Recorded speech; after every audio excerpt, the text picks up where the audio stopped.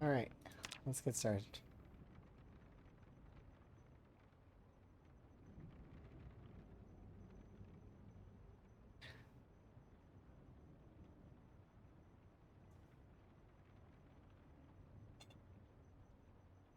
Hello.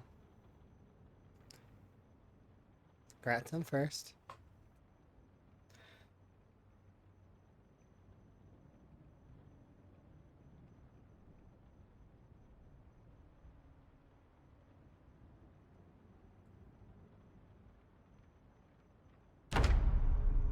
Yeah, you did win.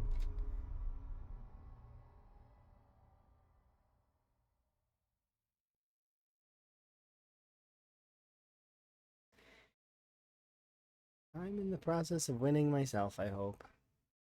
We'll see. Lots to do. And with luck, we'll be able to take the gated community today. I hope. And then push towards the next side of Riverside.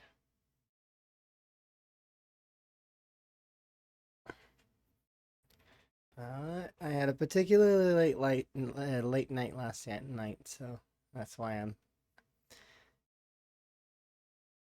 a little bit not behind, but like later.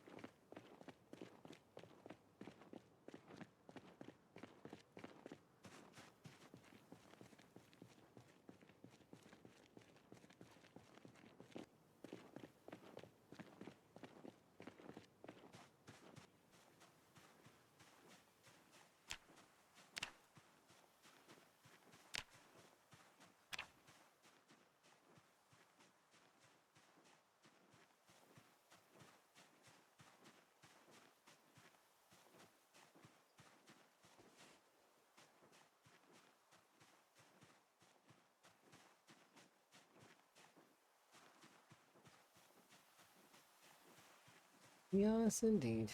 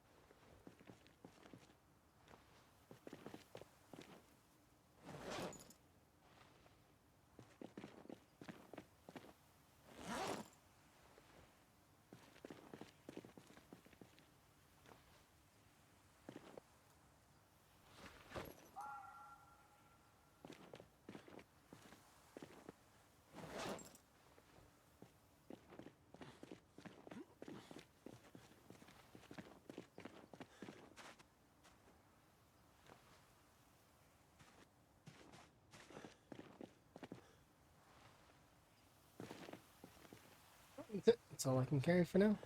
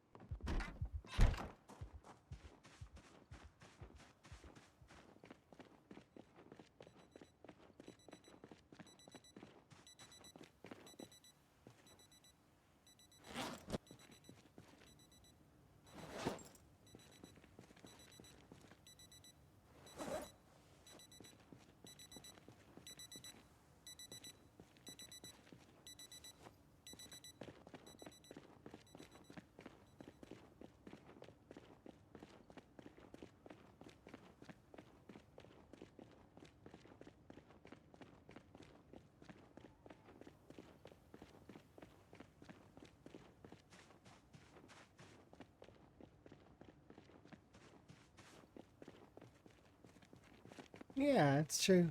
Lots and lots of rat racers. All doing the best they can, right?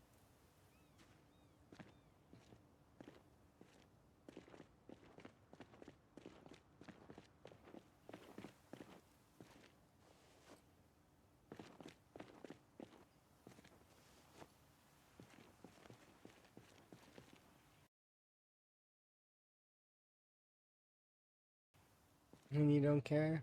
Well, it's understandable, but sometimes it's good to put on airs that you do care. Specifically with management, it's good. It's a good habit to be in. Even if it's something that's you like that, like if you were to start talking about your passions, I'm sure that the manager probably wouldn't care either, right? But she'll still listen, and or he'll still listen, depending. You know, that's how it goes. You know, it's a little give and take with business. Sometimes you're going to talk about stuff that they just that there is no way they can relate. But you know, it's important. Cultivates a business stoof. Yeah, empathy, important. Empathy.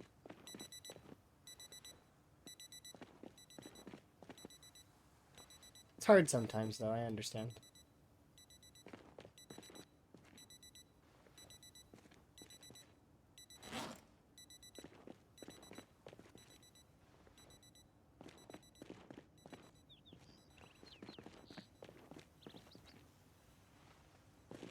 Because there's a lot of the time I get roped into conversations about stuff that I have absolutely no business in at all. And I am like, I don't know anything about this, but you know, I'm here, so let's just be here and deal.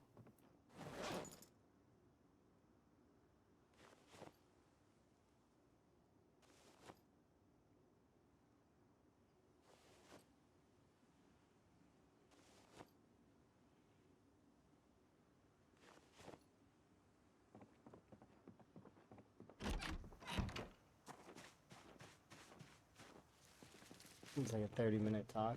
That sounds like a good thing, though. It means that they feel like they can talk to you, which is not necessarily, you know, like that's a good thing. And you got to remember, did they come away from the conversation in good spirits? Because if they did, then that's a huge win, enormous win, regardless of how bored you were in the combo. Enormous win.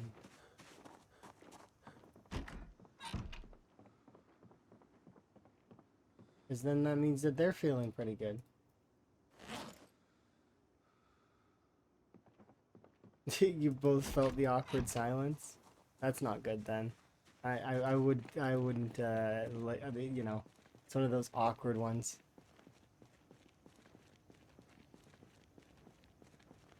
It's like trying to wind someone down, but then they don't wind down. They keep winding up. I keep talking to you.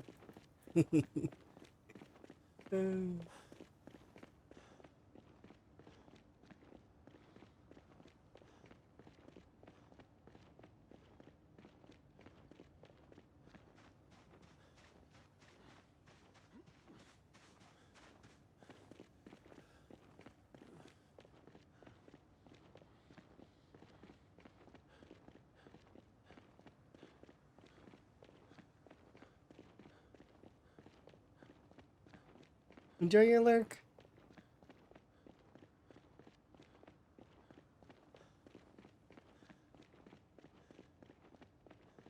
Yeah, it depends sometimes. I've had scenarios like that happen. I've also had the opposite though, where it's like I'm the person that's telling folks stuff they don't care about.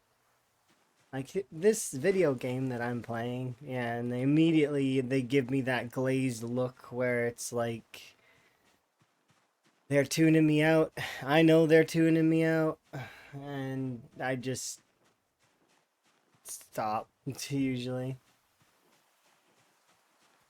It's like it's because it's not in their interest, right? Not in their circle of their world, so they're not going to really care. Some folks do that with cars, some folks do it with movies, some folks do it with like loads of different things. Work.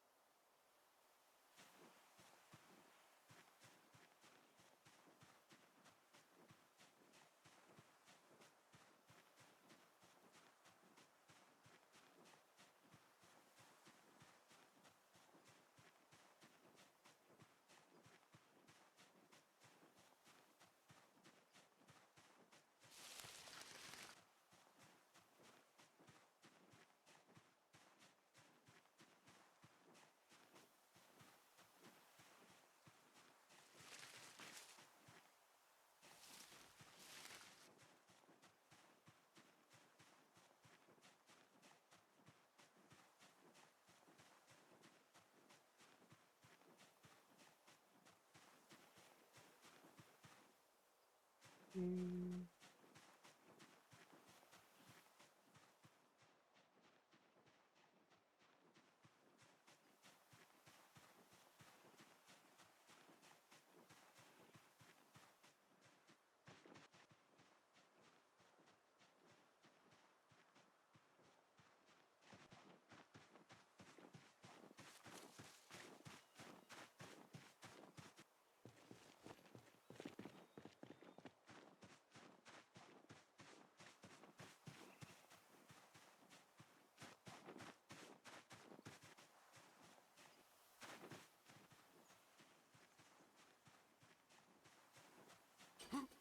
What are my goals for today? Right now I'm looking for large branches. But mostly just look for large branches. Push the gated community. Maybe level some stuff up a little bit. Enjoy the spring, because it's springtime. But I'm not having very much luck with the large branches. Because we just got through the winter, right? So it's nice to finally not have to worry about weather being ridiculously cold and yeah, our character can finally kind of just enjoy the weather like a little bit. But yeah, so I'm just right now I'm looking for branches. That's all, so that I can make a few more long blunts. So that because we're still only level 7 long blunt. We're almost level 8 long blunt. But the thing is my leveling is very slow, and I'm okay with that. Like, very okay with it.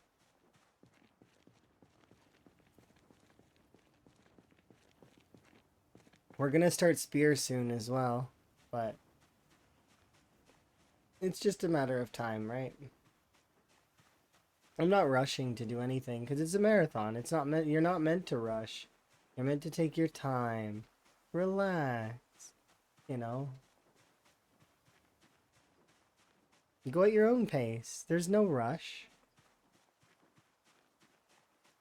So although it is the Great Spiffo Rat Race, and there are a large amount of folks that are like rushing and trying their very best and putting in the thing is the folks that are going absolutely ham, aside from the folks in like the top 10, I suppose, those folks will learn to kind of slow it down a bit because that's important. And outside of the exception being the folks that are in the top 10, because the folks in the top 10 are going at a leisurely pace. They're not actually going as hard as they possibly can. Like if you were to ask Twist right now, how is he going fast? No, he's taking his time. I mean, and despite being in first and having almost 50k plus kills, right? It's because in time 16, especially in these particular styles of settings, you need to take your time. You can't just force everything.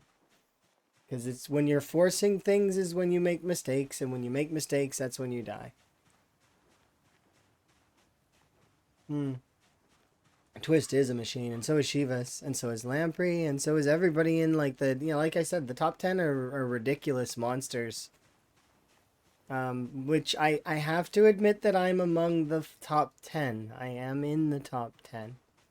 Even if I am on the lower half, that's still, I have to acknowledge my own skill as well. Sort of bat pat and whatnot. But at the same time, I'm not a machine like they are. Like I can't, especially because I was sick for quite some time, right? To kind of putting a pin in the fact that I am not a machine is that I got sick and it was unpleasant. But even if I hadn't got sick, I would still be only in the 20 to 25k range right now. If I were to net out my own averages and do the math on it, I think that I would be maybe like in like the 6th position right now, which is not far off of where I'm at. So, you know, it's fine.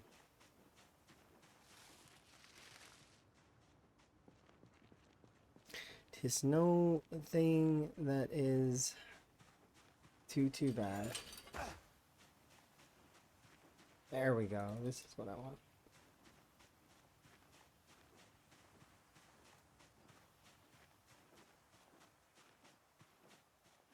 You can spend 4 hours rotating an item trying to get it just right. I can do the same sometimes.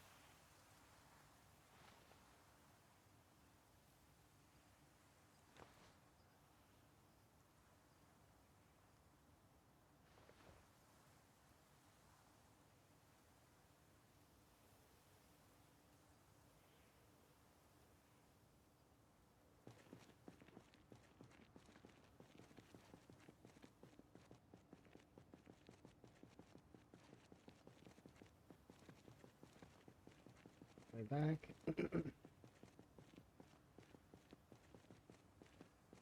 There's a lot of rocks and stuff that I gotta go grab. But so far we've carried back about 150 worth of weight. It's tough.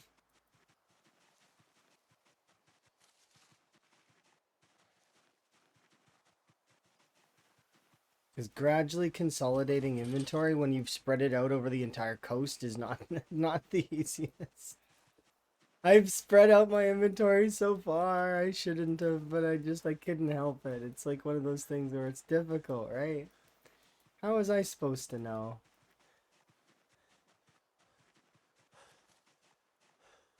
But we do have a lot of rocks. We have a lot of means to make stuff.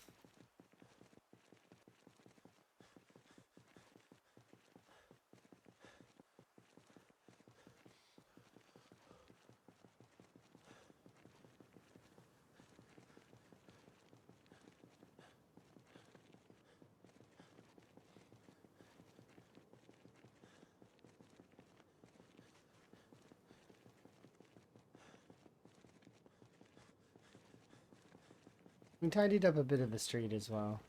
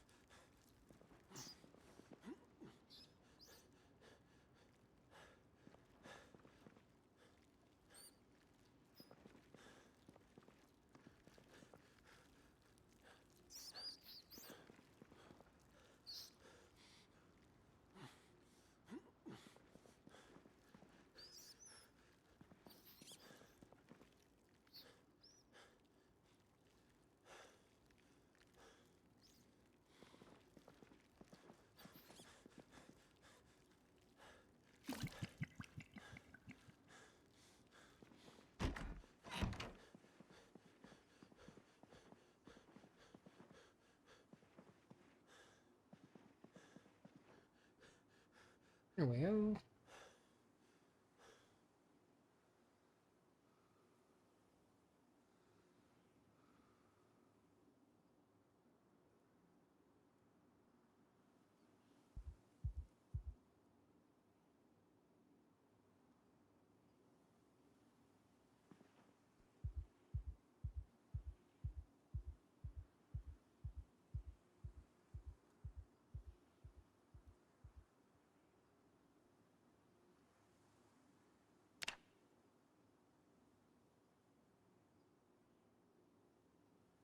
Have I gotten any outposts done yet? No, but I'm kind of close to one of the outposts. The outposts are churches, for the most part, aside from one military outpost, which they're, all around the map, but often very covered in zombies, as well as you need to get a bunch of things for them. So you need, like, they need a spare car, a generator, uh, 5,000 calories, which is the easy part. But you see, it's like they all require like a lot of effort to go into. Not that we can't achieve that, we can. It's just it's something that's gonna be gradual that we'll get done. And we're close. We're close to one of them. Like I said, we're close to the Riverside Church. So we'll be able to get that done probably at some point. But I've been slowly pushing the gated community back. Each of these little markers here is a watch bag that I've been gradually corralling zombies around and, clearing them out gradually. And then as time goes on, I get to push the watch bags forward, and like they started out outside the community and gradually now we're getting there. I do have to stop though, and feed my character, and we have to keep everything keep weapons flowing. It took a while to build up weapon skill as well. So to the point where we're able to actually fight the zombies instead of just being able to, you kill one, or you kill 10, and then your character's tired and needs a break.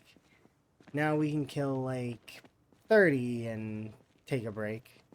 So it's a little bit easier. Maybe a little less than 30 actually. But still, that is quite impressive for not having high level weapon skill up to a certain point. Now we're getting there. And we've got one book. We got tailoring 1, so I'm really happy to get that read eventually. Yeah, we're making progress. It's slow, but it's true, and that's important. But yeah, I'm gonna start doing this road here. Because you'll see very quickly that despite me having pushed the gated community as much as I have, it's still it's still busy.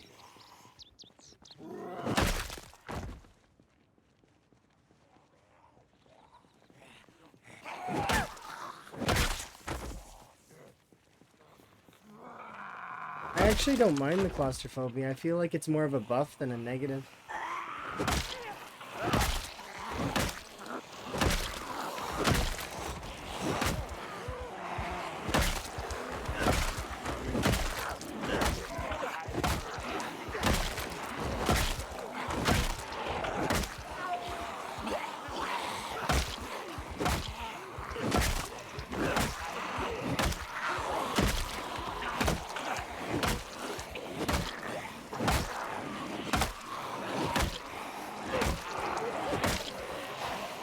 Last night I had a dream as well that we found a crowbar, so I'm hoping that comes true.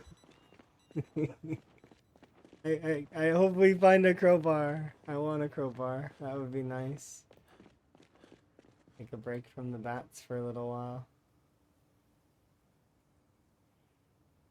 I have my PZ dreams sometimes. Sometimes. Most of the time it's not though. Most of the time I don't have PZ dreams. But finding a crowbar would be kind of nice.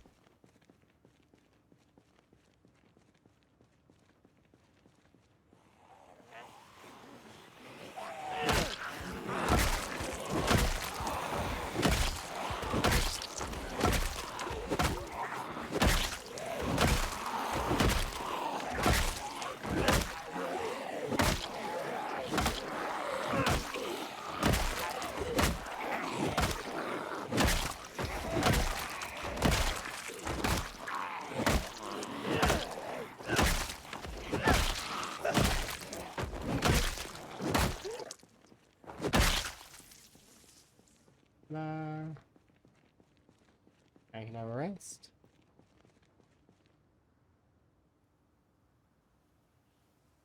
Basically, that's it. The rinse repeat until we get through. And then I can search some more houses. We've searched some of these houses already, though, specifically the garages.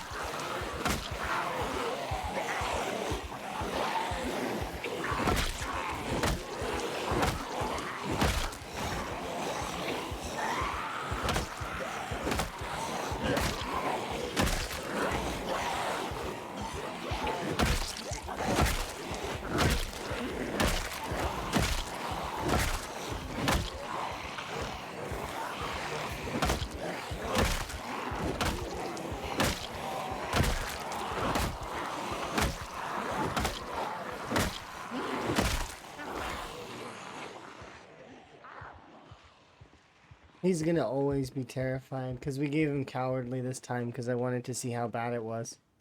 Because it's been a long time since I've used cowardly. So I was like, I'm gonna give him cowardly, and we're gonna give him claustrophobia. And see how bad it is compared to brave.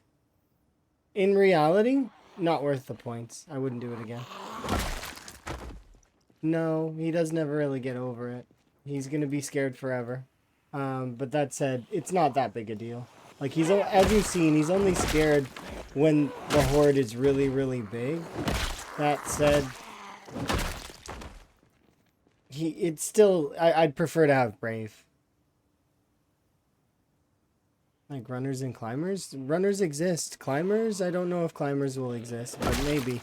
But runners exist. Like, you can get sprinters going. You can actually even have it on a percentage if you want. But the reason why I don't like using sprinters is because I find that they're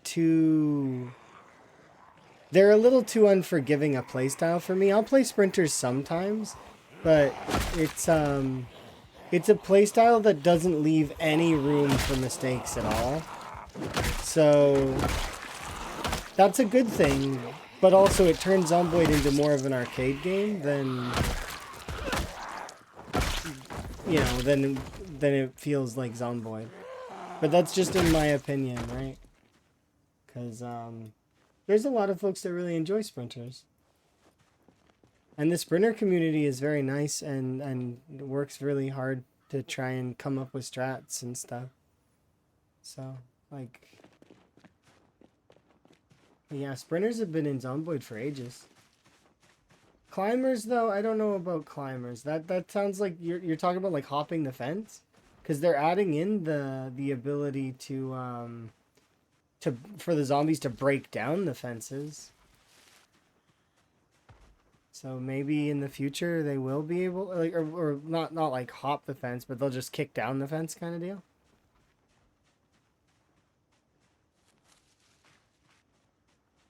You mean climb the walls on the outside of the building? Because they can come inside.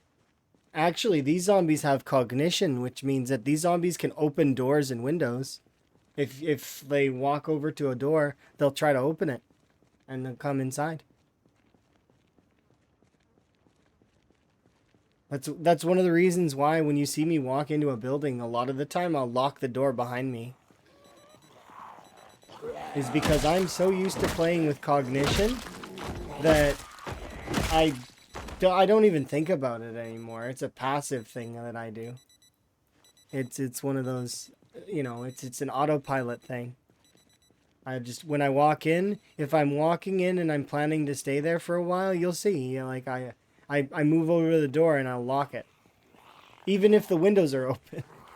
My brain, it's just like that.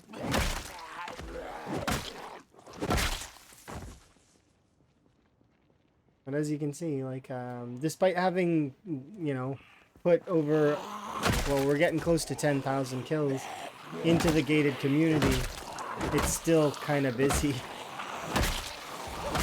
It is Riverside, though, so it's like, it is a town, so I don't expect to push through with ease.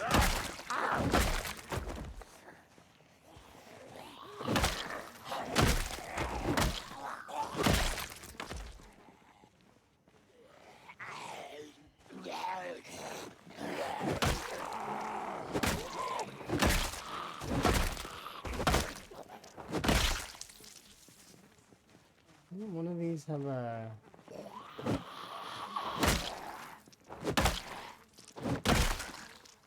Oh, one of them had like a cleaver in them.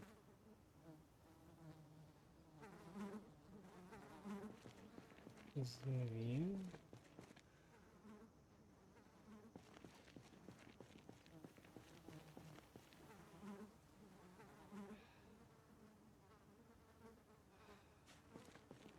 Oh, you do have a cleaver in you.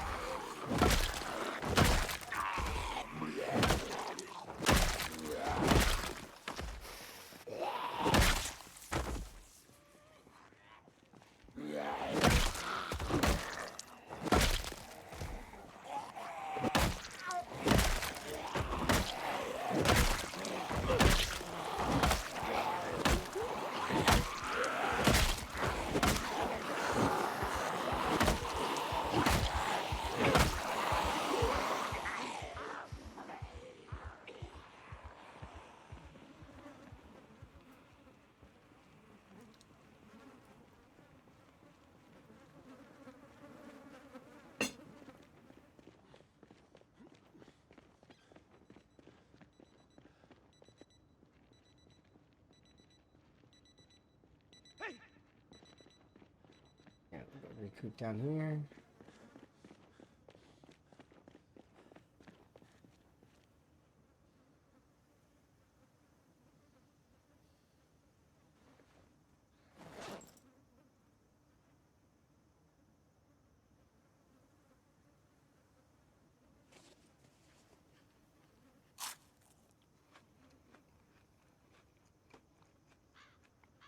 Yeah, I like the cognition though. I feel like it's nicer because a lot of the time the zombies won't smash the windows.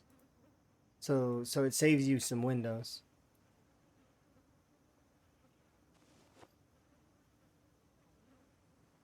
They'll open the windows instead. That doesn't mean they're always going to. Sometimes they smash the windows anyways because they're vandals. And other times, you know, they get stuck on doors that they could open the whole time. It's like they forget that they have cognition.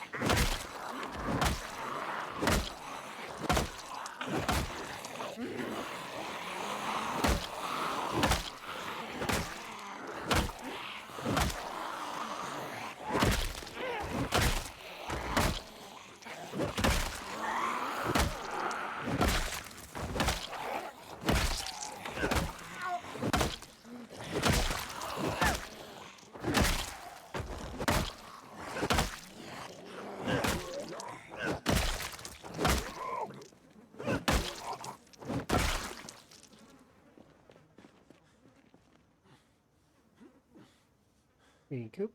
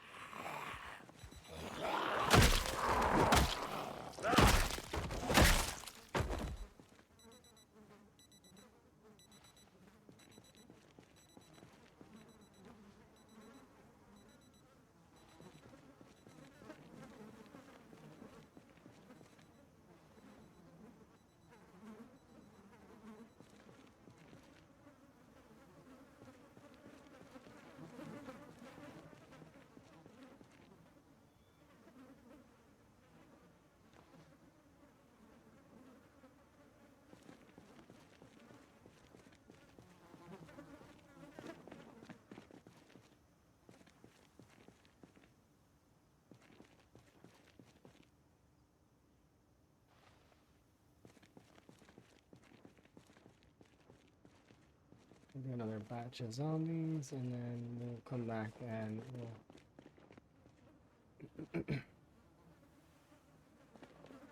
I'll grab that book and I'll read that from cover to cover. So I can get the tailoring.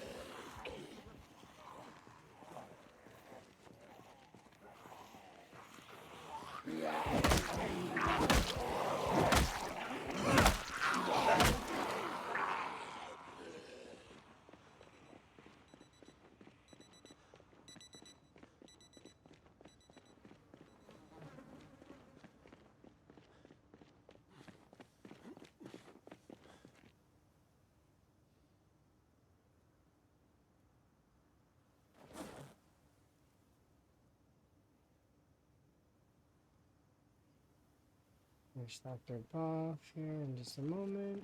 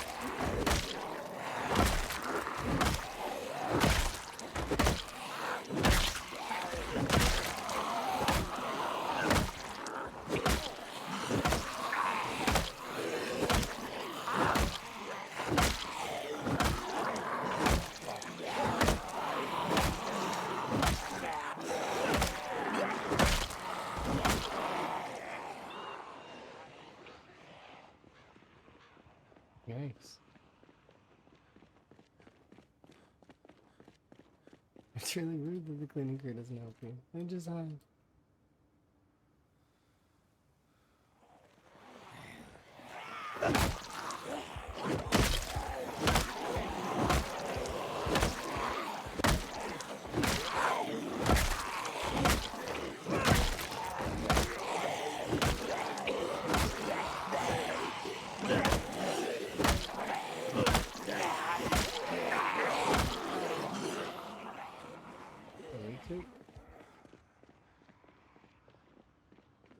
Surprisingly.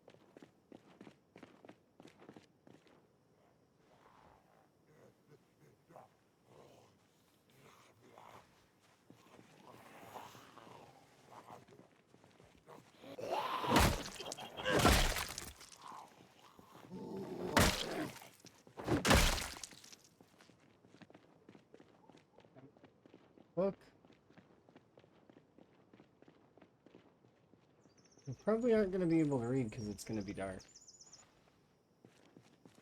That's okay.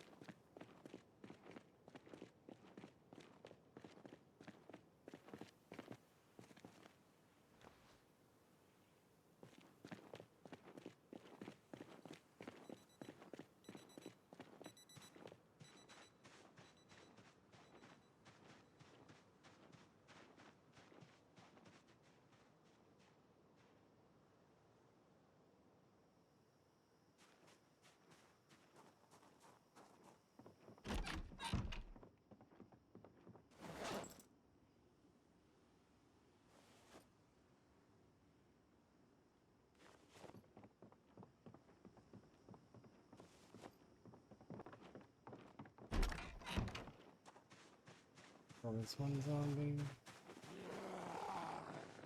2 zombies.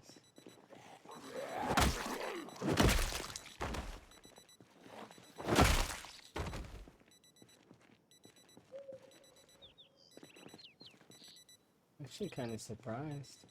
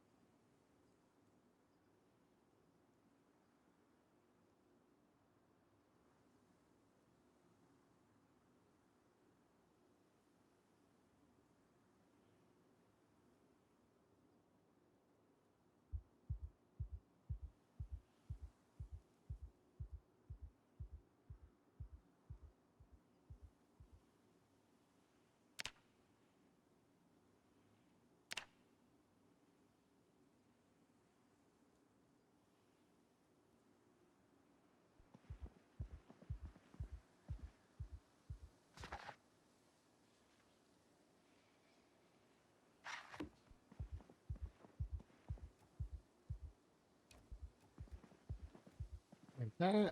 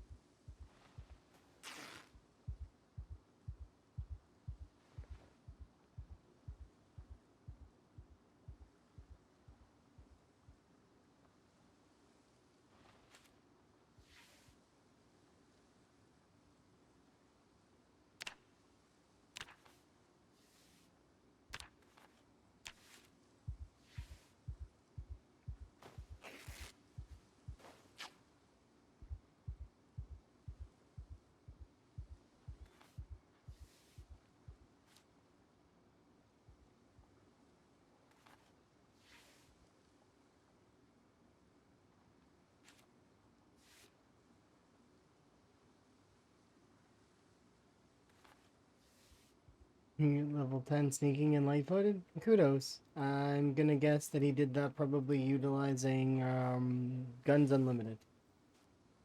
That's what I'll guess. There's a lot of zombies there. Very easy to level those two skills up there. Kudos. Hello.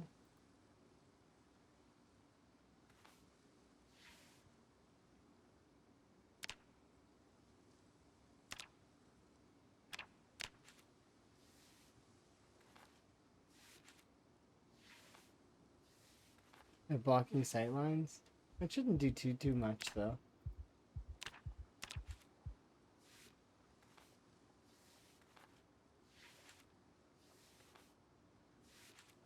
Right.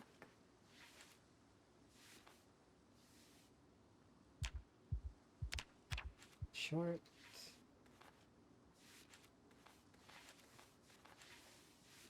And 9 minis.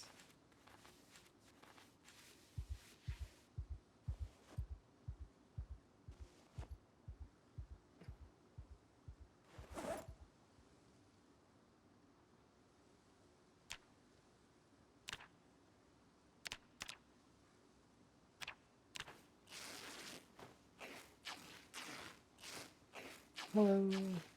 I didn't say it, which I meant to.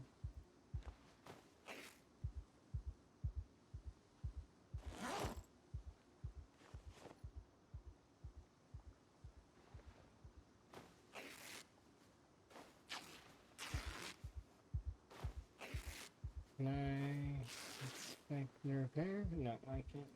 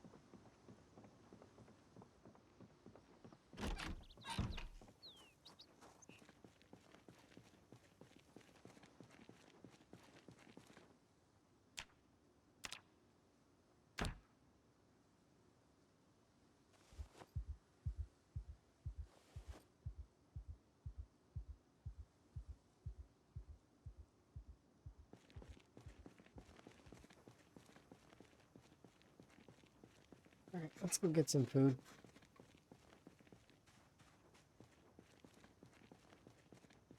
I'll work on those two things later. I'm not that rushed to get that stuff done.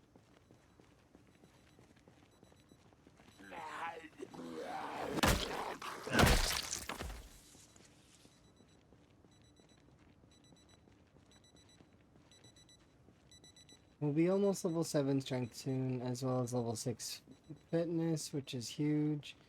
Foraging will be level 8, and I don't really have anything that's hitting 10. That said, that's okay. Eventually we'll get to the point where I can just start, like, focusing in skills all the way to 10. But a lot of the early game levels, it's kind of tough to get into. Like, especially masonry, I'm finding that that's gonna suck. Because my choices are build stone shelves, or wait until I'm napping 5 so that I can make a stone mall. Or I have to be lucky enough to find a club hammer, or a, what's it called? I need like 80 limestone, or if we find a pickaxe. But the best way to kind of force it would be to level napping to 5.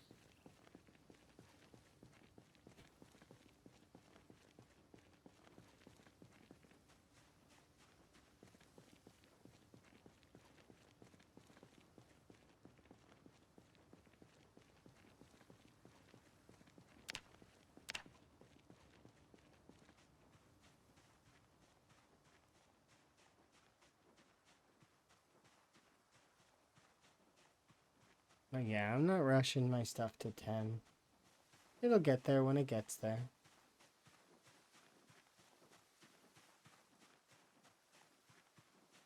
I'll probably do something similar for the leveling of light-footed and sneaking.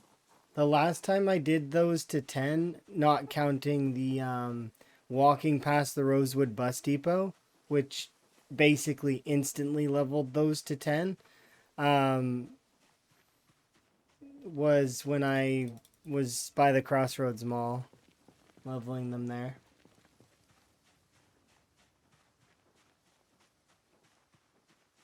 Just walking beside that beach was enough to like instantly go to 10.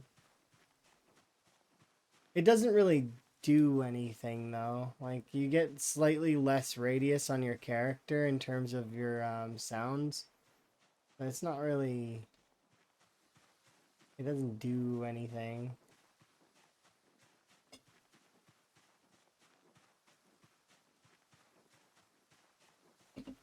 Your character's still pretty much the same.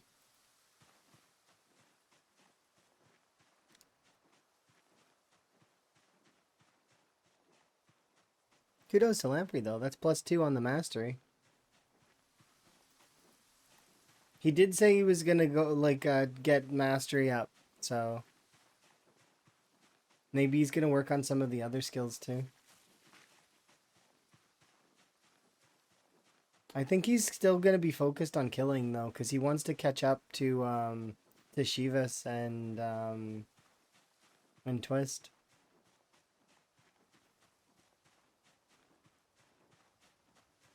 He wants to be number 1 in at least one category.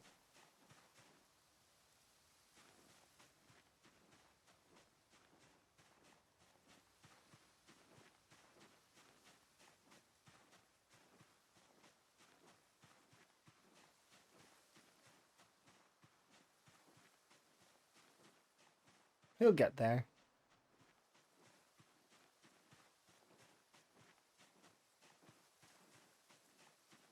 Until we're all at that stage where we're all are like we've got lots of skills leveled.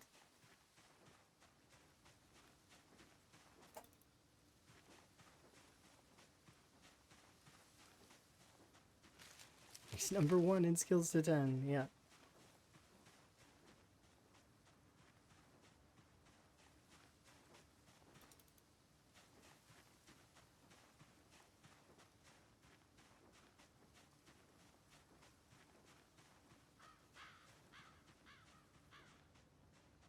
No, it should be set to firewood, right? Yeah.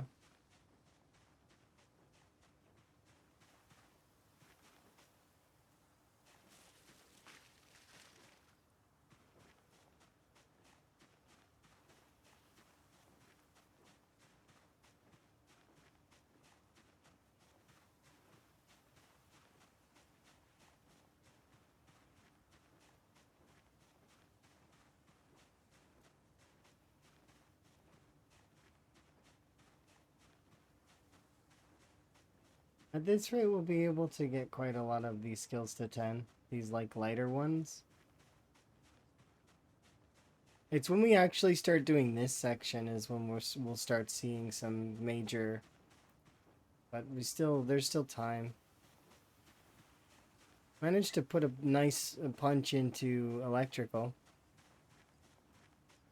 I gotta work harder to get electrical higher. I think I've got maybe about another 200 watches on the ground or so. Maybe a little bit less.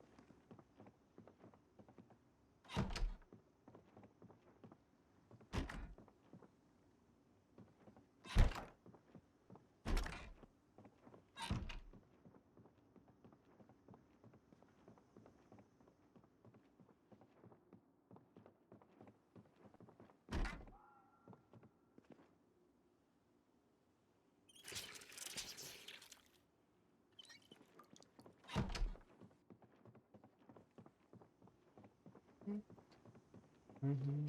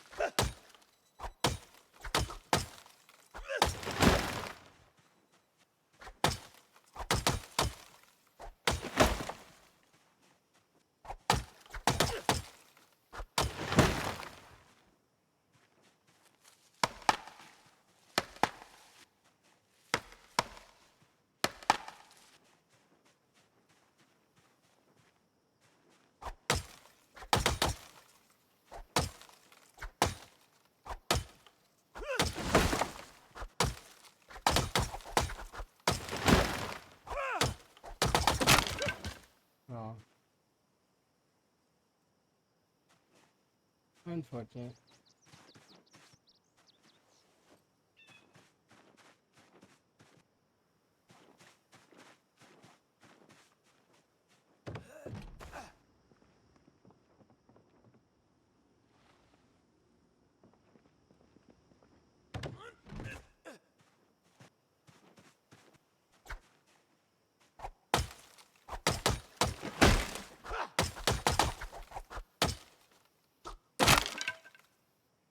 There.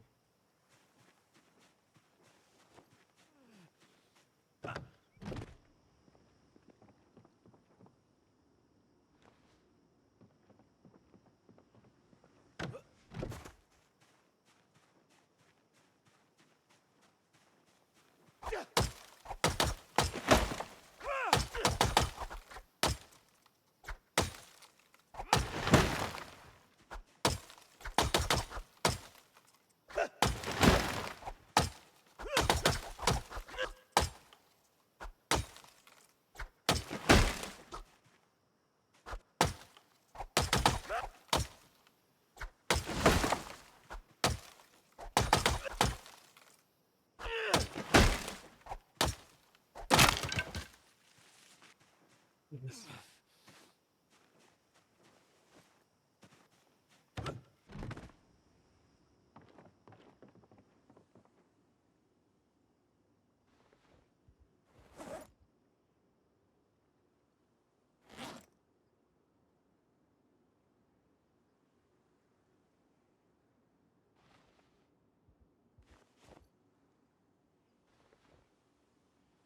Making my character nervous.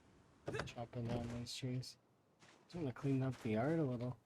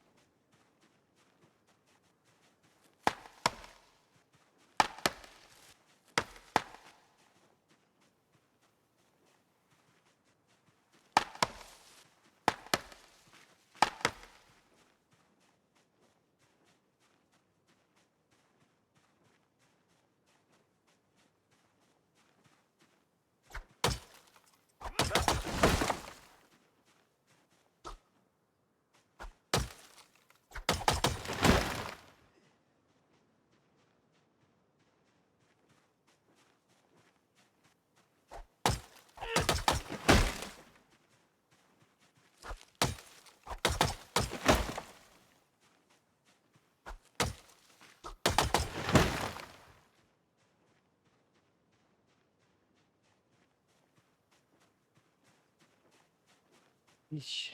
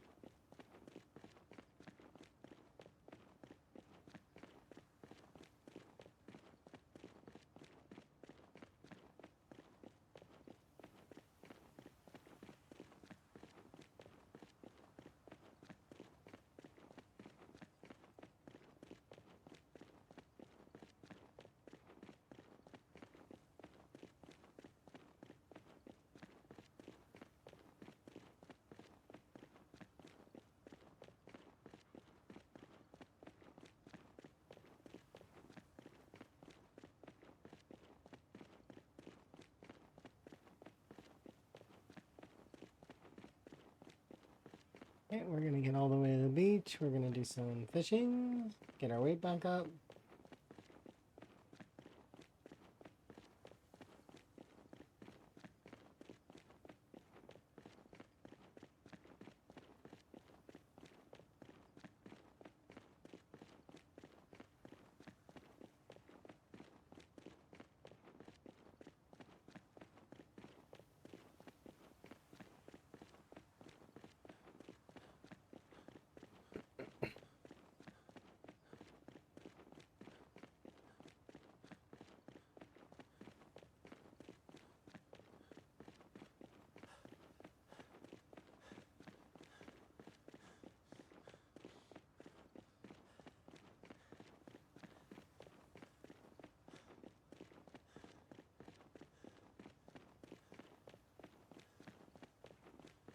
Wonder if I can start mechanics on those two cars.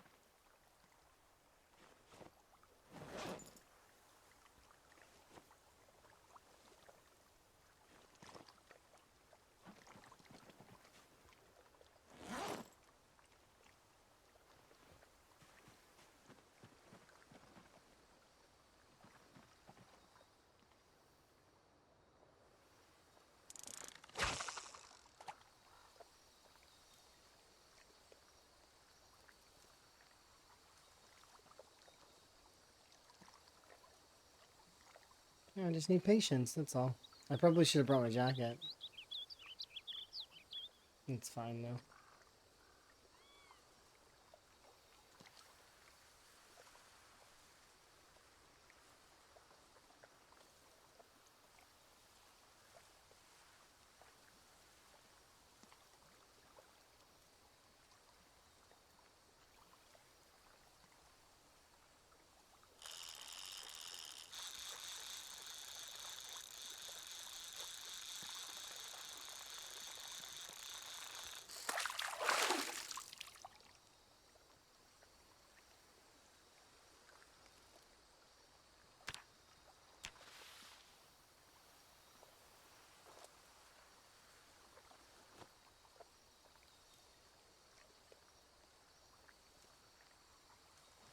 Might as well cook these two up, eat them so that I can start my weight gain now.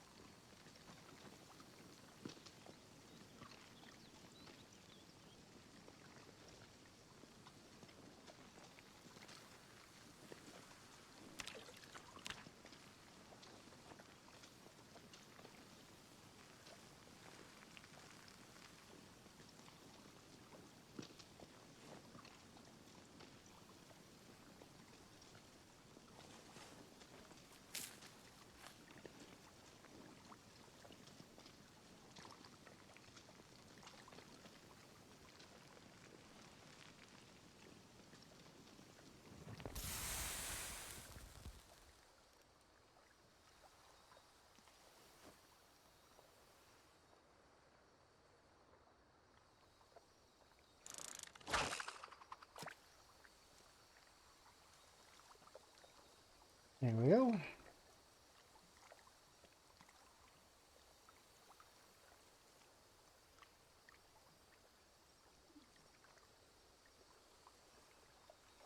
Do some working out. We'll get to level 7 strength. We'll get to level 6 fitness, which will give us the fit trait.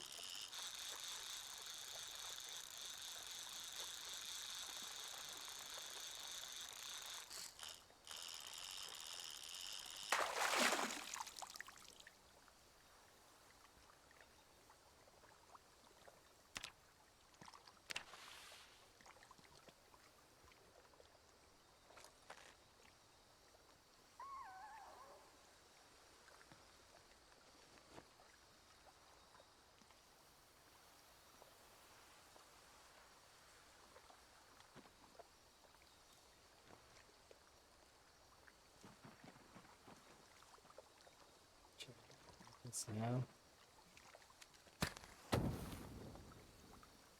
So I can cook these flanks up.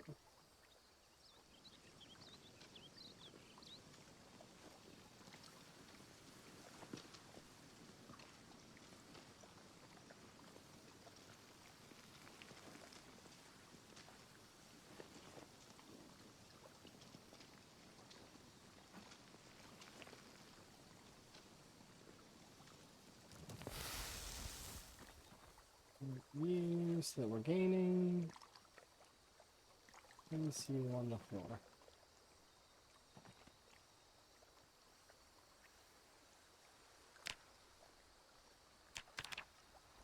Let's do up our regularity to max again.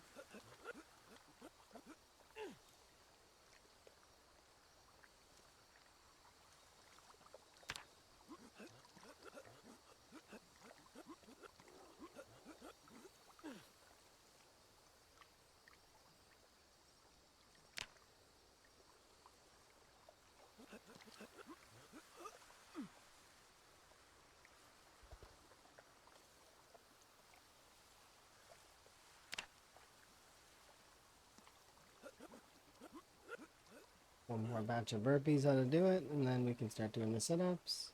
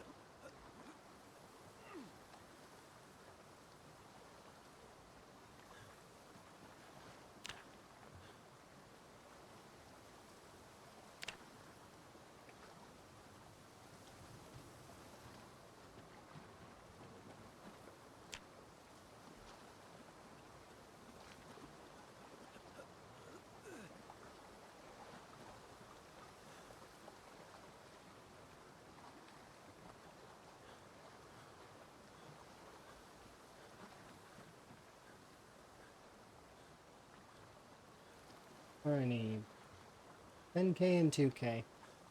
Well, I definitely want to do the squats just to get I might do the burpees though. To kind of keep do it the both.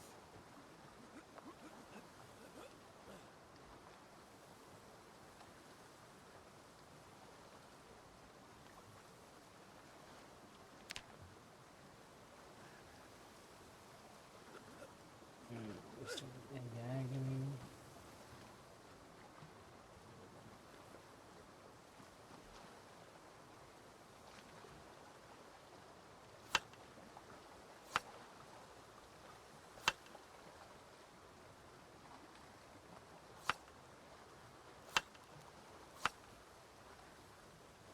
Oops.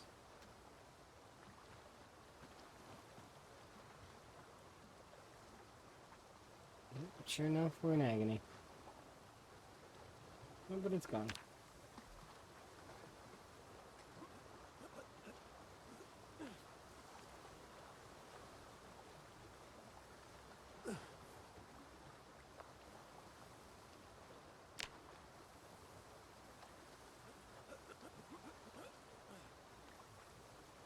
How's our weight doing? 77. It's coming up.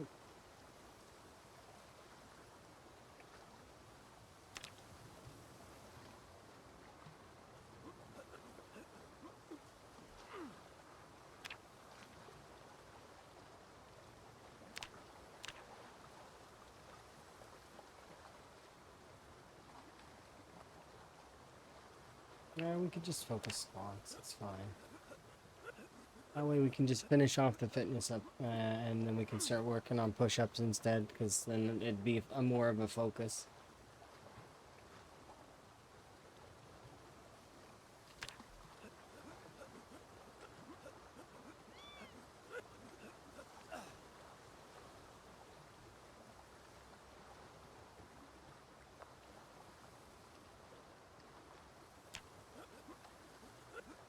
Only 400 more XP to go, and then we're good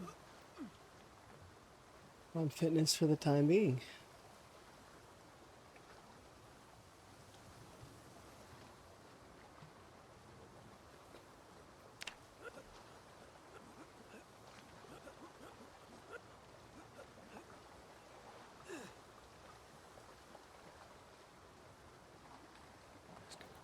Get rid of the cold now.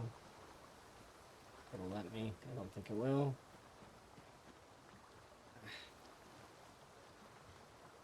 Because it's still, for some reason, ridiculously cold.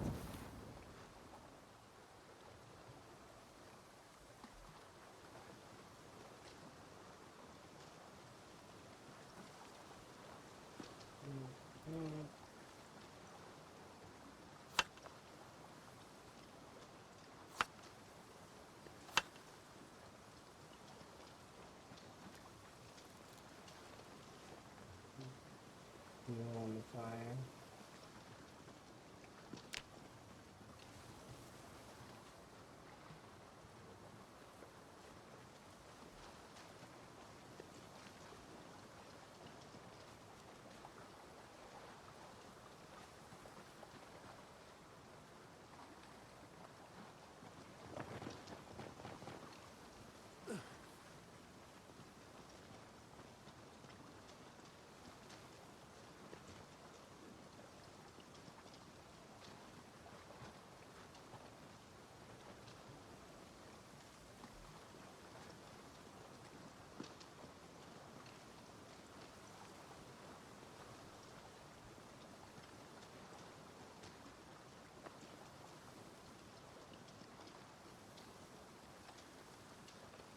One either needs to kick up, the other needs to kick down.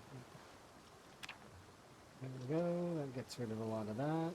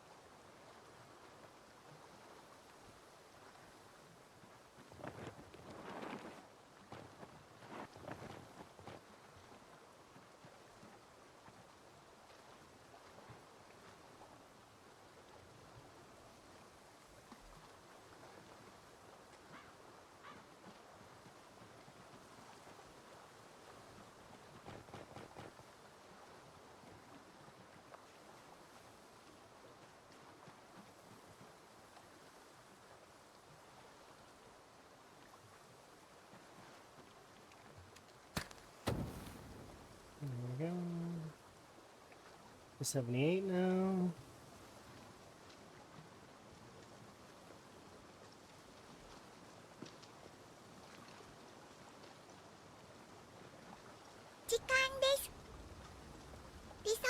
Oh, thank you very much for the raid.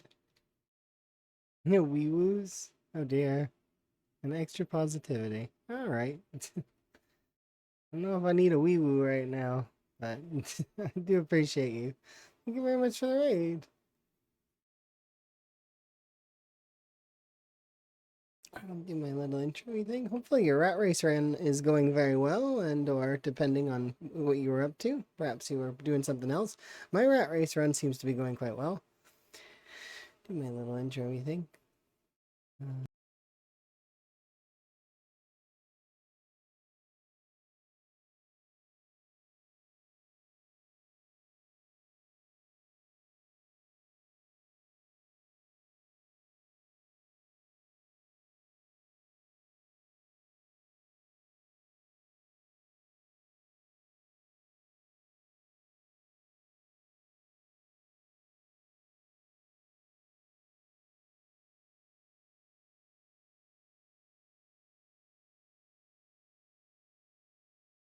Yes. Oh, you got your PB. Nice. It's good to get your personal best. It is very, very fun to achieve greater than one's past self. I am still on my first one. What kind of teas do I like? Lots of different kinds. From herbal teas to leaf teas to chai to berry teas, fruit teas. Many, many different kinds of teas. This is the one? I don't know. I don't believe there is a the one. Maybe that's just maybe that's why I live for as long as I do sometimes. Is because I just am playing and having fun. And so long as I keep playing and having fun, that's what matters to me.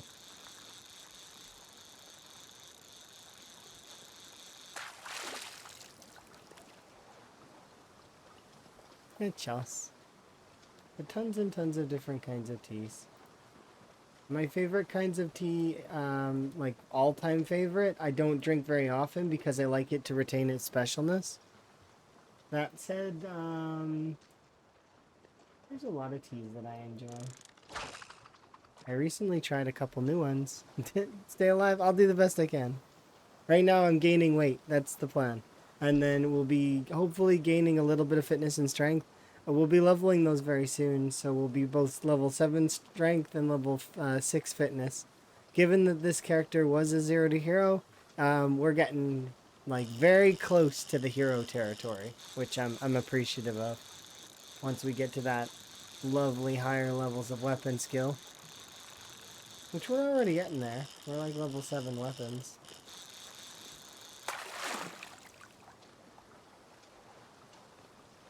But yeah, have fun with swimming. Oh dear, this is one of those gargantua fish.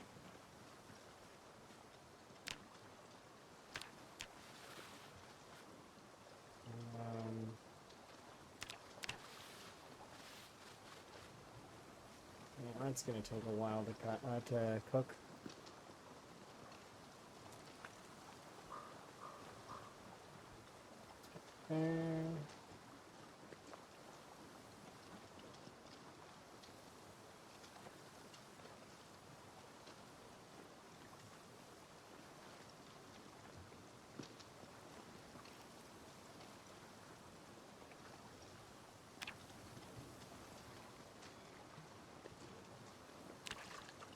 But yeah, I'm having a very good day, and like we've been making progress on the gated community in Riverside, but I'm taking a brief moment to set my weight right so that we can continue.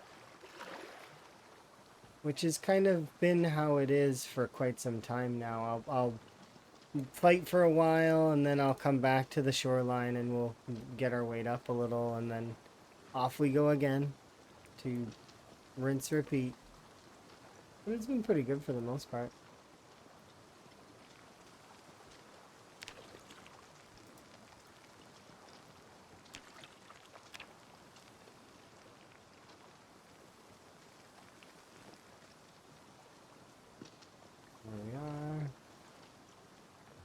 And I've had fishing rods since before the new twine, but the new twine makes it easier for everyone, and I'm appreciative of that. I'm also appreciative of the fact that now we can actually see people crafting things. So that's really, really nice. It's running later than used to. I ended up having a late night last night, so I ended up, as a result, well, getting up later, which means that when I get up later, I don't really have a stream schedule. Not yet, anyways. At some point in the future, I intend to have one, but due to the nature of my work and the way that things are sometimes, I just don't have the means at the moment. But when I move in with Emma, we'll settle it in to be an actual schedule. So that's a plan for the future. I'm hoping in October, but we'll see. It's one of those things that's very tough, and it's depending on governments, which makes it even worse in terms of trying to make sure things are settled correctly. They certainly love to make sure their paperwork it takes a million years to do. And then on top of that, even when you do jump through all the hoops that they ask you to jump through, it ends up being a huge pain in the ass every time.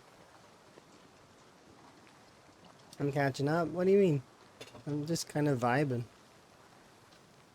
And I'm getting better. My like I'm still not quite there yet. Eventually I'll feel fully like ready and good. But still. That cough is clinging to me. I'm hoping it goes away. Like I said, 2 out of 10 experience. I really don't want to do it again.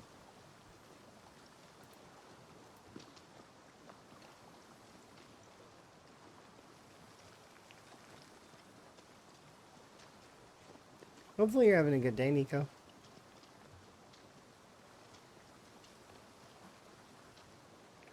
But yeah, I'm just going to continue to slowly trudge forward and eventually get to where I need.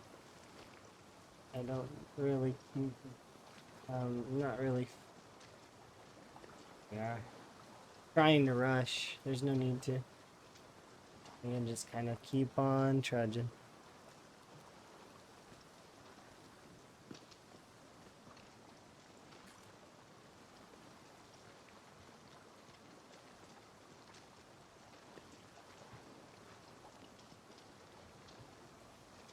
Finish cooking these things first.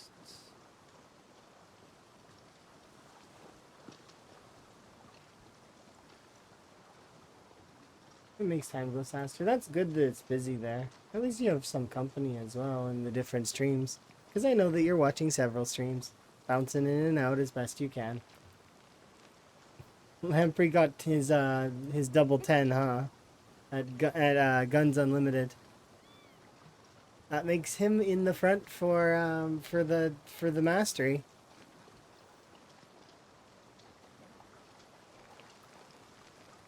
Means he's got a first place. I'm betting he's very pleased. Double 10? No, but by double 10 I mean light-footed and sneaking.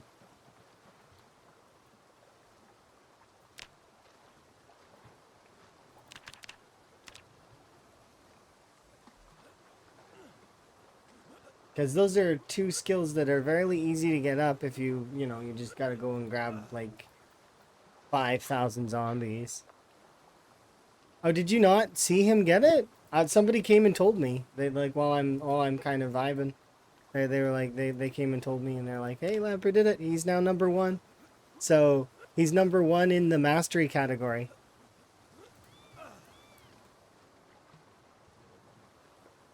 You wanted Yuri to get it first? There we go.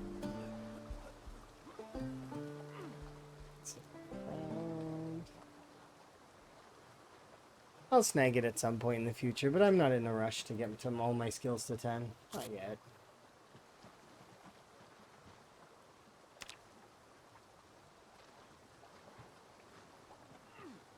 Figure swap. That was fitness 6, so we just got our fit. We got fit. That's it. We're officially fit and stout, which we've been stout for a while, but we are fit and stout. It's huge. That means that Yeah. My strength is almost 7. It's not quite there yet, but we're roughly less than 10k now. And I'm right now I'm on the beach because I got to get my weight up. So we should be able to hit 7 strength here in a sec. And for 0 to hero, that's not bad in my mind. I think we're doing pretty good. Like, look at the strength numbers go up compared to the fitness, though. It's hilarious. Yeah. And then that'll be a huge boon when I start spears. Because that's the plan next. Is I've got a bunch of spears like laid out on the ground and stuff. So your first is gonna be like 10. Oh, you found the 4 book. Oh, nice. Mine is 7 almost. So I'm getting there on maintenance. But I also have a double level bonus thanks to, what did I take? I can't remember. I took something though that gives me maintenance. But I should have took masonry. I'm regretful that I didn't take masonry now. Because leveling the first level of masonry sucks. It is the worst. It is not fun, and I don't like it. That first level of masonry is terrible. And it's holding me back. Because I don't have, I would be able to do blacksmithing right now if not for that, the fact that I need masonry.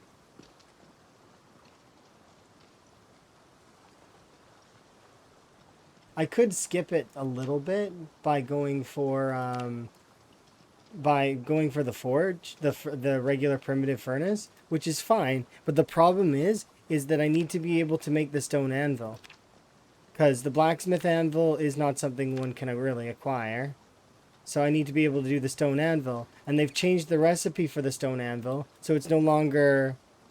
It requires level 2 masonry in order to craft it, which sucks.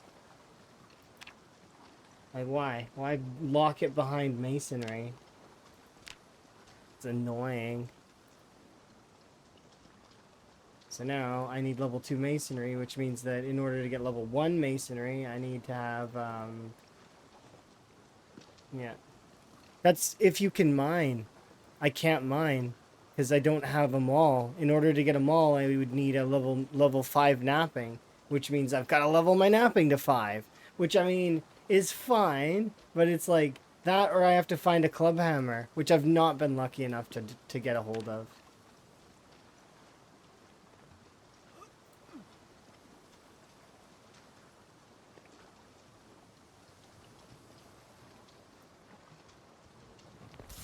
That's gonna require me to really like that, or I have to grind up what's it called? Axes. Which I guess I can do. I wanted to do spears though. But I guess I can grind axes instead. And if I grind axes, I can do the sickles and I can do the napped axes. And that'll level my napping naturally. So I won't have to think about it. And eventually we will hit napping 5. Because that's kind of the benefit of using axes in that way. The thing that I'm waiting for on you is that I'm waiting to see if you breed your raccoons. That's the big thing that I want to know. I don't know enough about raccoons. I want to know. Bring that science to the community. Breed your raccoons, Nico. That is all you need to do. Be the first one to have baby raccoons. Because then you can have a gold medal in that you bred raccoons before anyone else.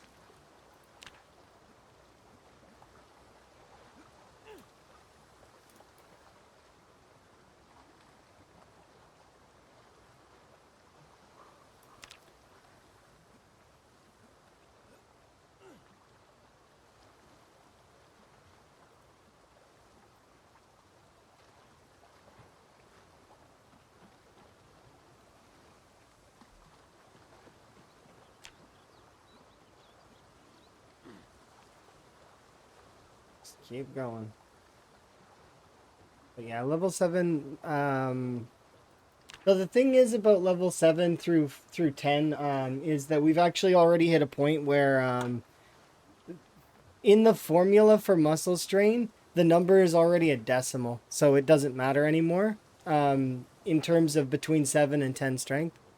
I guess being strong would be nice though. So level 9 strength's going to be really good to get. But that said, once you're past that level 6 threshold and you have stout, that's it. You've arrived in strength. You don't need to care about the remainder because you're already in a decimal number.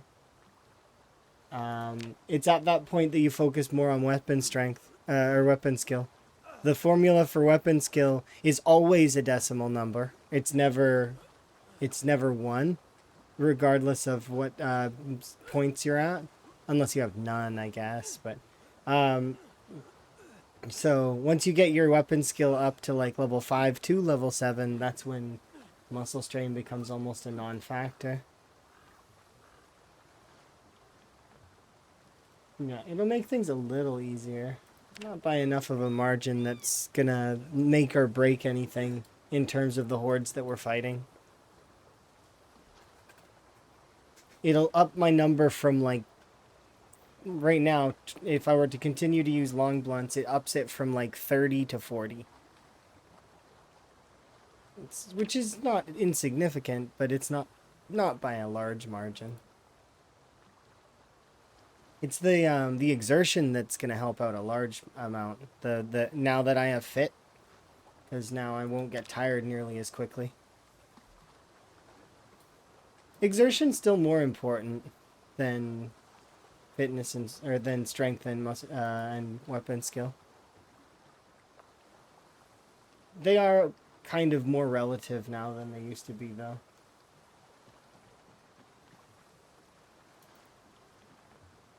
It used to be you didn't care about your strength at all, and just because it would passively level. And the extra little bit of damage and knockdown wasn't really something anyone cared about. Yeah, long blunts are really good. And they'll stay good. It's because they're really good for maintenance, as well as they're very common to grab. Short bats are still probably better, though, if you wanted my honest opinion. Just because of their ease of access and how fast you can get them, and then quantitatively how many more of them that you can create. Because you can create so many short bats. I have to look for a large branch in order to create a long bat, or like a baseball bat, right? It requires the large branch. You can't do it with like a plank. You can't do it with anything like that. Meanwhile, the ease of access of the short bats, you can use even pretty much anything to create a short bat.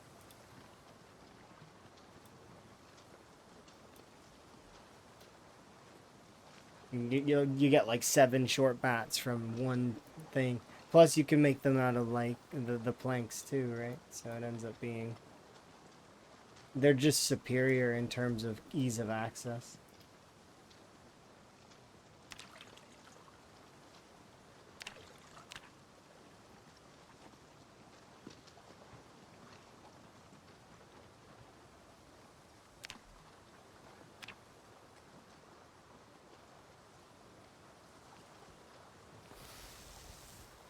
Oh, that sucks.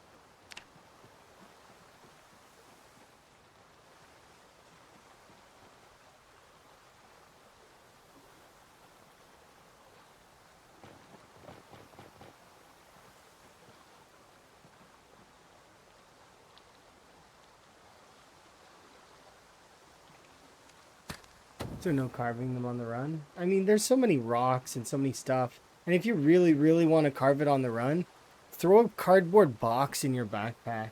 They weigh 2. They're essentially the piano stool of crafting.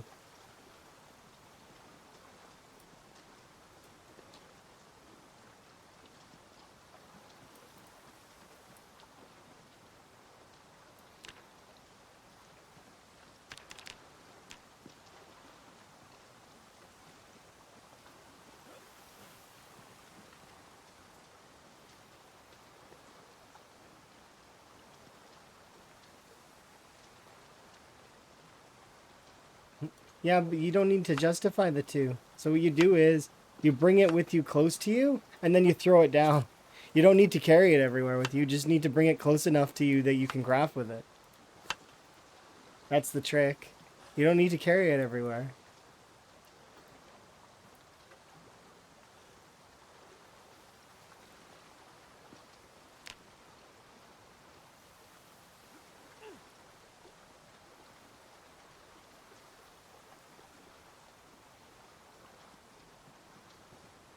Fire, just so that it's not wasting.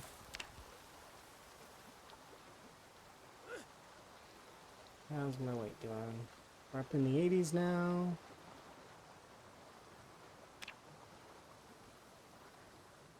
Just watching that number just fly up is hilarious. Strength is so easy to level.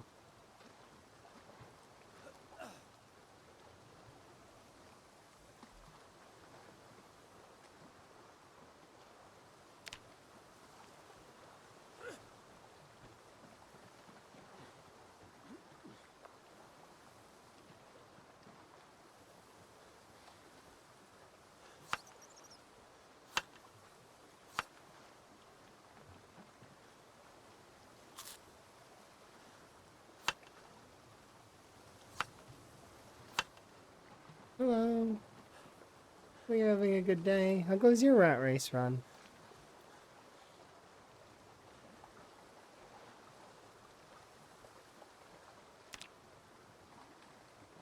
Right now I'm getting my weight up. I need to get to a little bit higher of a weight before I continue. I forgot my jacket back at the house though. Which was silly of me. But thankfully it is spring, so it's not like super duper cold. It's cold enough though that it's throwing my sleep pattern into a weird place. But I'll fix it when I get back to the house.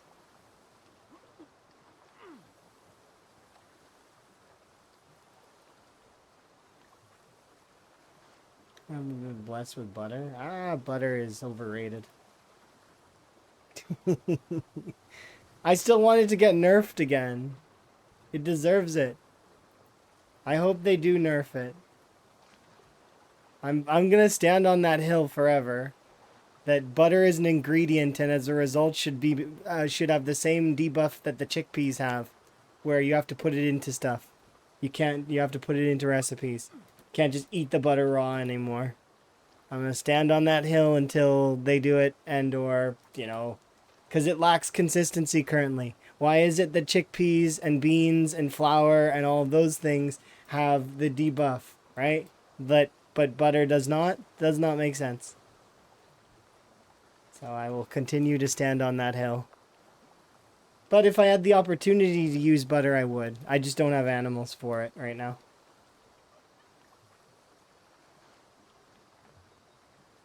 I have right now a total of 6 rats. that is my slash mice. Those are my animals. I have mice and rats, and they don't like me. Even though I've held them all night long, they still don't like me, which is fine, I guess. They don't trust Higgins, which is it's okay.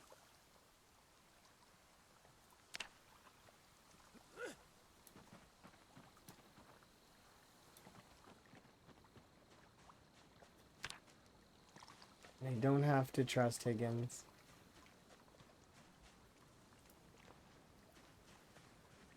We'll chop down this tree here, and then we'll bring its log over here so that we can sleep.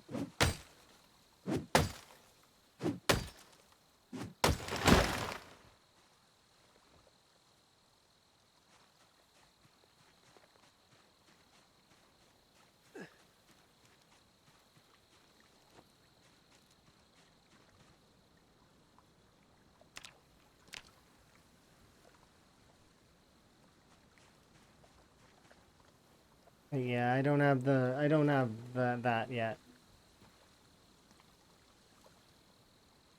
It's never made sense to me that you could just eat a stick of butter in PZ. Because who does that? Nobody. Nobody eats a whole stick of butter. Although they do make some pretty strange abominations in terms of food in this game that you would never ever see. And they eat it like it's nothing. They're good.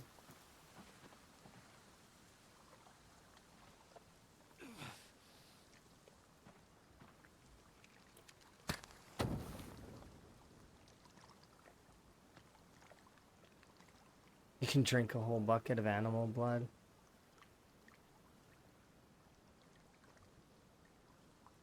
They'll do something about that eventually. Maybe it'll give like some kind of debuff or something. That should be agony gone.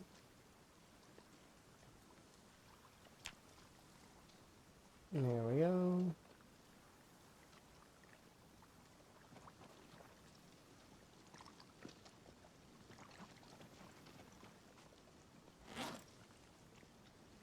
Just existing gets me strength XP. Let's catch another fish.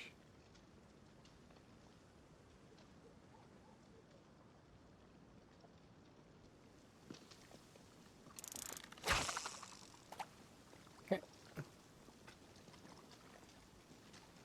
Catch another fish. Get our weight up just a bit more. About another 2 to 3 weight units. By then we will already be max, or not max, but we'll be level 7 strength.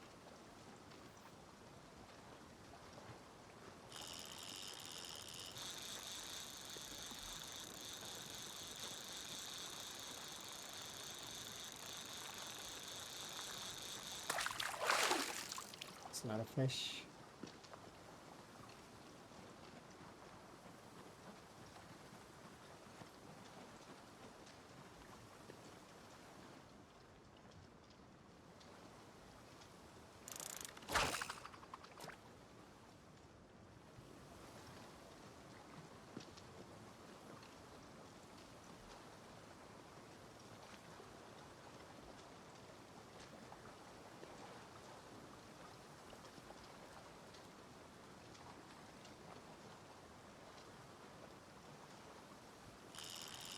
Hmm?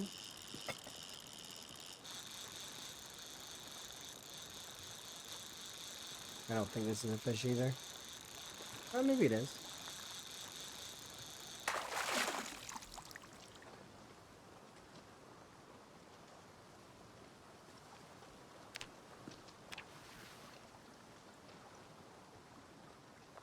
A little fish.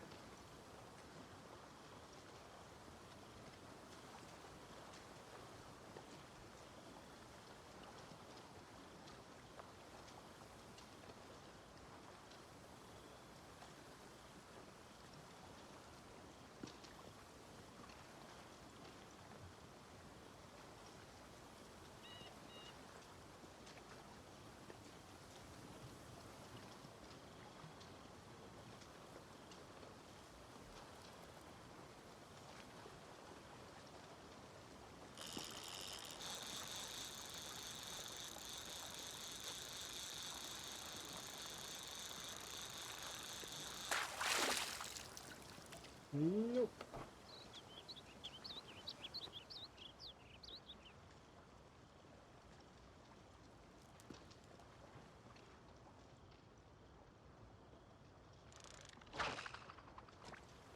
That's a pretty far cast.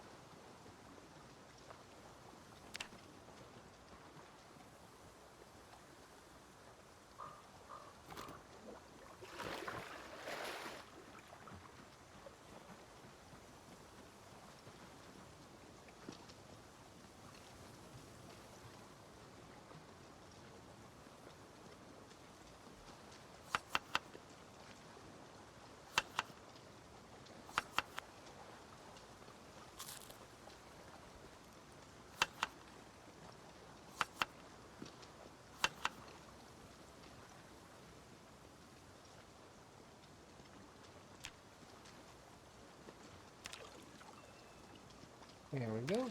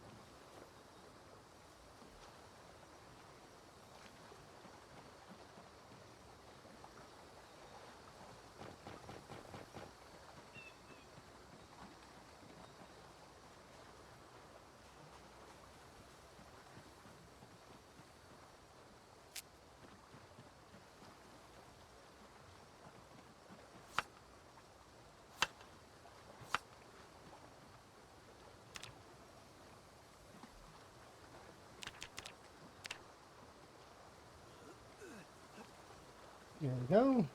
Let's see, how much more weight do I need? Not very much more. Okay, good. We're getting there. I feel like one more day's worth of grindage, and we should have enough weight to return.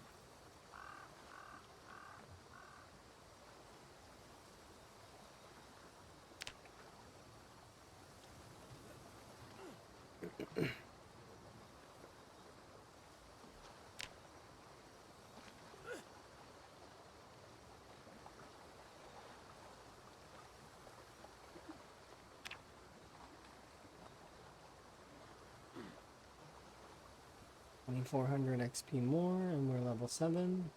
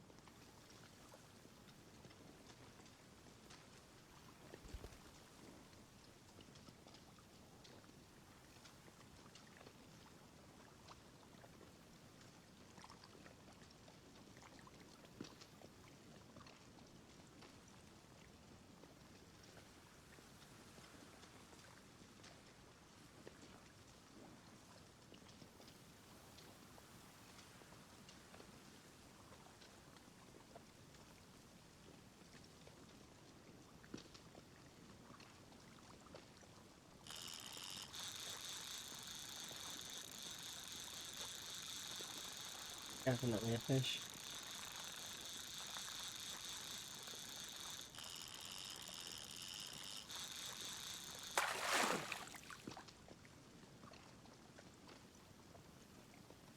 Hair sized.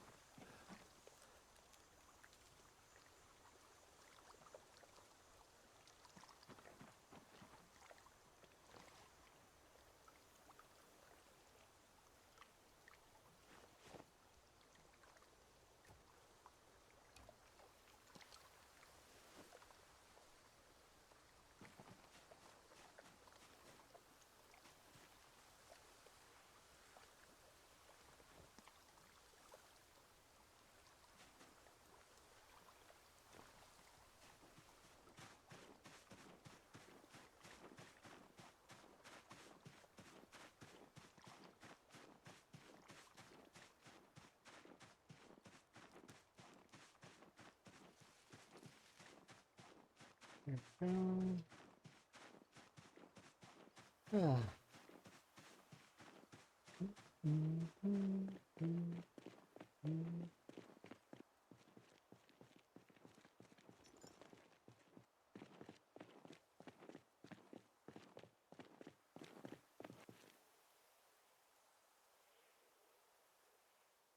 Want to bring any of this stuff?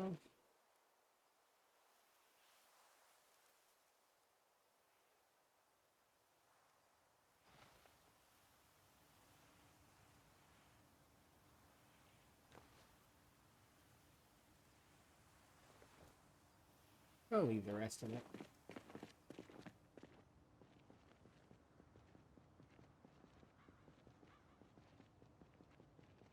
We can turn off strength.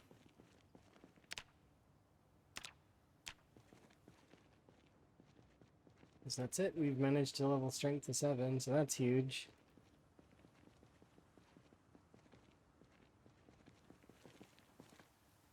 Modules.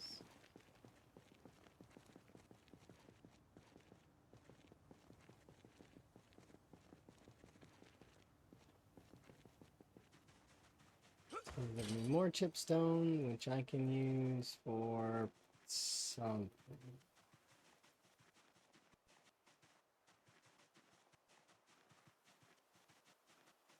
That few in-game days of weight gain is gonna be huge.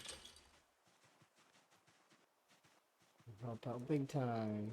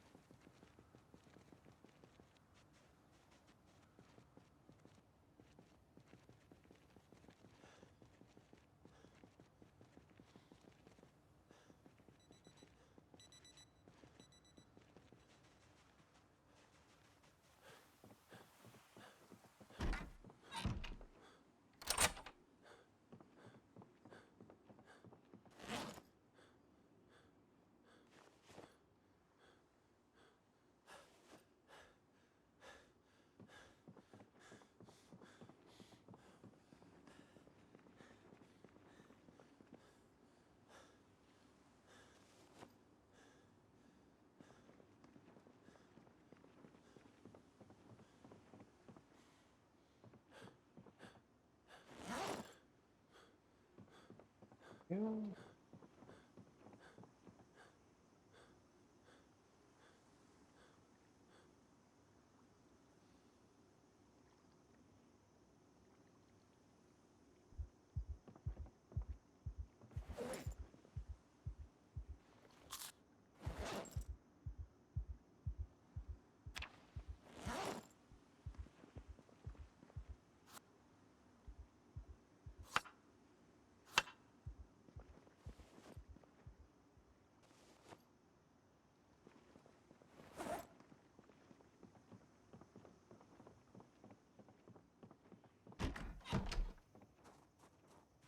Oh, okay. Now we can go and look for weapons.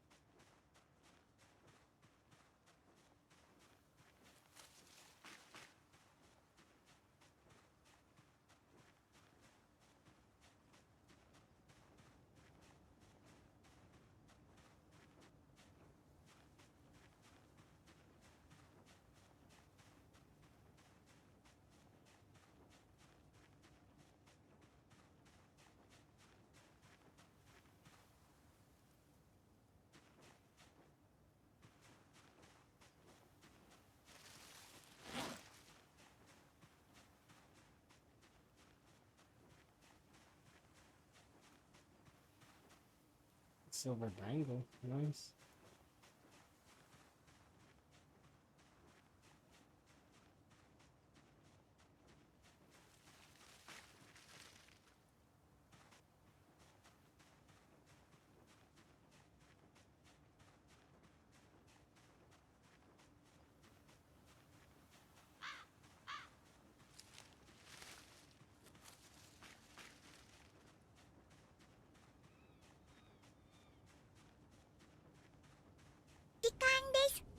Hey, it's Mr. Atomic Duck. Hopefully you're having a good day, Mr. Atomic Duck. I'm having a pretty good day. Been playing the rat race, which is essentially a fun challenge for the community. There it is, the details. But hopefully you were having a good time. There we go. Do my little intro-y thing.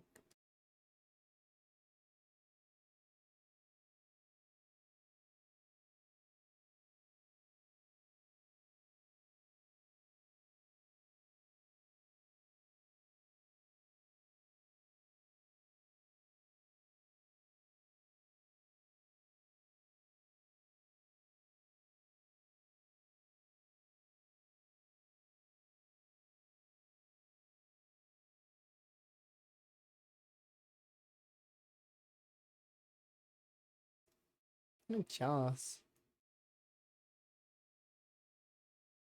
Hopefully you were having fun.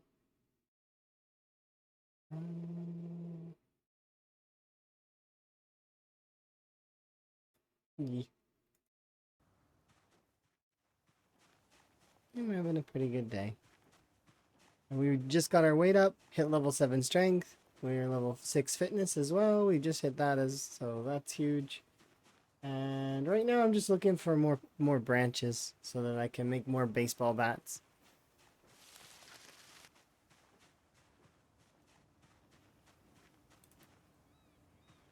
Eventually we'll get to the point where we're able to knot the things that we need in terms of mining so that I can actually get started on blacksmithing. But unfortunately, due to the nature of the new way that masonry works, kind of because something got rolled back, masonry is back to being a pain to level the first couple of levels, which kind of sucks.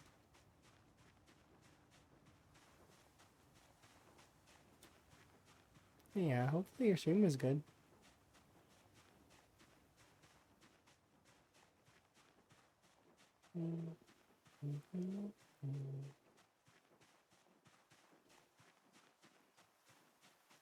Alright, making sure the self-care is important. Um,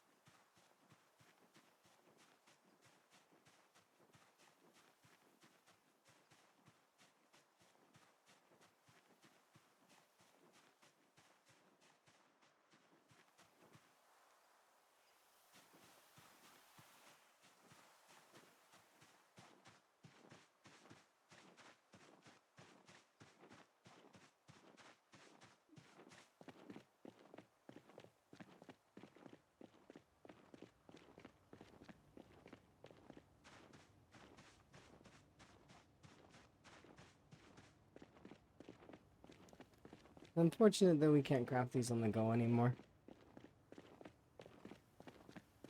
Which is a little bit interesting.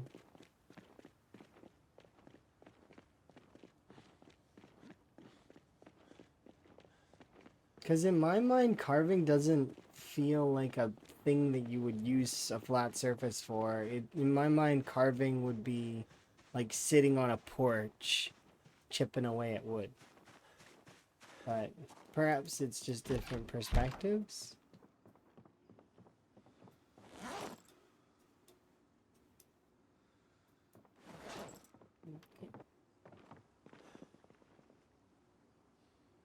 What's this?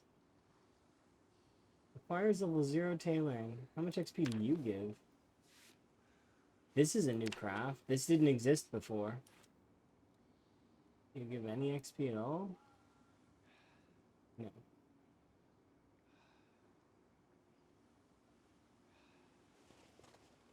What do you look like?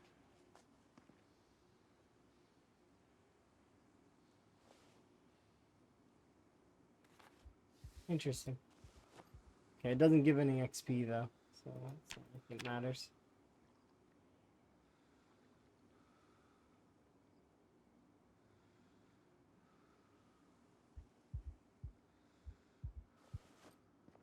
Okay, and there we go.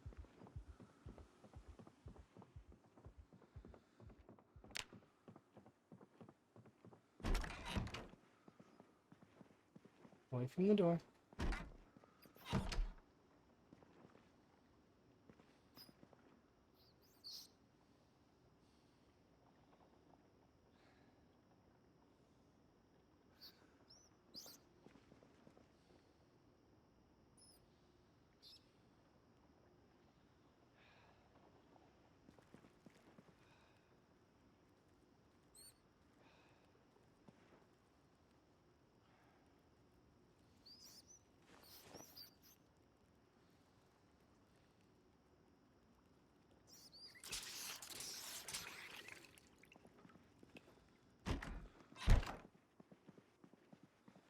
Those are my mice.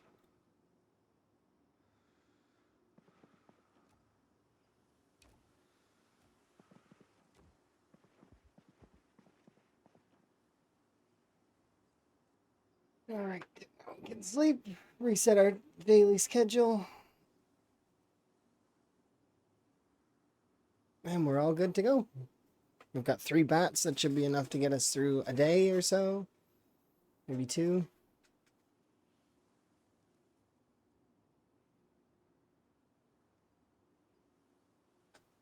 Alright, we should be heavy enough. Yeah, we're 82. Not bad.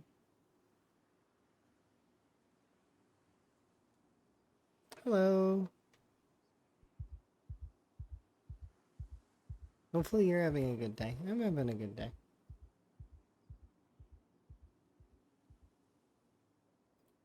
I'm gonna go to sleep.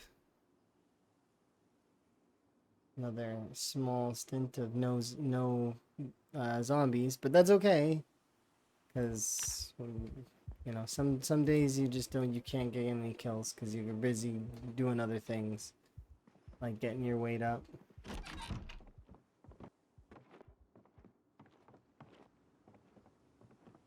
Okay, we're good to go.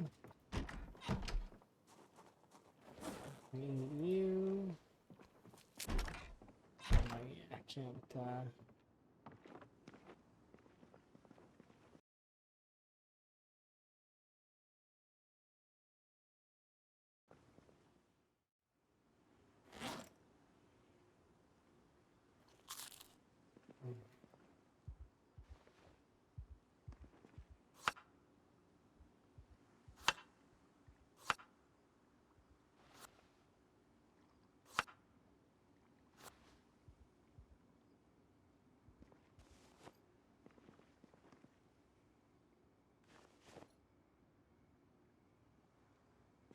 This is gonna go stale.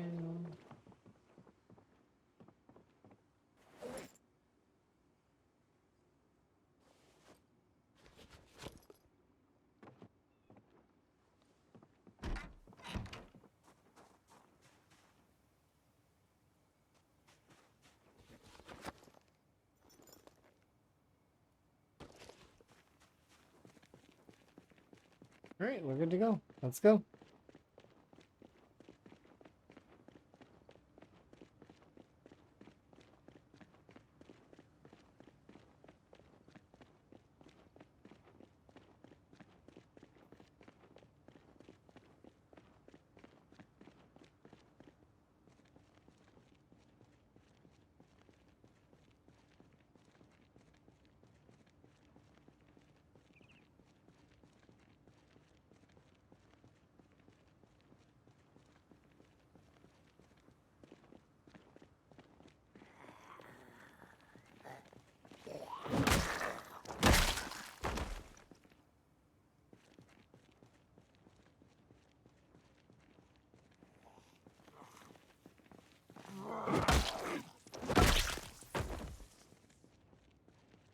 Hmm.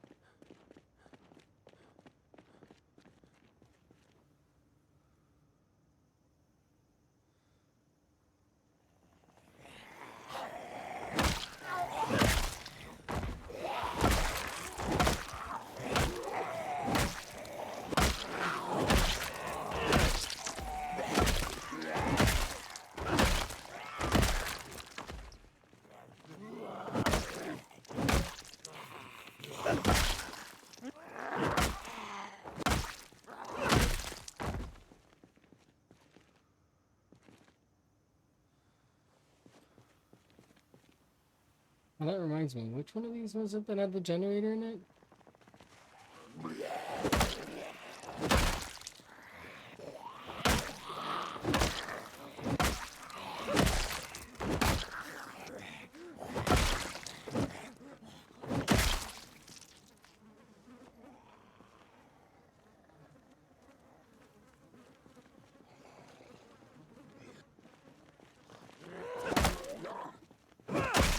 Let me double check. It wasn't you, was it? It was the one beside it? It wasn't you. It wasn't you. You had the carton of food. It was that one over there.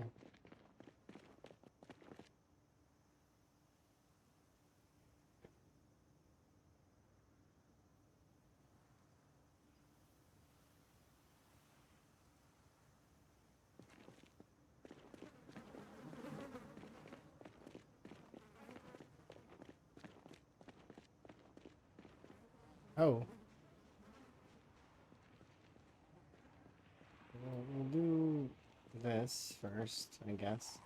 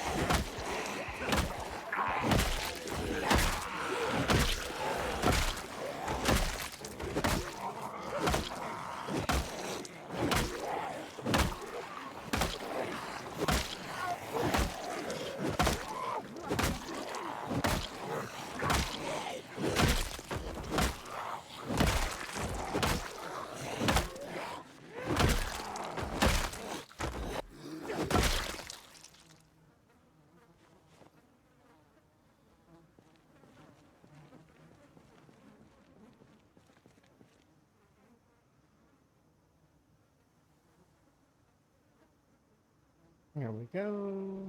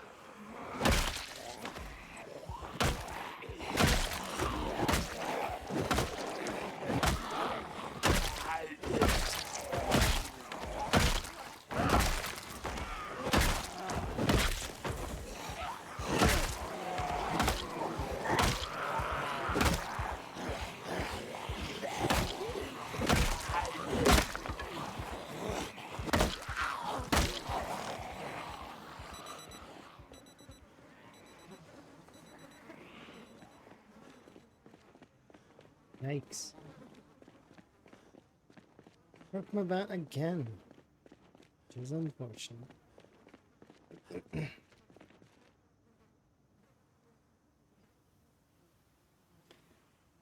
I'm getting through it though.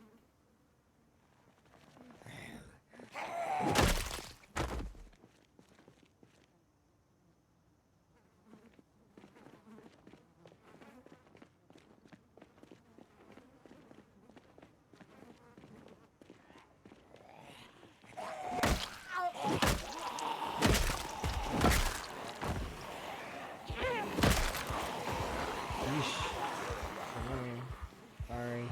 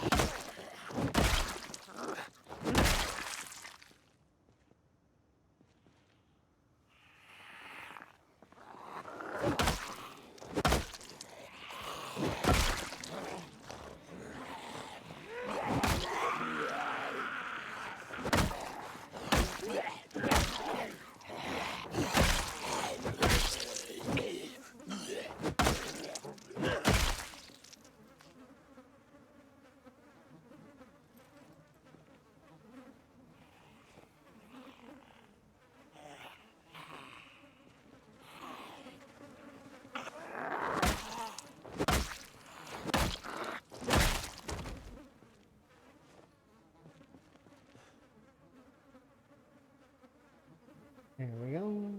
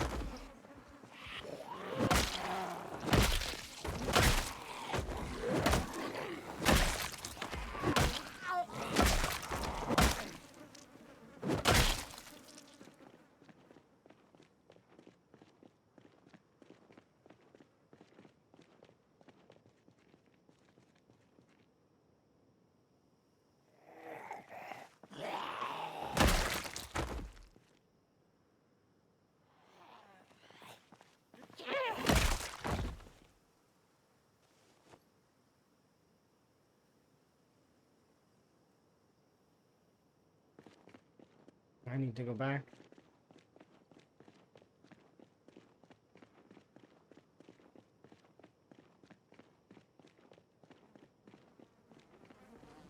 What's in this trash can?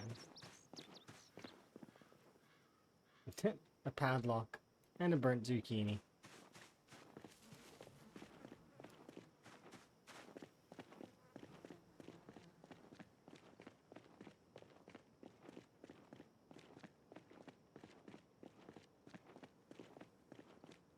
That burnt zucchini doesn't say rotten.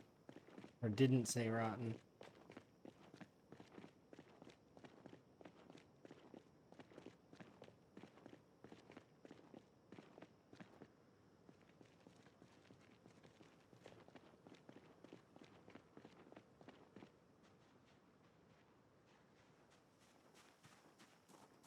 You don't think burnt things can spoil?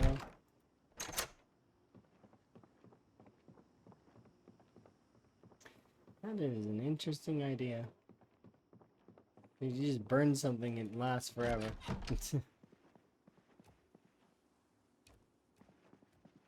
You still can't eat it because it's worse when you burn it. But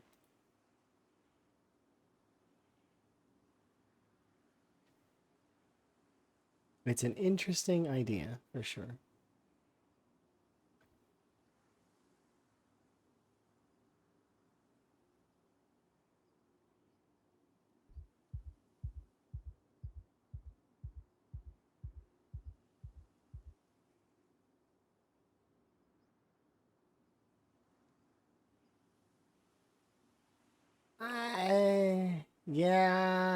Yeah, you can probably, but not that's not in the spirit of it. You know, it's meant to be like 2 sticks of butter or uh canned goods or stuff like that.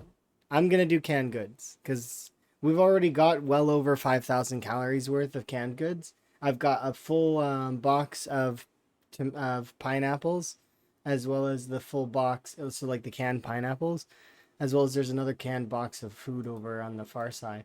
So I'm gonna use those as well as the honey and the oats and the marinara that I found in the field, and those are all gonna count towards it.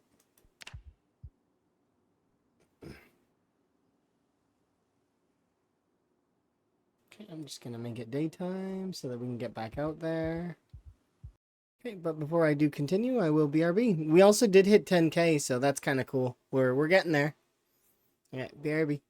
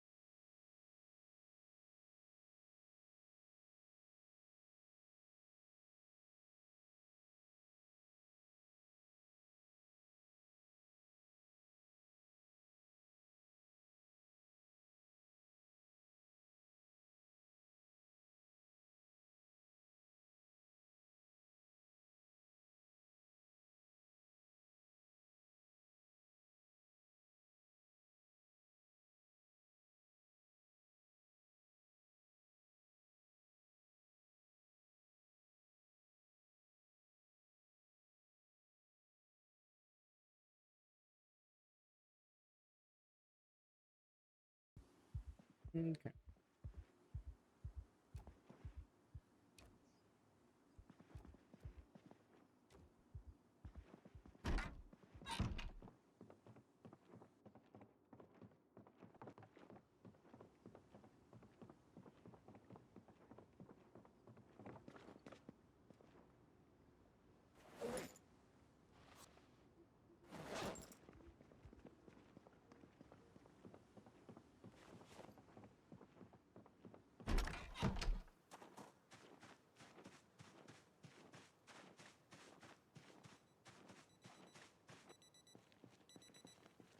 I really hope that winter, or that this isn't fog. Thank you for the wellness. Do very much appreciate. My tea is still too hot to drink though right now. I gotta wait.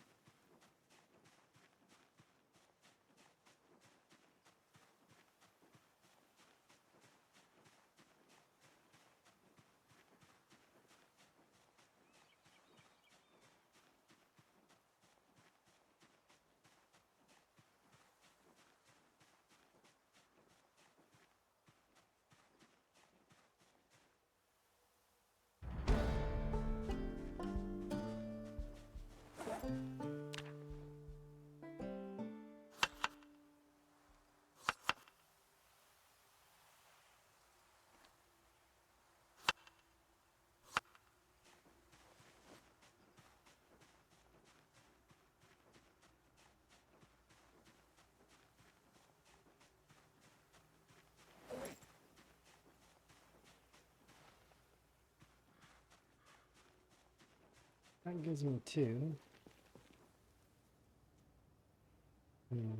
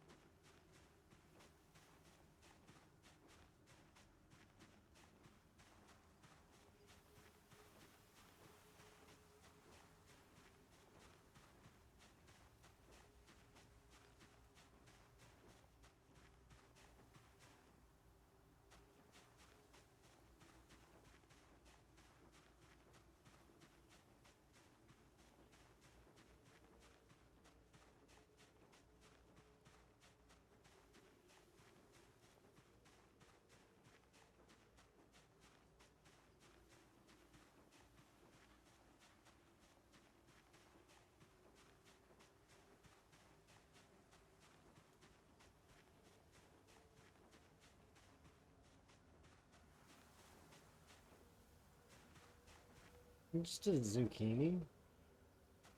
What's with the game and zucchinis right now?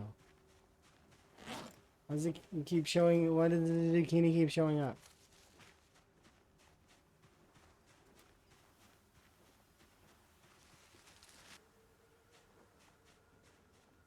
First it was burned and in a trash can, now it's in the middle of a field. Is the game trying to tell me something? I need more zucchini in my diet. I don't even know when the last time it was that I ate a zucchini in reality. Probably in a salad, maybe.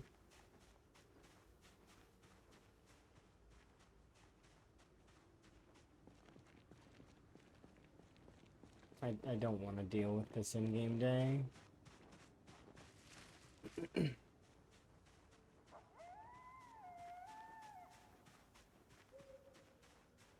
I'm gonna forge my way back and just skip the day, I think.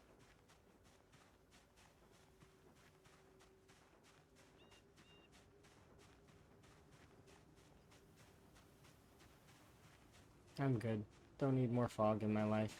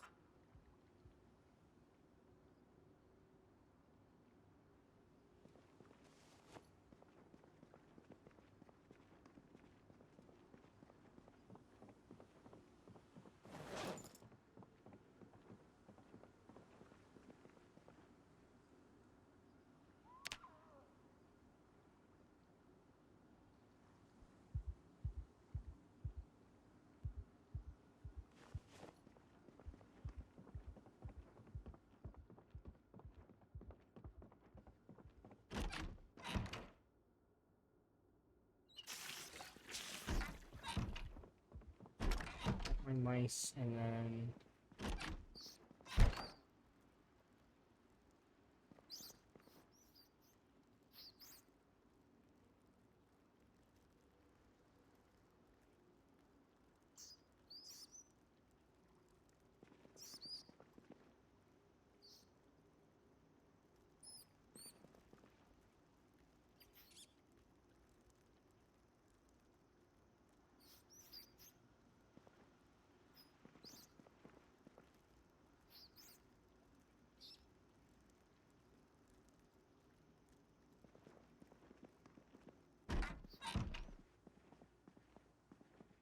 now I'm just gonna skip this day because no fog.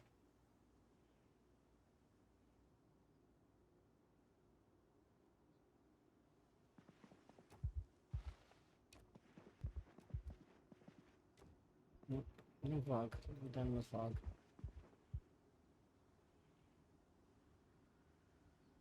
I could work out. I could reload. There's a lot of things I could do, but I'm just any of it. I'm good.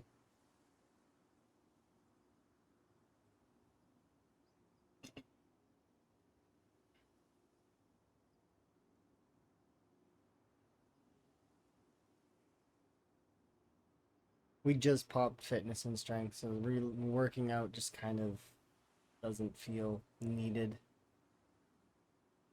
And then doing reloading, nah. No thanks.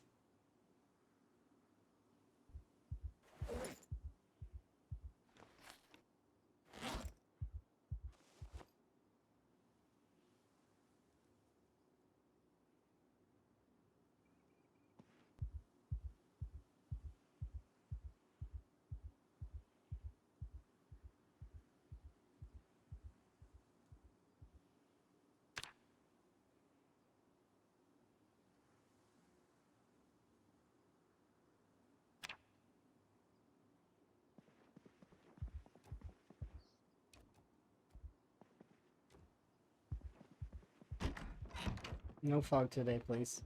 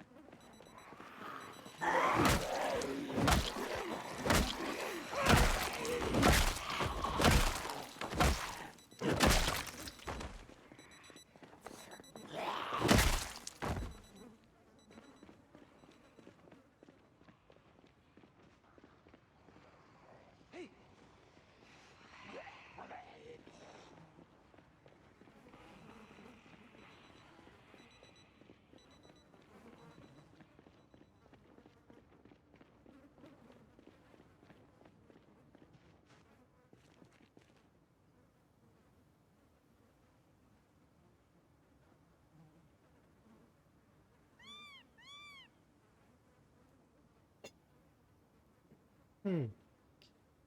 Delicious.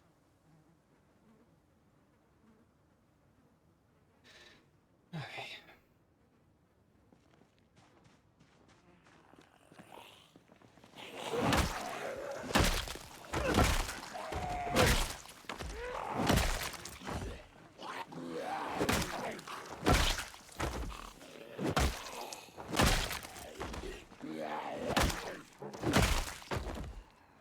Oh, look, a scratch ticket. We haven't done one of those in a while. You guys want to do a gamba?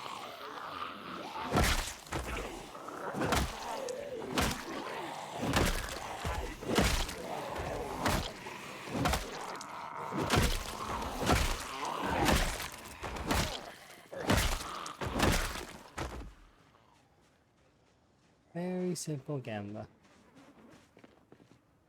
It's whether we win on the scratch ticket or we lose.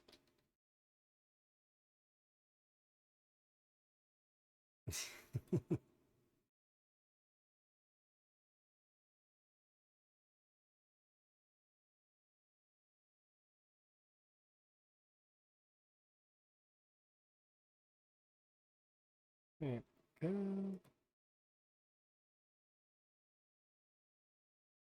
Perfect.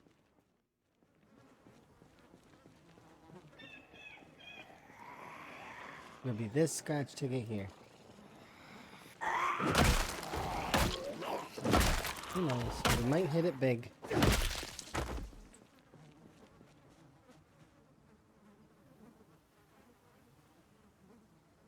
Can always dream.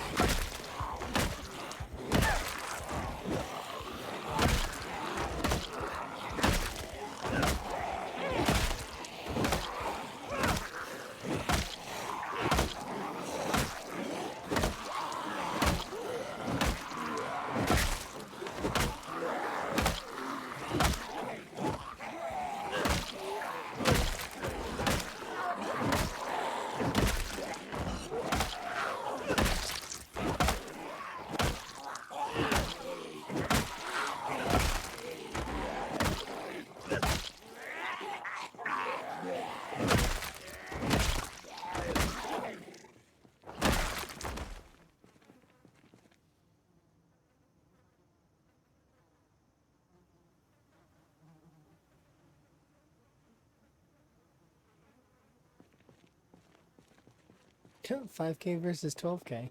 Interesting.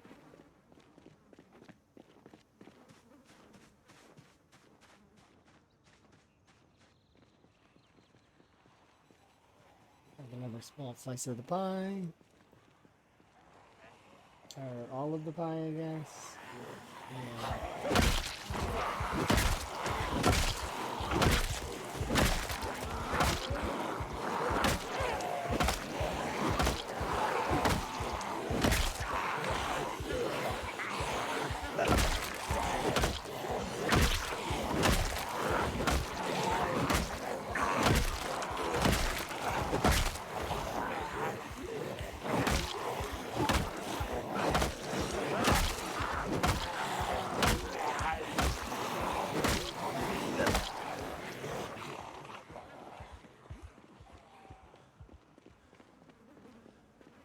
Off all the way.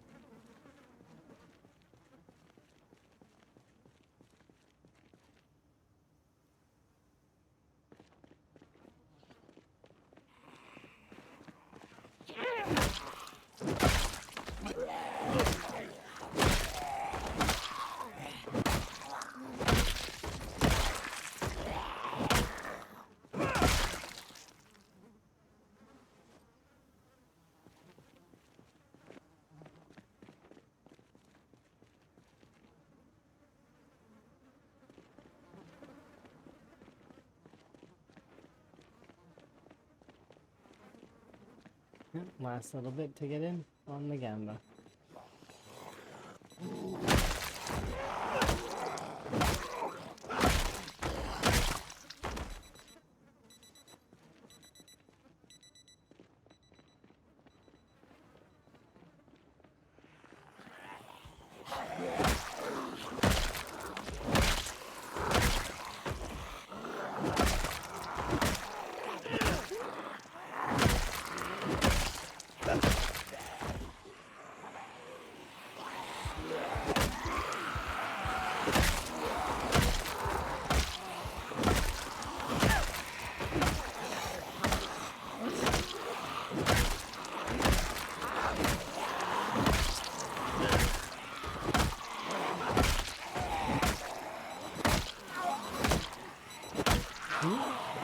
Oh no, we found a scratch ticket.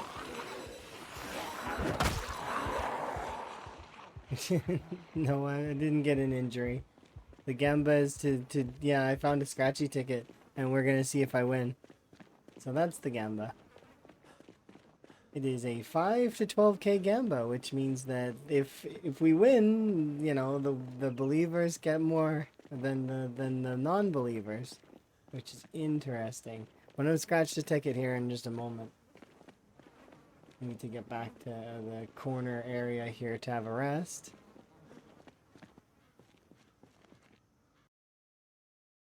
All right, so 3, 2, 1, and do we win? Poor Higgins. It's his first scratchy ticket of the run, and he just cannot win, it would seem. Prediction. Choose outcome. We lose. Sorry, believers. Congratulations, non-believers. You win this round. Poor Higgins.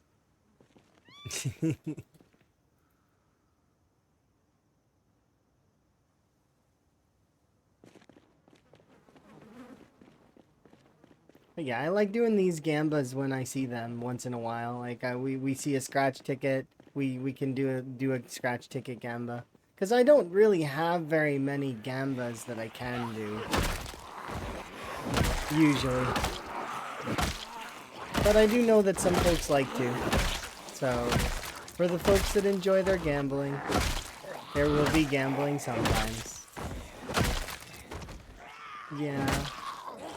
One day Higgins will win it big, I believe.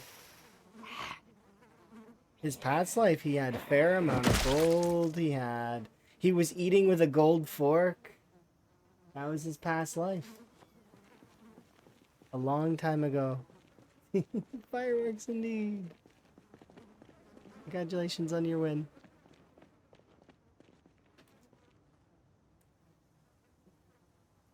But just... we gotta get to that stage again, which actually we'll be eating with a fork soon. We're nearly strength enough that I'm actually thinking that that's viable. I may carve one, and we'll just use a carved fork for now,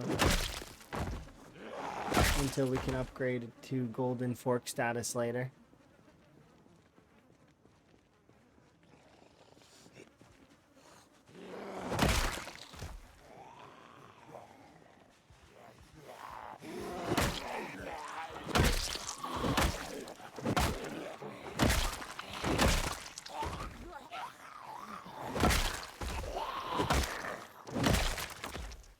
His original golden fork, though, I didn't actually make that. I found it on a zombie.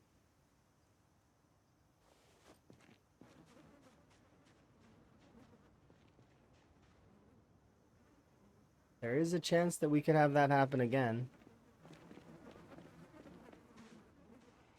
Small chunk, please. Not all of you. No, not all of you. Half of you stay there.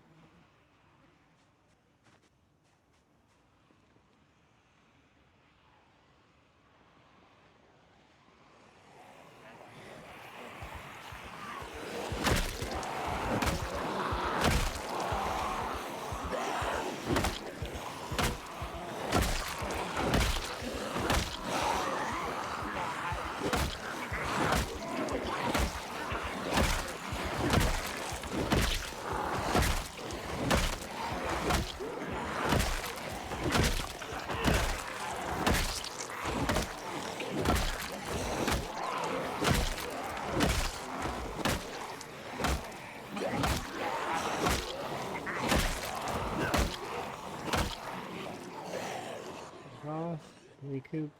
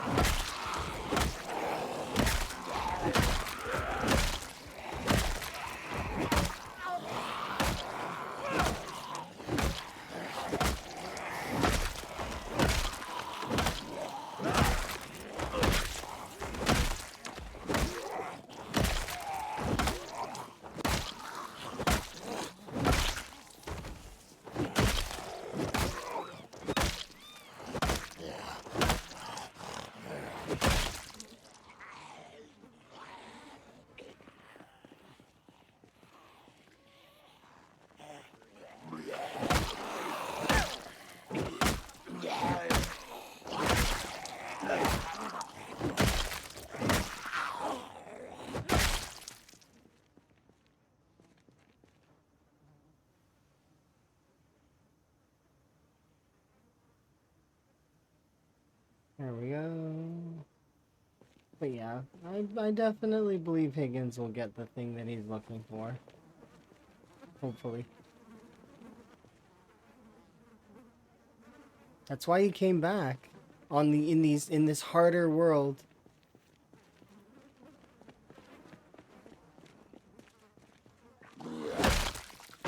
He was scratched and dead in his other previous life. But in this world, although it's much more scary of a world, he's gonna still make it work. And I believe in him.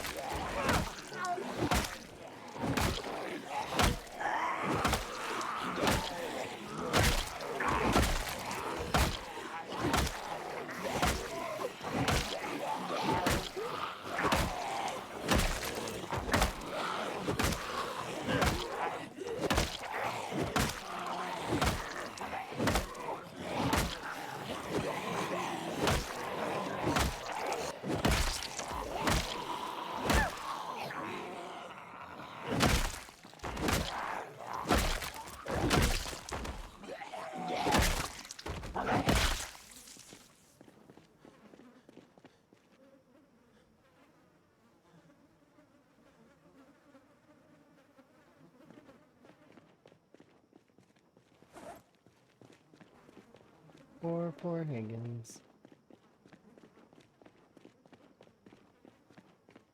I'm sure it'll be fine.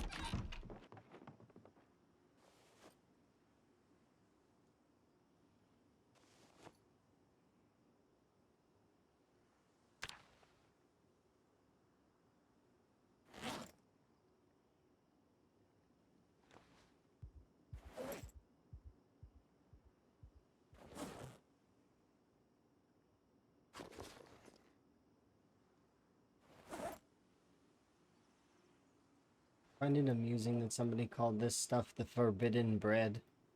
It does kind of look like bread. I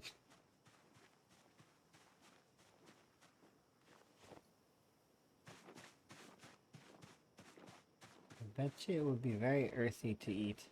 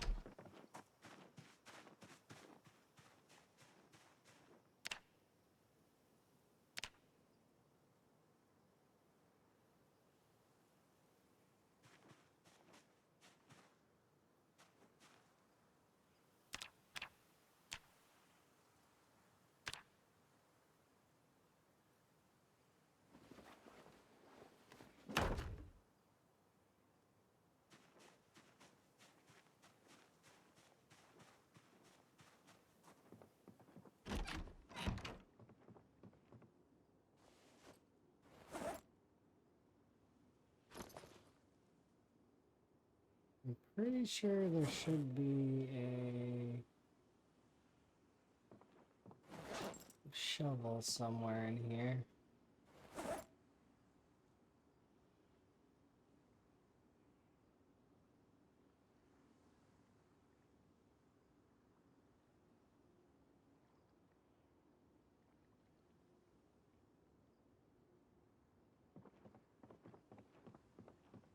Maybe it's in the garage? Yeah, it's in the garage.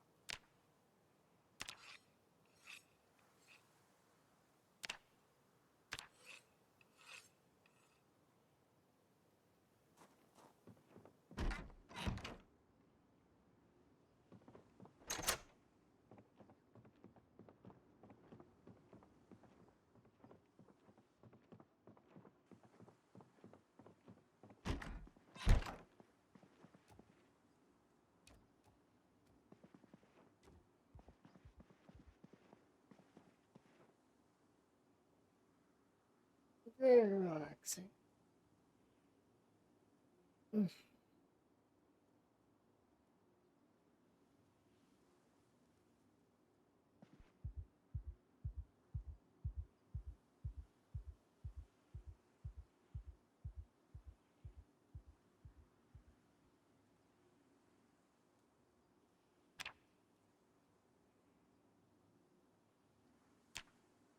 Another record.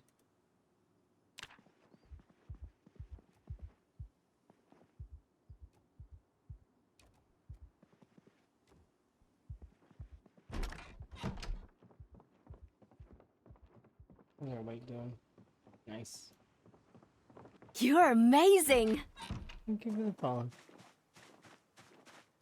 Do anonymous follow so folks can enjoy their lurk. But if you want to talk to me too, you can. The chat's right there. Feel free.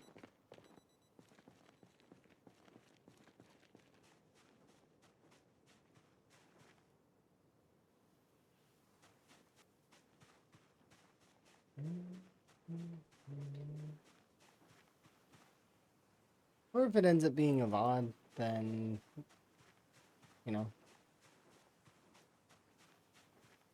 like commenty places.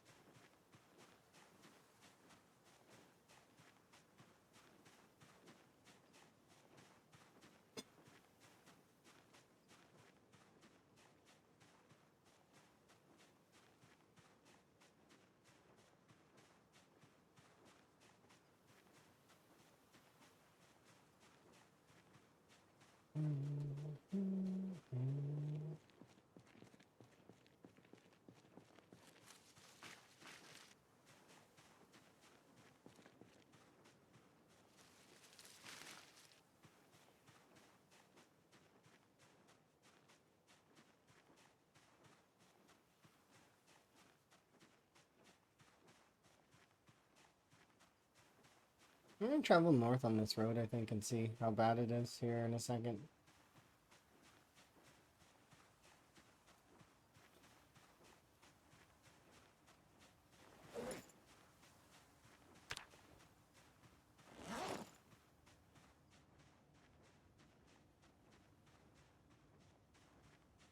Hopefully we can find a branch.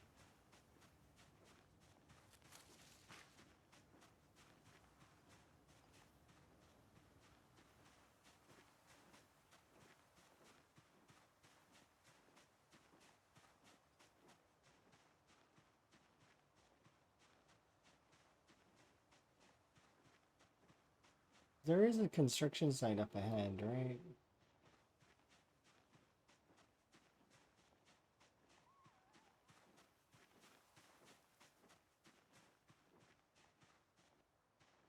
Oh, bad it is.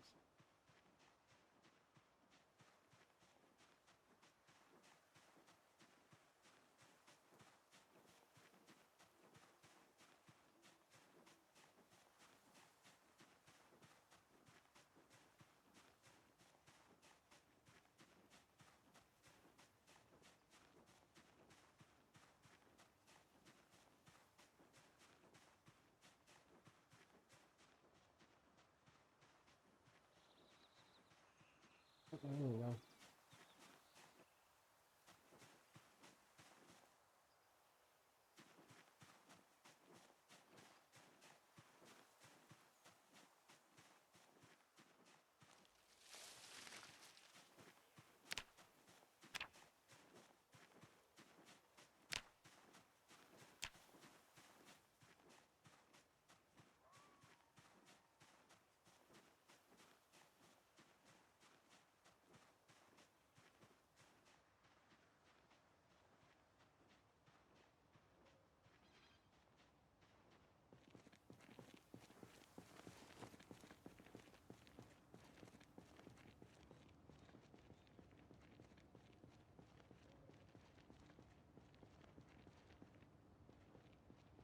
There are some zombies on the other side of the fence, but it's not that many comparatively.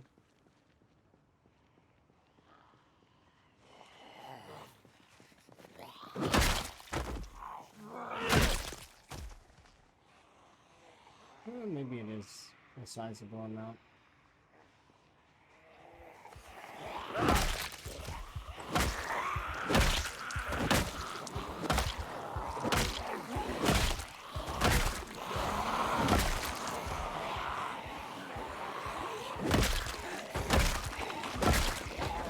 It'd be cool to take over the river though.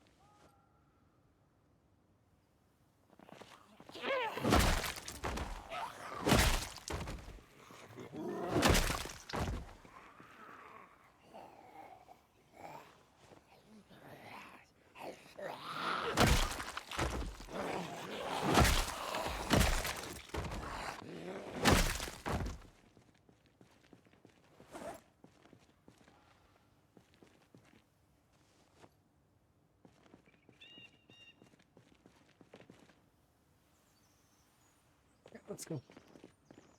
So if I can keep poking at this side, then we can maybe get all the way to the river.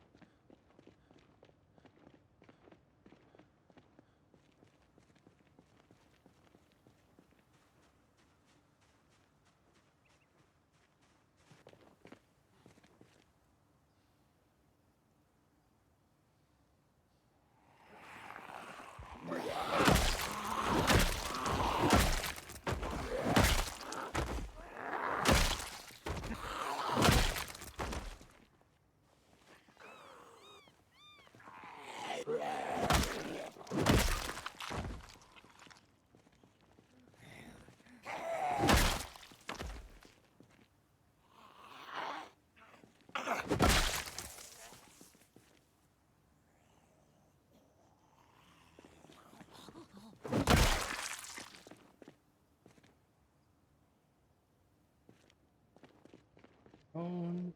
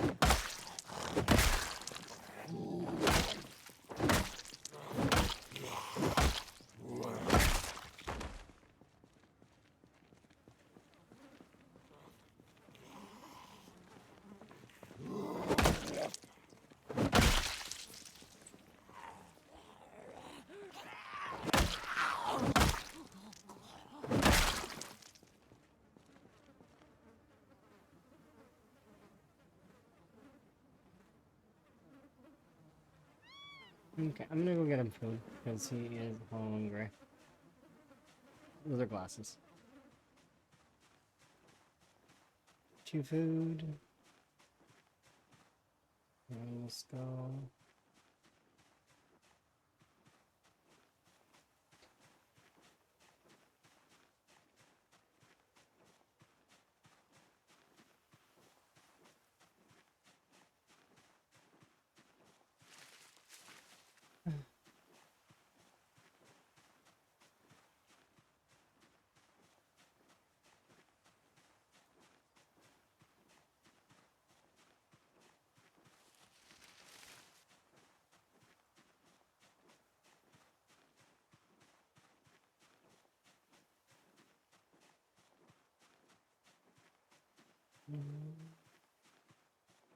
Oh, a Nikon. Nice.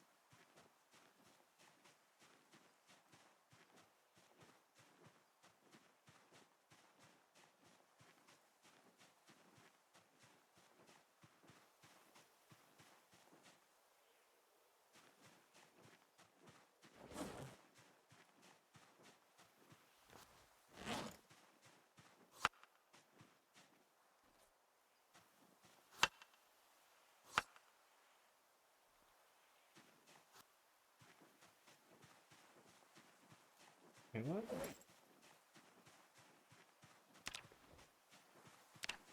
There's so much useless stuff in here.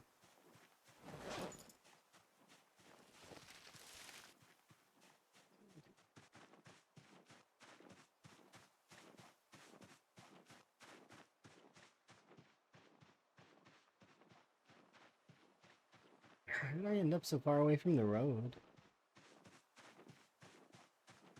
That's foraging for you, though. You just end up other places when you forage. You don't know, like, what's going on with that. You just end up somewhere completely different than where you were.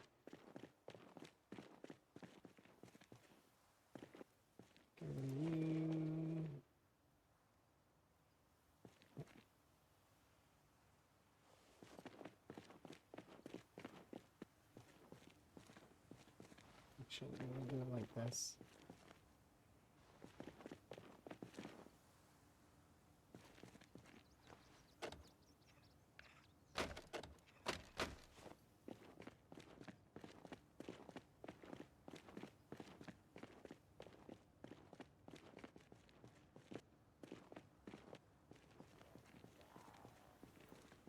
How did you get over there?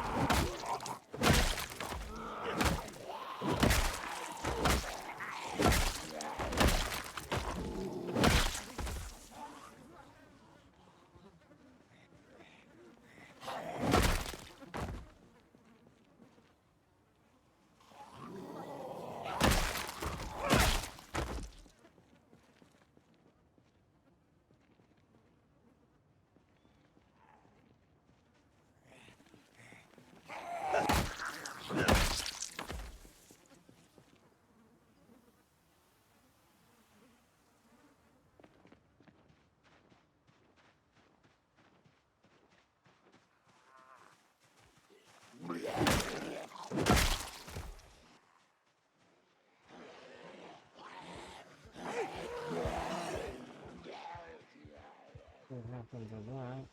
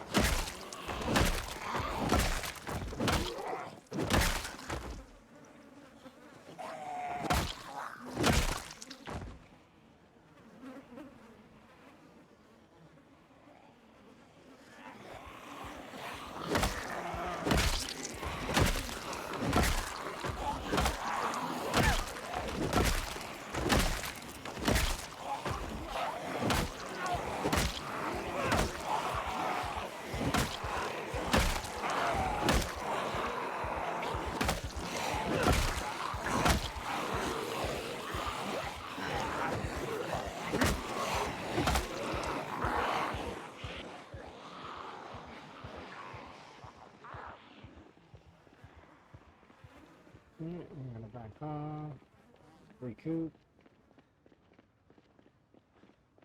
and regroup.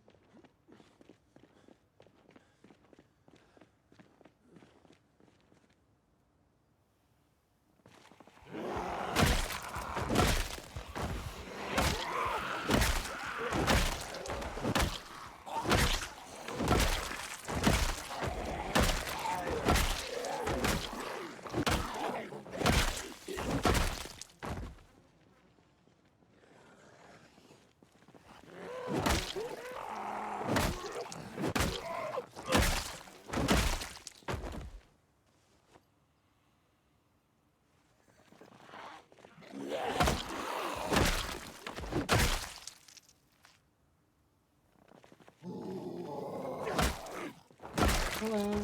How's the rat race? Rat race is going pretty good. Making some progress. I'm trying to get towards the river at the moment, but I'm having some troubles. Because apparently there is a large group of zombies just like chilling by the riverbank that are making it kind of tough to push through. I've been trying to take control of the entirety of the gated community for a little while, but they're definitely not making it easy for me.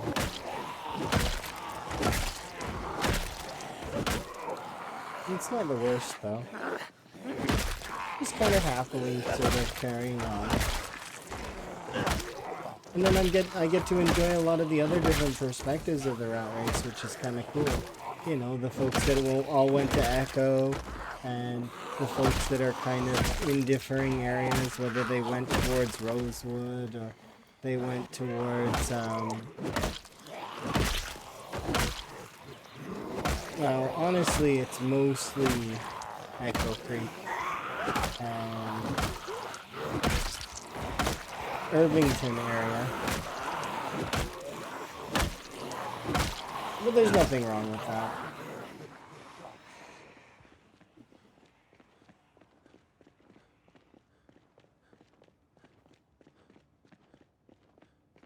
Nothing wrong with that at all.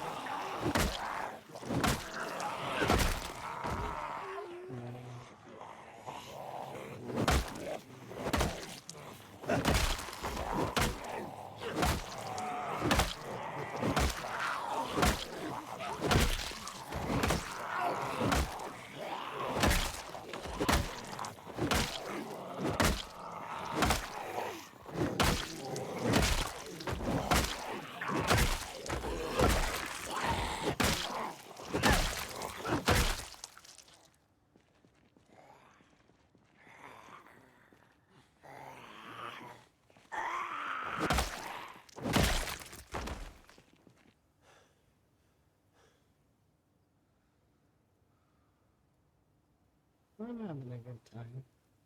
Rat Race is cool. It's been really fun playing this mode and seeing the different routes that folks are taking. And then the different weapons that they prefer.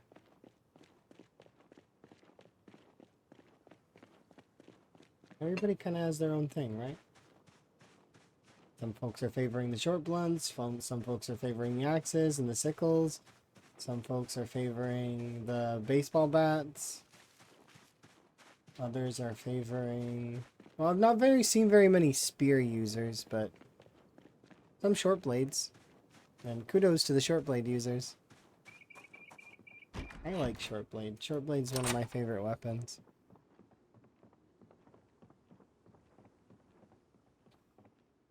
Mostly staying true, though, to the long blunts at the moment, because I feel like they are very good for what they do.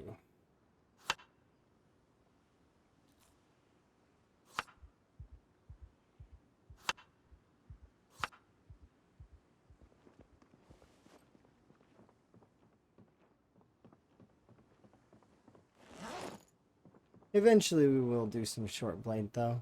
We've got to level everything, right? So...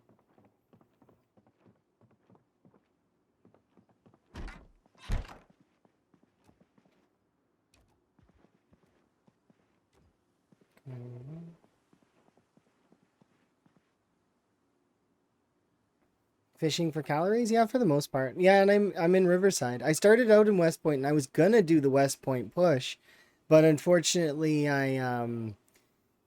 happenstance brought me to Riverside. So we've been pushing the Riverside gated community since. I'm not against it though. It's not the worst of the world.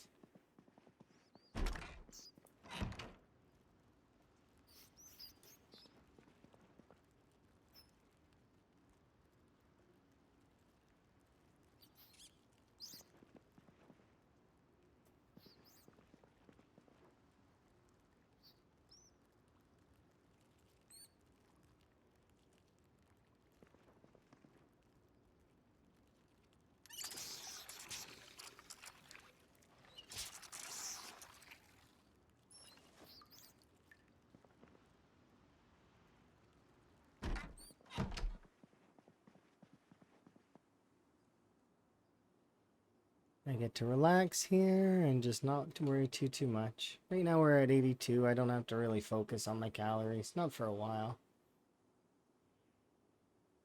And it's just very much relaxing. We pet our mice.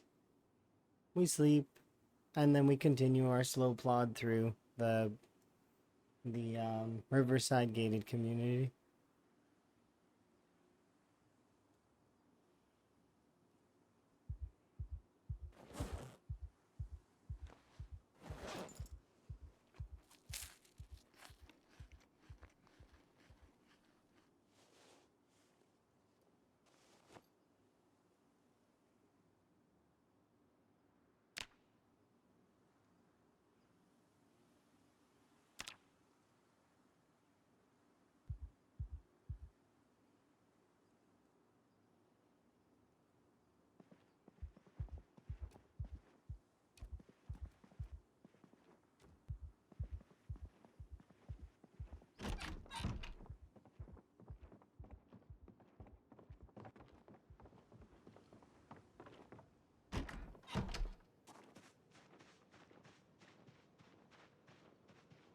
I'm gonna keep trying to push that one side, I think.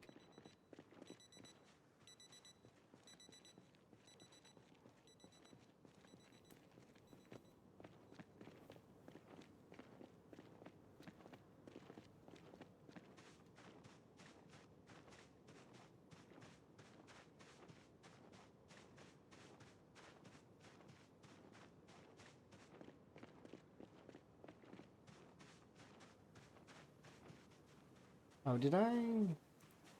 No. Just run back really quick.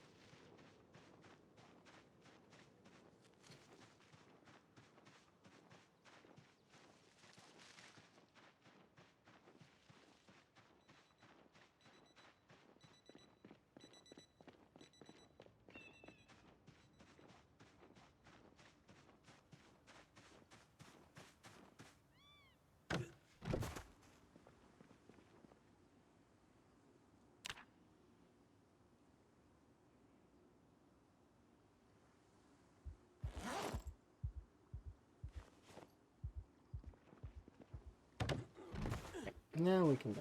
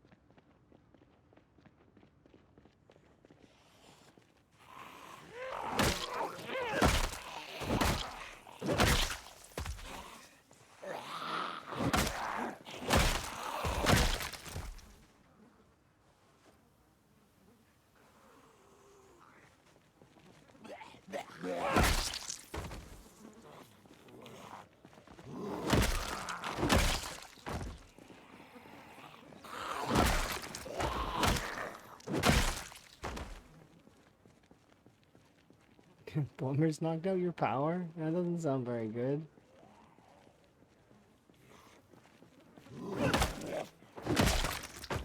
Did they find turtles?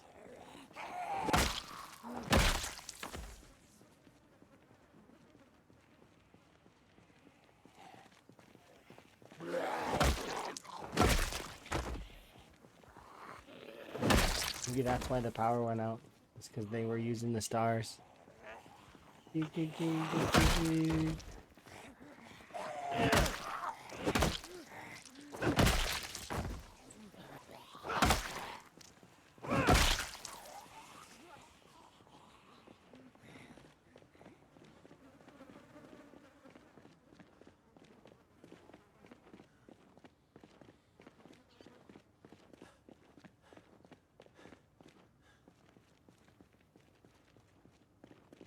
The Sparky that came out to fix it was angry.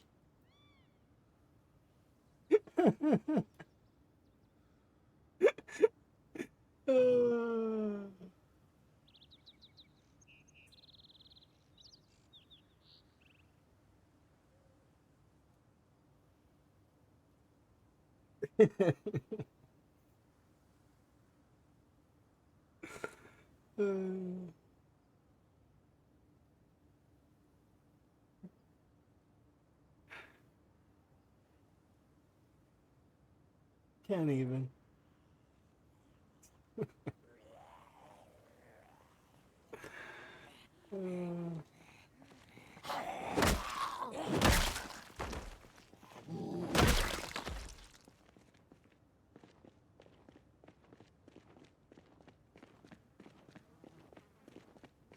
Sounds to me like it was a him problem.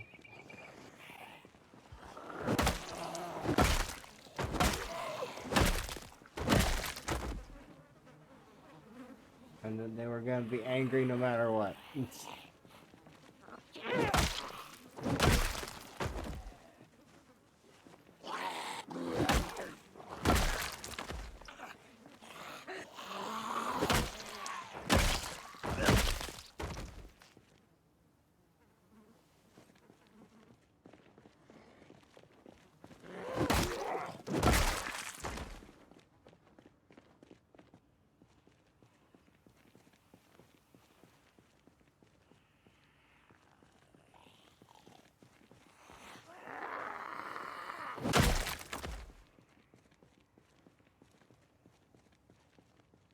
Yeah, but they always do that. It's like they're, oh, is my time, and etc. Like, dude, that's not how it works.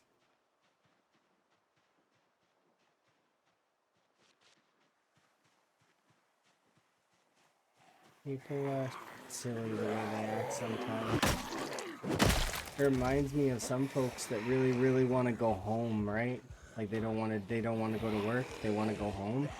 And then, but they're on hourly wage, and they, you know, you don't get paid when you're at home. So it's like that sort of stuff never really is very confusing.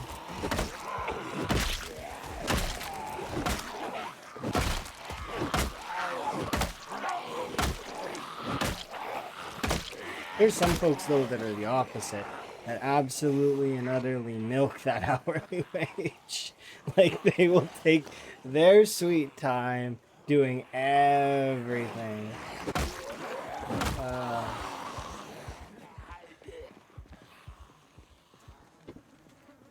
Thankfully, those folks are not they don't like stay with those sorts of businesses for very long.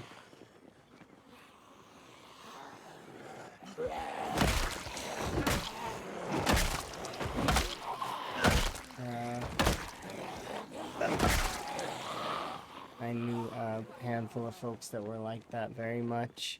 They would spend like fourth of their shift in the bathroom.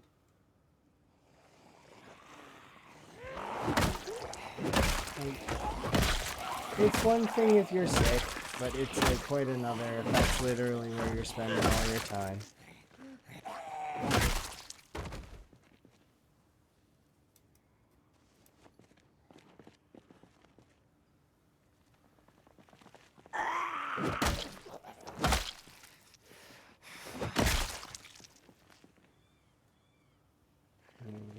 Nope.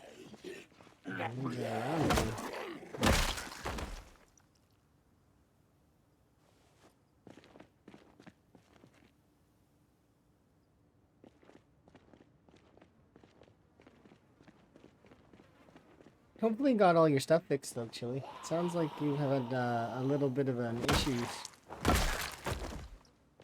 And that there's no damage.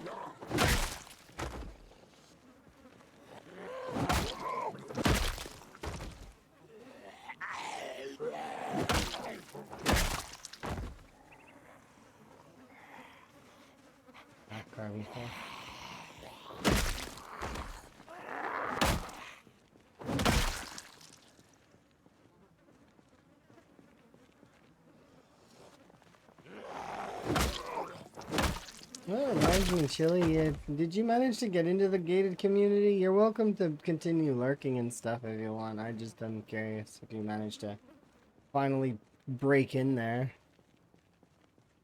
Like, I'm living in the gated community, but I still don't feel welcome in the gated community. Still not welcome there. Yeah. Did you make it to the gated community? Because you were doing your gated community push just recently, right? Did you make it in?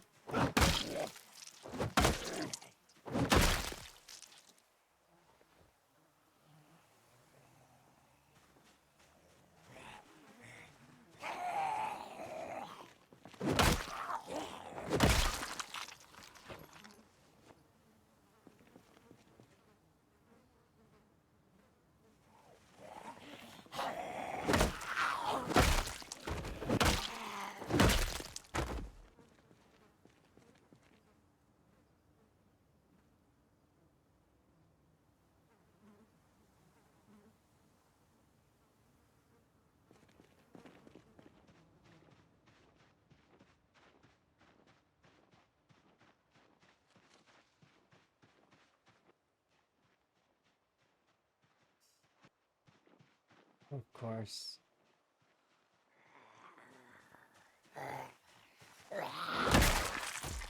There's a more direct path to the water right there.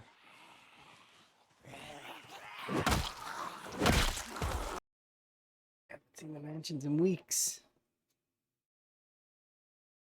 Oh yeah, because you had the rope around. That was funny, kind of, because that's partly due to the meta events.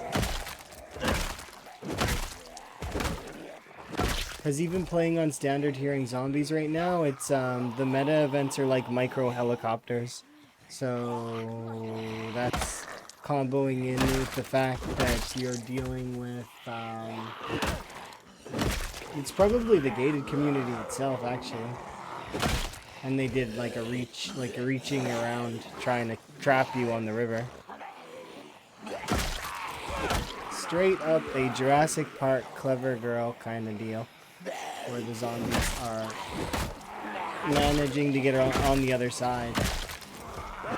Yeah, if you were to go into debug and have a look, Chili, you'd know exactly what I mean with the whole meta event thing. They might fix it, they might not. I don't know. It doesn't really matter in the long run.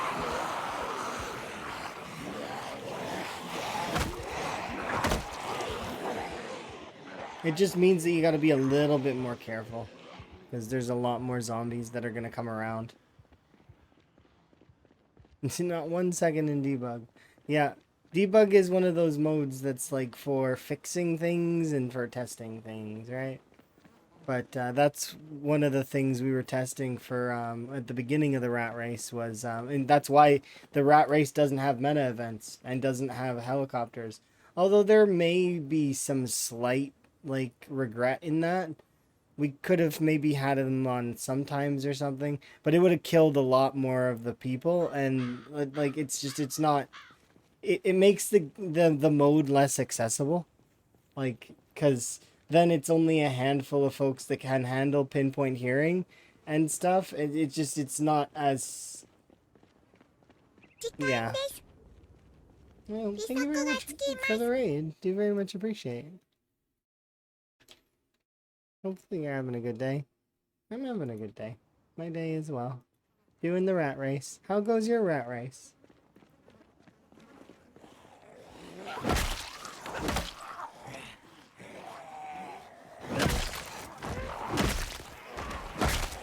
It's going well, that's good.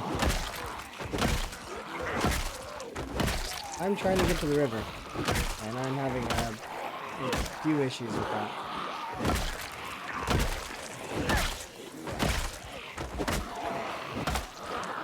Like I have access to the east, the eastern river, but I want access to the northern river. You're playing some Valheim. Oh, okay. I haven't really played very much Valheim. I did like one stream of it. I need to go back and do more. Because it'd be fun to do some more Valheim. I made it past the first boss. But I don't want to spoil anything if you haven't, and vice versa. Because I know how to summon the second boss, and I know where it is generally. But I've not done it.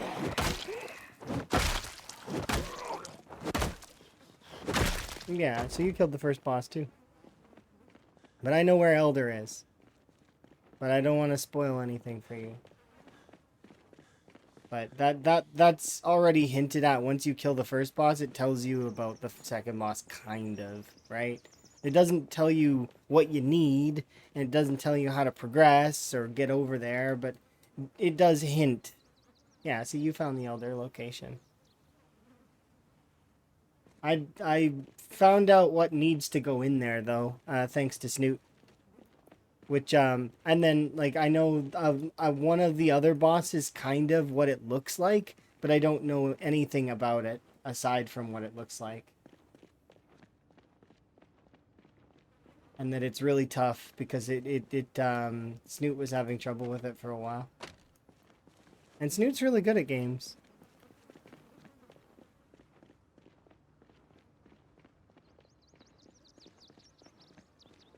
Yeah, no spoils, don't worry. Yeah, I'm might give Valheim another go at some point. But right now I'm enjoying my rat racing.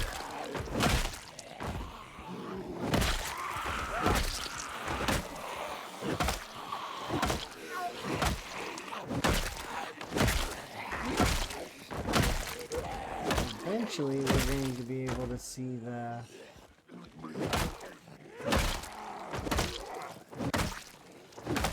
Northern River. That's my hope. Because then I can fish up there and I don't have to fish over on the eastern side. Because it's a pretty far walk every time.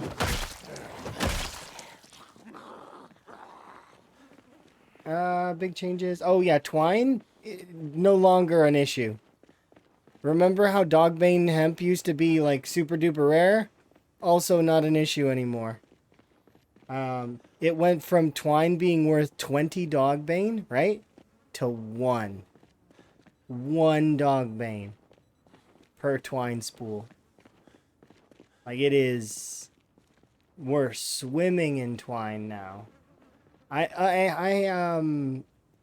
Yeah, it's a huge buff, which actually is awesome because it means that a lot of folks are now going to be in the crafting pools. They're going to start crafting because they have the twine available. So they're going to start making things like tailored armors. They're going to start making things like backpacks and, well, that's if they don't get one of the military bags. But they're going to make other things like, you know, fishing rods and weapons. And it's just, it opens the door to using a lot more crafting. Yep, you can actually make drying racks. You can actually make fishing nets. It feels better overall. Yeah, exactly. See, now because twine is now no longer gated, it means that there's more overall, which is good. That's a good thing. I already went on like and said that twine is one of the things in the game that cannot be gated given how many things use it. It cannot be like, well, it can be gated, just not like it was where you needed 20 dogbane for it. That's it just is too much, right? Now, in saying that, it's now too far in the other direction, I think, but I'd rather it be too far in the other direction. So like, I mean, I could still see it being worth like 5 dogbane, but you know, or 10. But the thing is I'd rather it be easy access than impossible to find.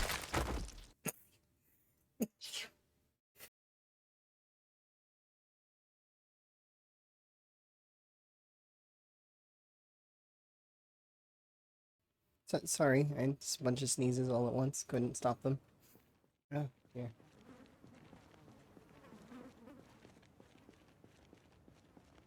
But yeah, foraging got buffed.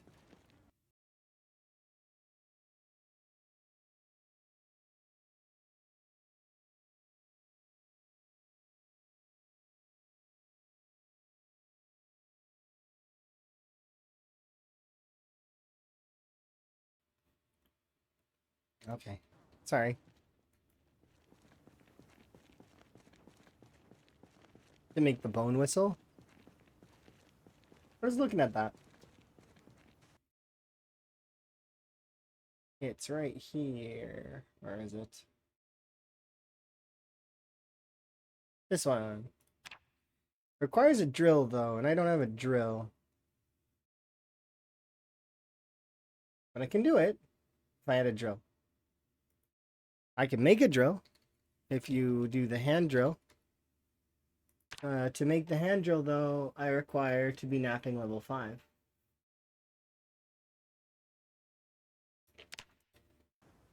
Yeah, it's chilly.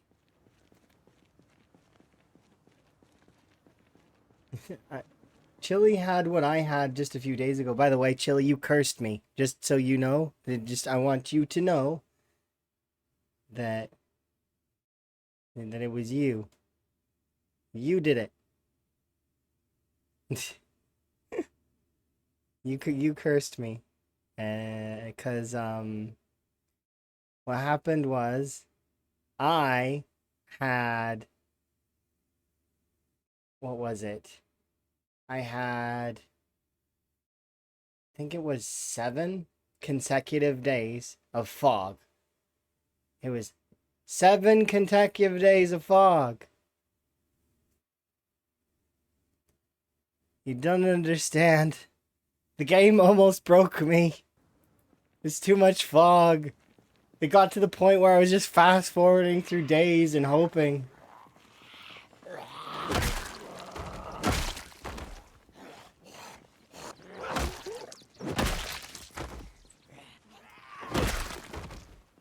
It was awful.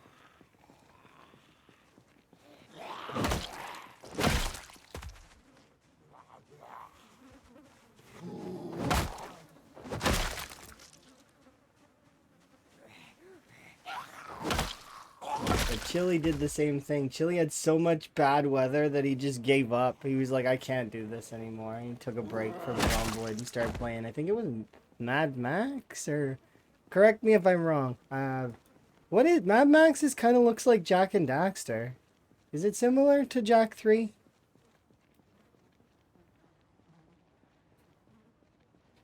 Hey.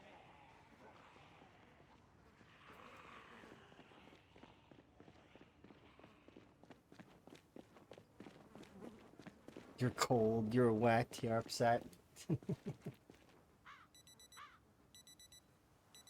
I understand that feeling. All too well.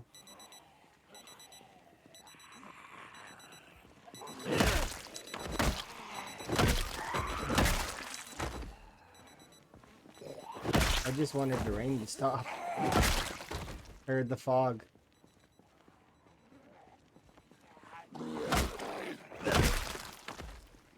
Because it was like really bright for several days.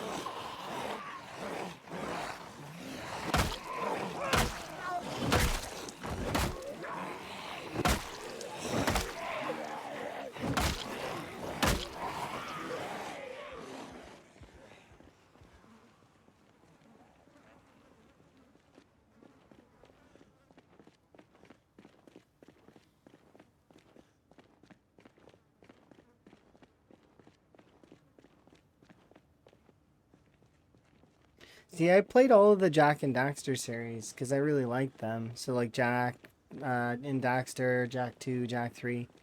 I've played a lot of those old console style games that are fairly fun. Like I played God of War, I played which ones?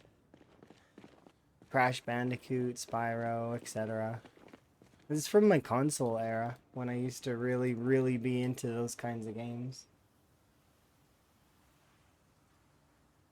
Similar time, I played like Final Fantasy X, and I played what was it, Dark Cloud. I want to go back and play Dark Cloud again for Emma, but when I was playing it last, the analog wasn't working quite right, so I couldn't quite manage to do one of the QuickTime events.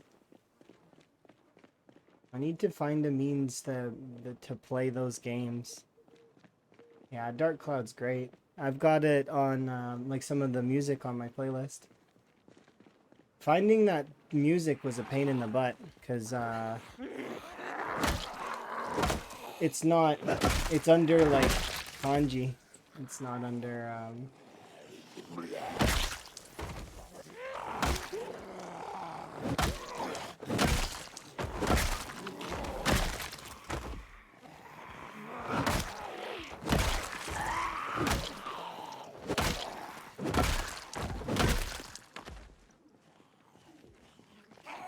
but it's good music.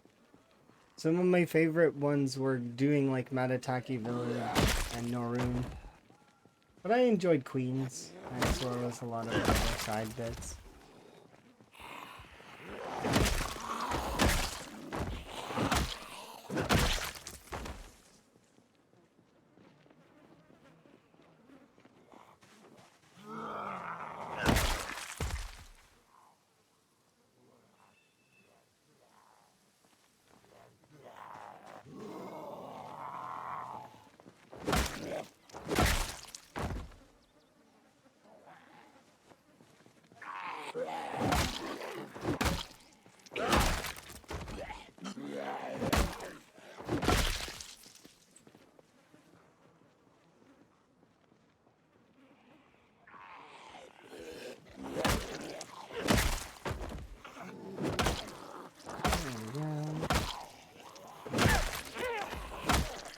You've never heard anyone talk about it before? Which? Dark Cloud? It's a great game. Its sequel wasn't bad either. They were both really good.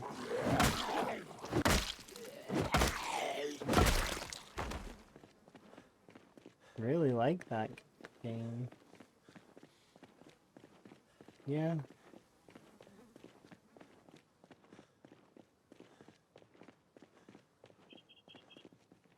But nobody really talks about that one because I guess, well, I mean, because they came at a time where they got heavily overshadowed by Final Fantasy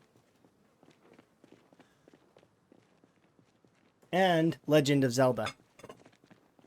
Because Legend of Zelda, they released like quite a lot of things like Twilight Princess and, you know, like those games fully overshadowed it. Even though it was a good game, there were other games at the time that just like solid.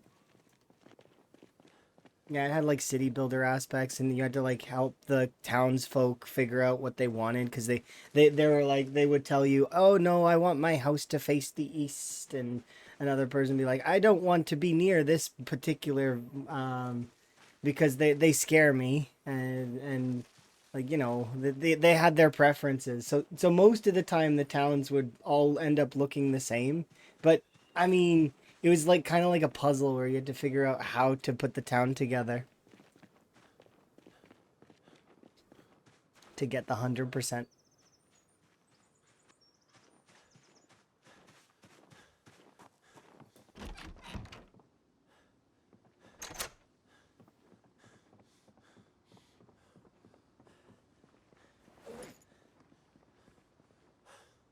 Okay, we'll go and have ourselves a rest.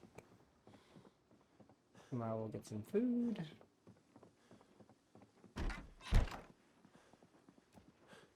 What's your favorite PlayStation 2 game? It's definitely up there for me, but I don't know if I would pick it as a favorite. It's one of the ones that I very prominently remember and enjoyed, but I enjoyed a lot of games like Save the Homeland, Harvest Moon, and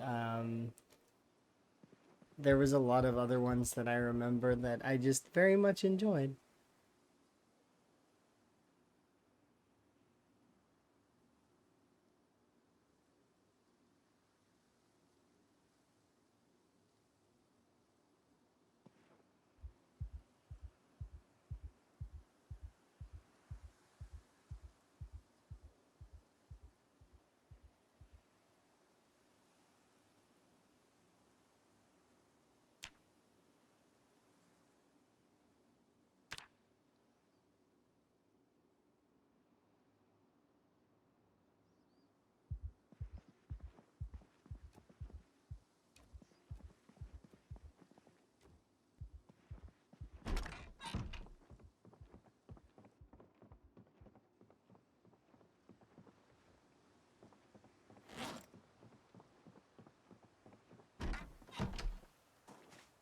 All right, let's go get some food.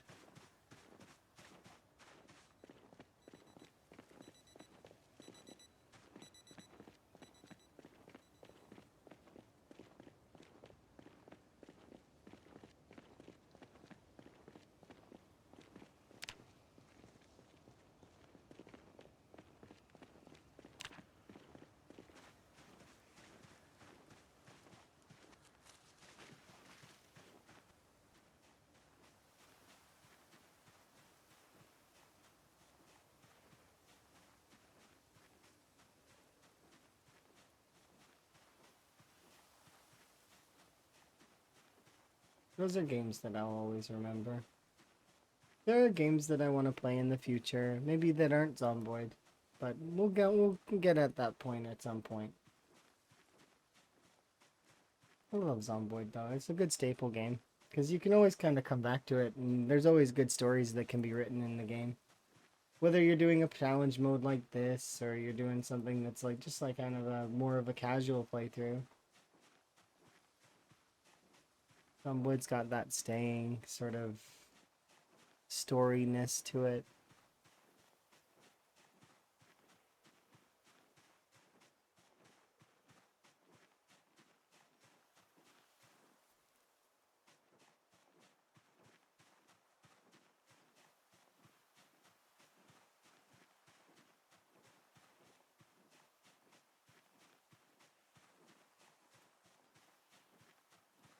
Trying to think back to my other games that I enjoyed when I was much younger. Like, I mean, there was a lot of them that you could enjoy.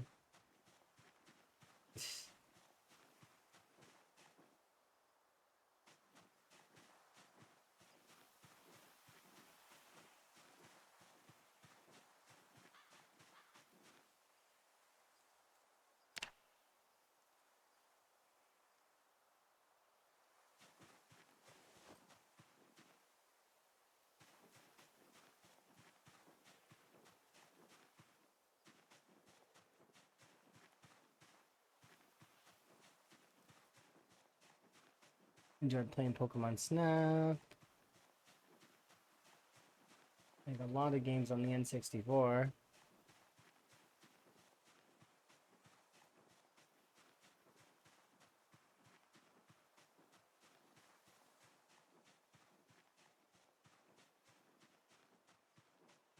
I remember one time renting Hey You Pikachu and not being able to use it because we didn't have the adapter thing that let you talk to the Pokemon.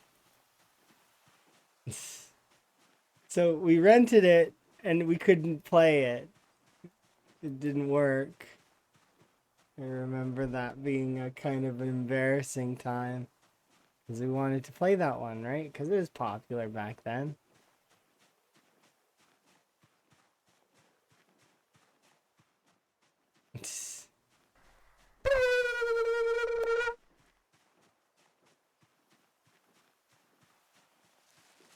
Hey, look, eggs.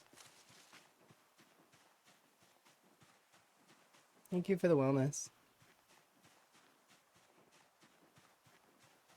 Mm. Those old video games were fun.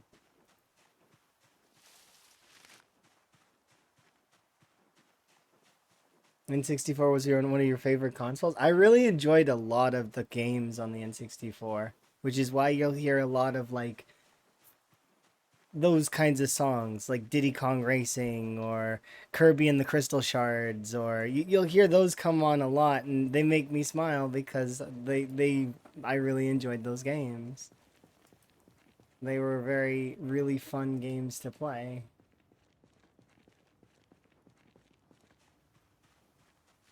Nostalgia. I'd play those games again. Of course, they wouldn't have quite as much difficulty now as they did back then. I remember struggling with some of it. But if you go back and try those games now, it's a different experience, right? You're more like adept gamer now than you were back then. So it ends up being that the games are no longer as hard as they once were. Only a handful of games can keep that staying power of being really, really difficult, even when you are like more experienced.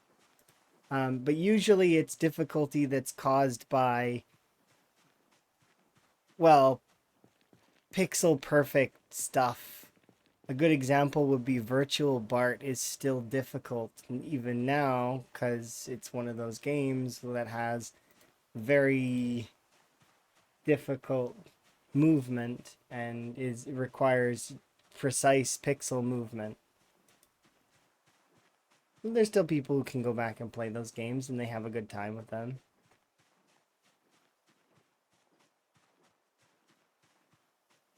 Good times. I haven't played any of those games in forever.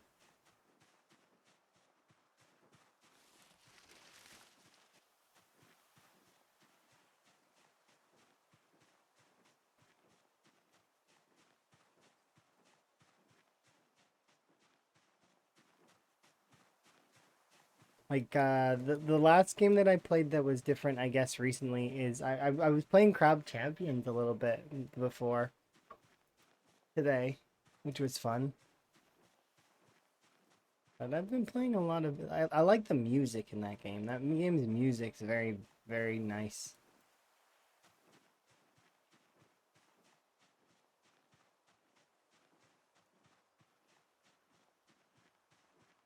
I'm tempted to play those 2 point things, like 2 point hospital and 2 point museum and all of that.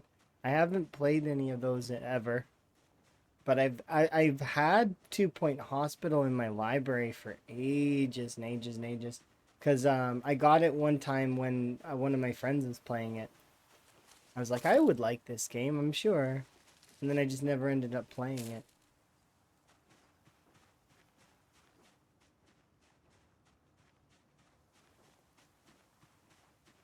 Oh, you haven't played any, but you've tried the 2 point museum one? I seen Ro playing that one, as well as a couple other folks.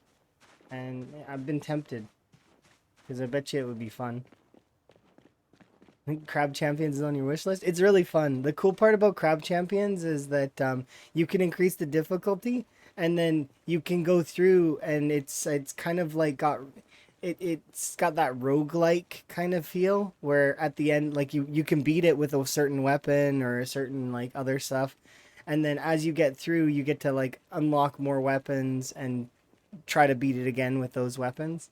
It's really cool. I think one of the best parts about that game though is its soundtrack. Like it has got some really good music and good vibes.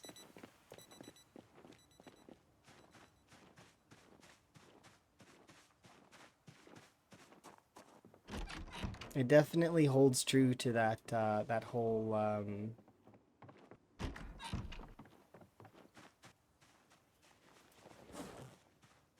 those whole old like crab meme video things where like the crabs are dancing, kind of like that.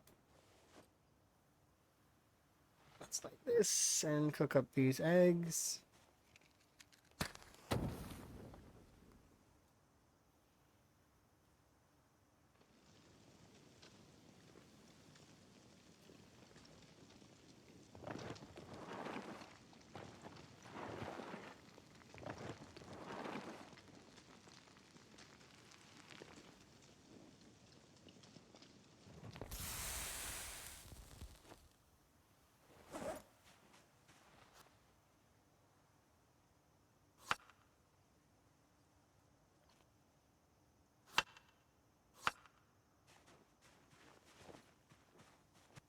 Cool. Yeah, I like those games though. They can be really fun.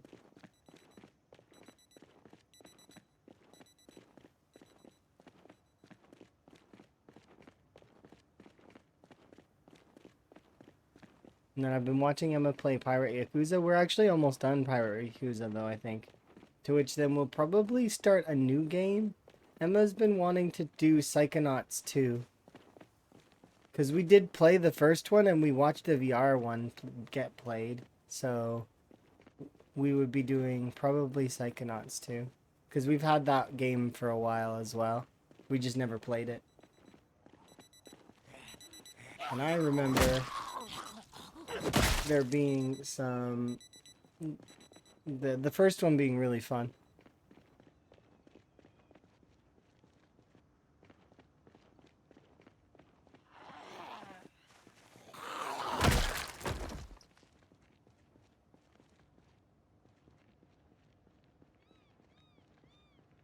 Alright, let's go collect some...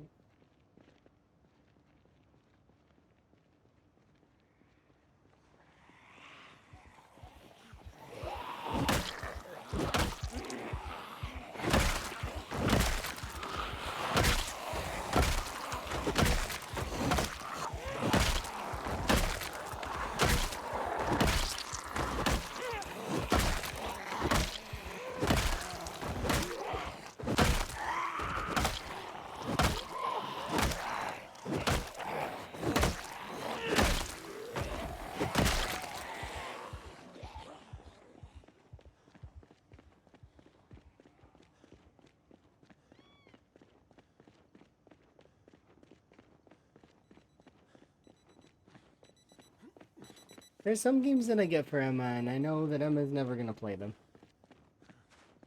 But I expect Emma will try them at some point. And more of a spur of the moment thing, I guess.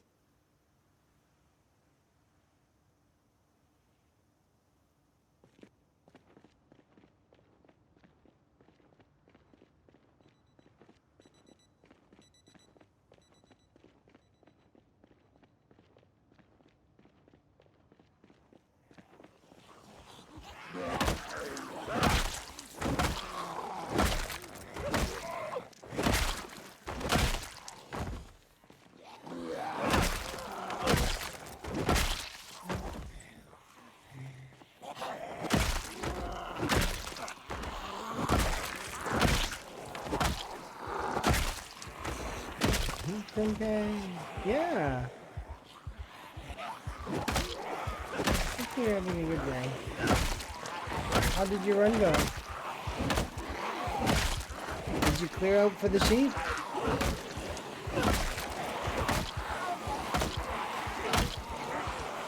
Ooh, I like your hat.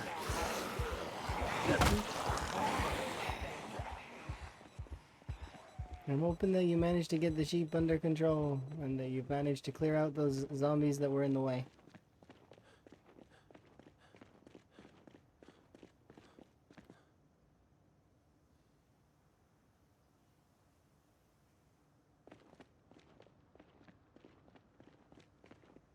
Oh, hey, look, it's Zella. I haven't seen Zella in forever. Hi, Zella.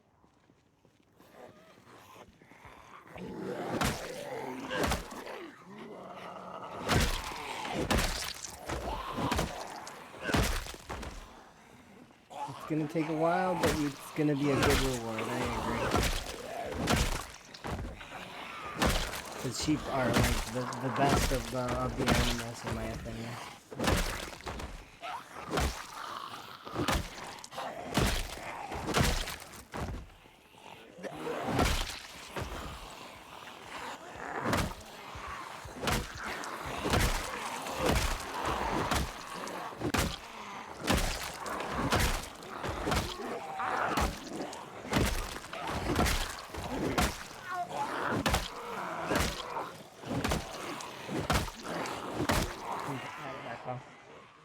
You figured out Chum for the first time. I watched you put Chum in the water and get your bubbles back, so I was happy to see that. I'm doing pretty okay. Today, although I did have a bit of a sneezing fit a little bit ago, which is, was annoying. But I'm doing okay, that aside. Like, aside from the cough that's still clinging to me. Eventually it'll let go. And I will be better. I'd say I'm about 90% though. I'm getting there. In terms of my energy and overall. I'm sure that's coming true. And is more notable. Yeah, it can really take some time, can't it? And I'm glad that you remembered that Twitch exists, Sella. It's been a while. It happens. Sometimes we forget that things exist. But it's cool when you find the stuff and find your way back, kind of. But yeah, it's definitely one of the more annoying things to deal with, this post-COVID cough. Because it really wants to cling to your lungs and stay there.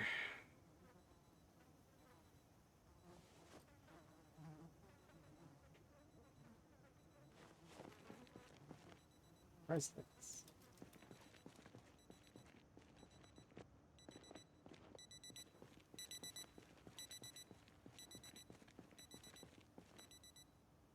Zombies to kill with a bat. I mean, I'm just killing with the bat because it's my best weapon for this character. That said, though, it is fun. I'm playing a challenge right now that's called the Rat Race. It is like that. It was created by Mr. Lamprey, and it is a fancy little challenge where essentially we're all racing on similar settings for a lot of the Zomboid community. So it's there's a lot of folks that are all racing on the same settings. It's more of a it's less about the actual race itself and more about a test your sort of merit kind of thing, which is I can appreciate. And then, folks are going to be able to beat their personal bests. And I'm looking forward to that. On settings that are... Well, I mean, these settings are pretty tough.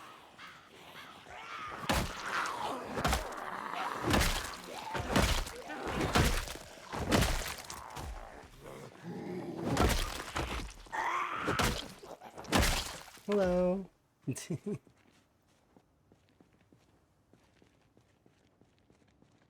Oh, I'll wave at you. Yeah.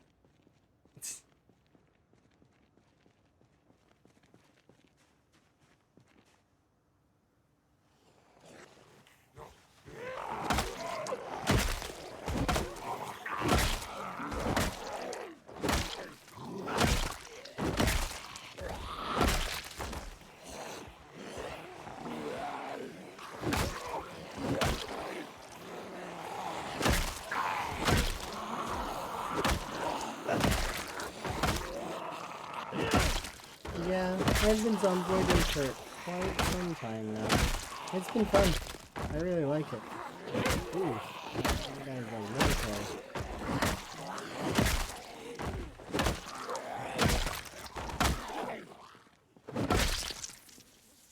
Bulletproof fast, okay.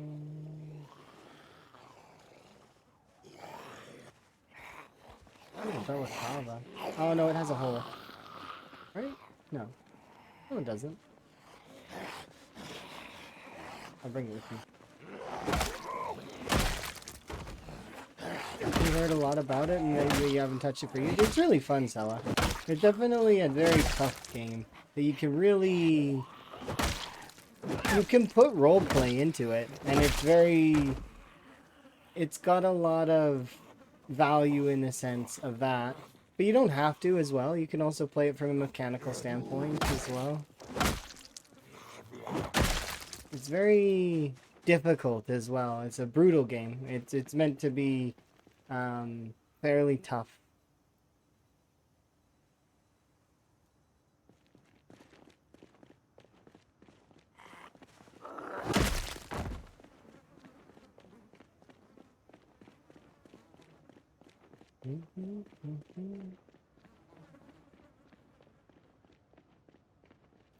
Well, we're making our way. I actually can see the end of the gated community, which is fairly interesting.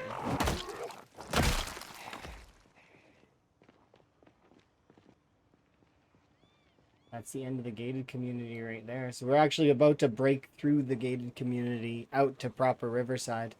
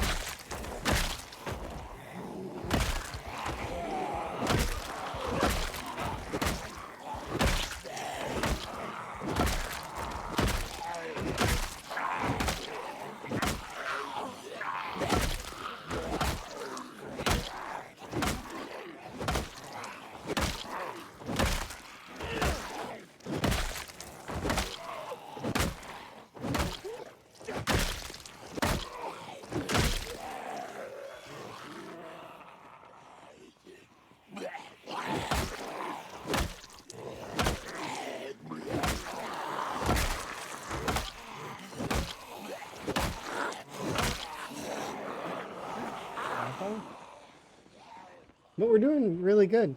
We're getting there. We're about to break through that one corridor, which is huge.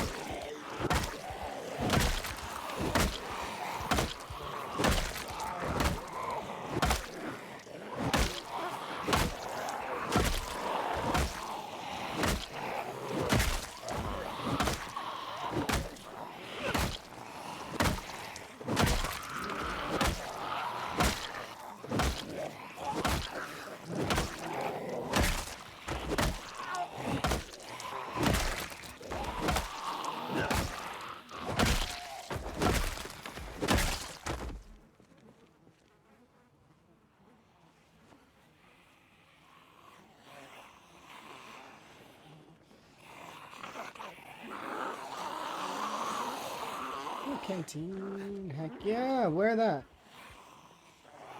Yes, we got a canteen.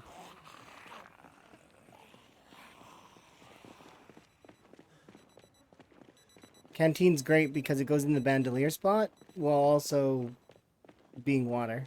So I don't really use the bandolier slot very often, so having a canteen's awesome. Usually I'll make one though, but or I'll find one. Depends. But in this case we found one, so I don't need to make one.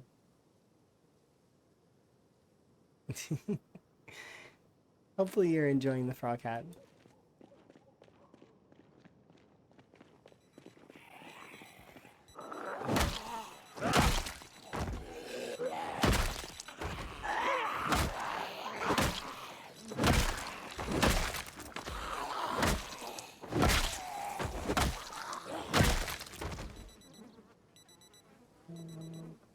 Residence key, throw that and this on the ground.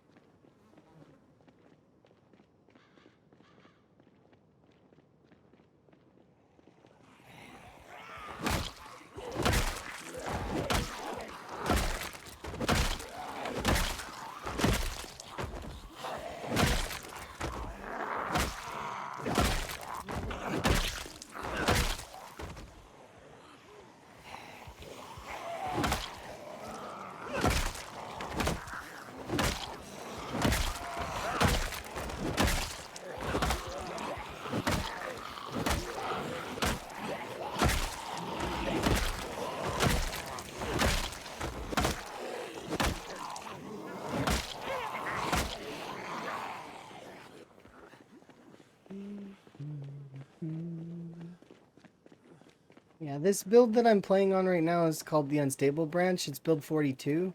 So it's there's a lot of new stuff, but it's also it's subject to change as well as the branch itself is considered unstable, meaning it could break.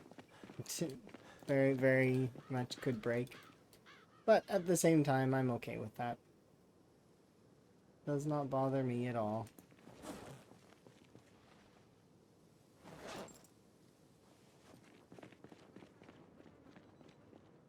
Oh, it's like, okay, I gotta back off and go sleep. I like this, though. Been fun learning the new stuff with Build 42.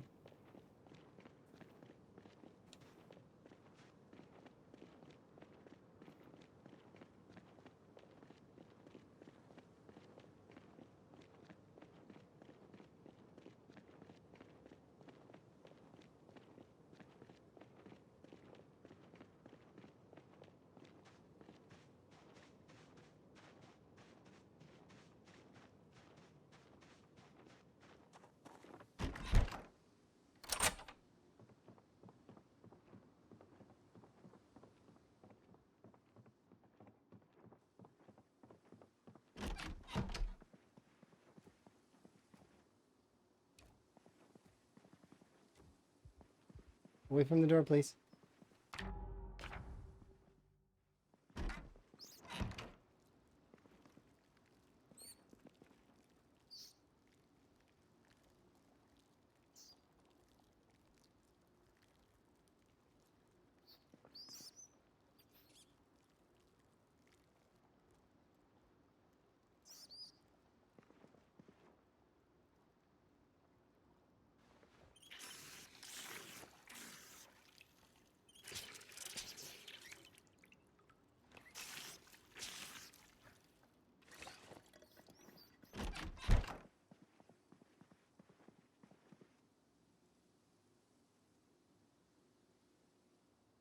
Yep.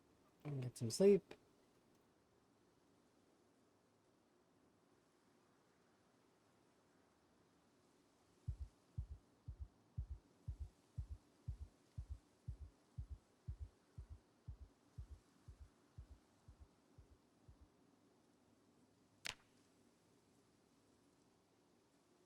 165.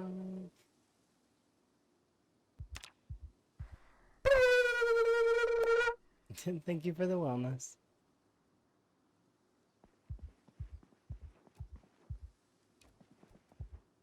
Let's sip of my tea here in a moment.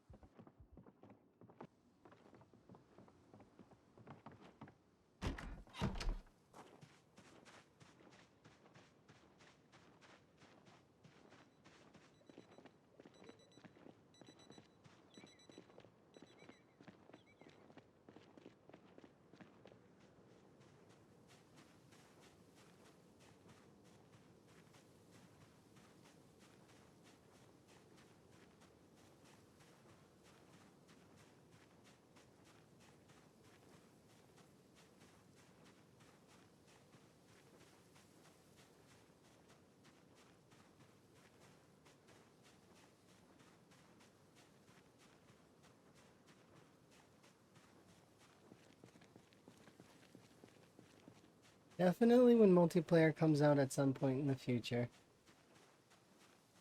It's definitely going to be fun to play. There's a lot of cool folks that are big on the multiplayer stuff. That will be fun to play with.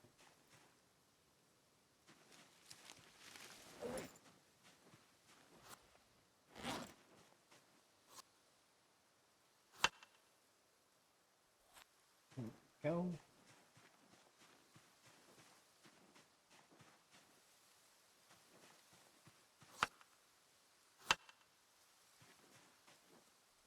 Alright, we're good.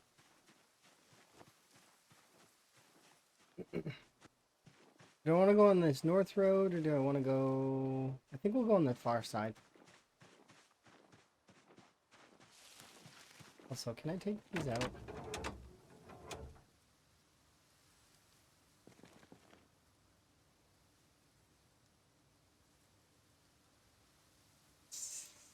I can do the battery. That's it. I can't do anything else because the car is doesn't have a door for me to go and open. I don't have the keys, so I can't open the hood even though the hood's smashed.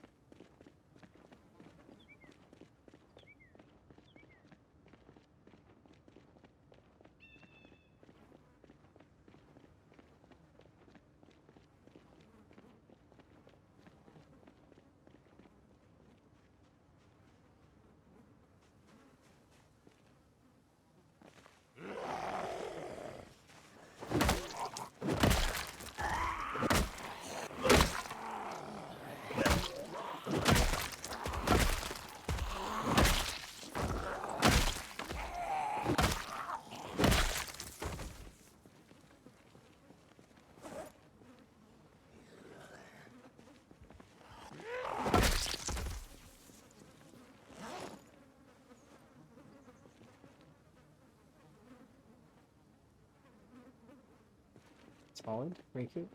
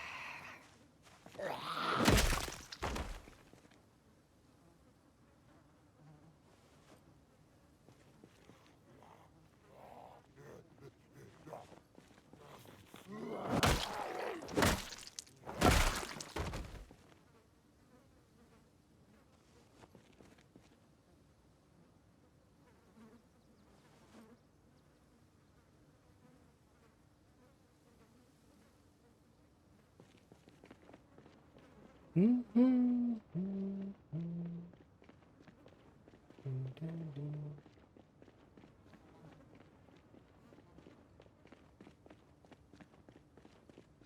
you got something stuck in you. What is that?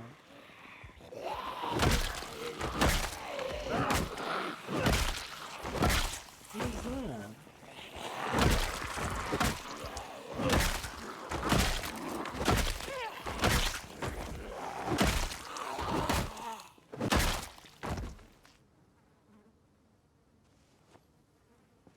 What do you have stuck in you? Where are you?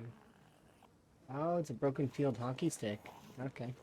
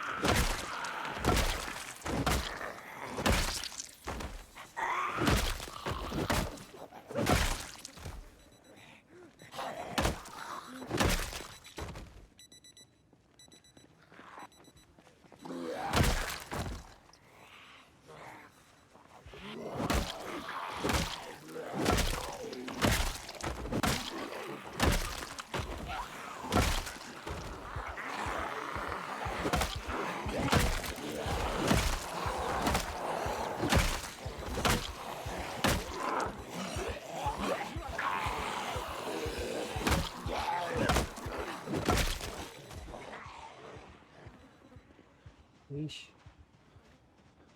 Another group.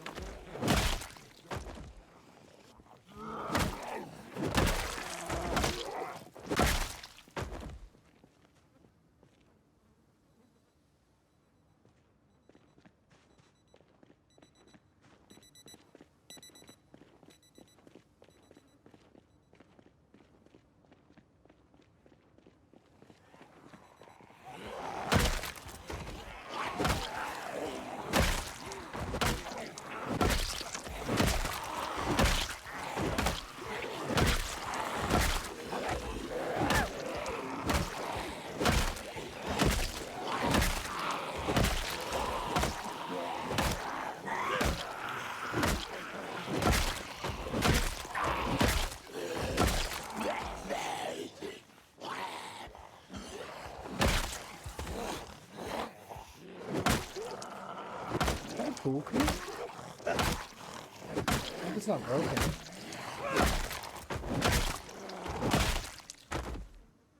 Please don't be broken. Ah, it's a broken long stick. That sucks.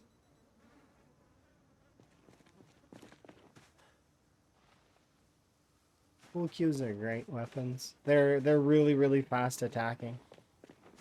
They break fairly quickly, but they're fairly decent. That was our traits when we started, but we have since risen to from 0 to hero to suddenly we have fit and stout. We are no longer as 0 to hero as we once were.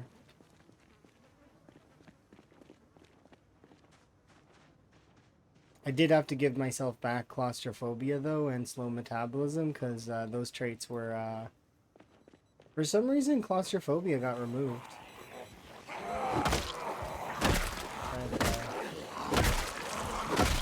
I think it's because it's like in the code it's probably like fear of inside or something like that, and there was probably dashes put in there. Hey, it's Roll. Hi, Roll. I'm gonna shout out Roll because Roll's great. I like Ro. Ro's awesome. All of the variety in one place. How goes your stew? Are you having fun? I know your subathon's all finished up.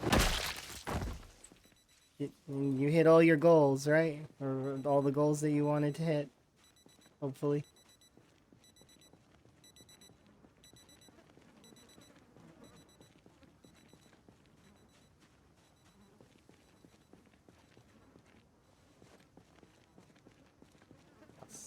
Ro's great. You guys should follow Ro.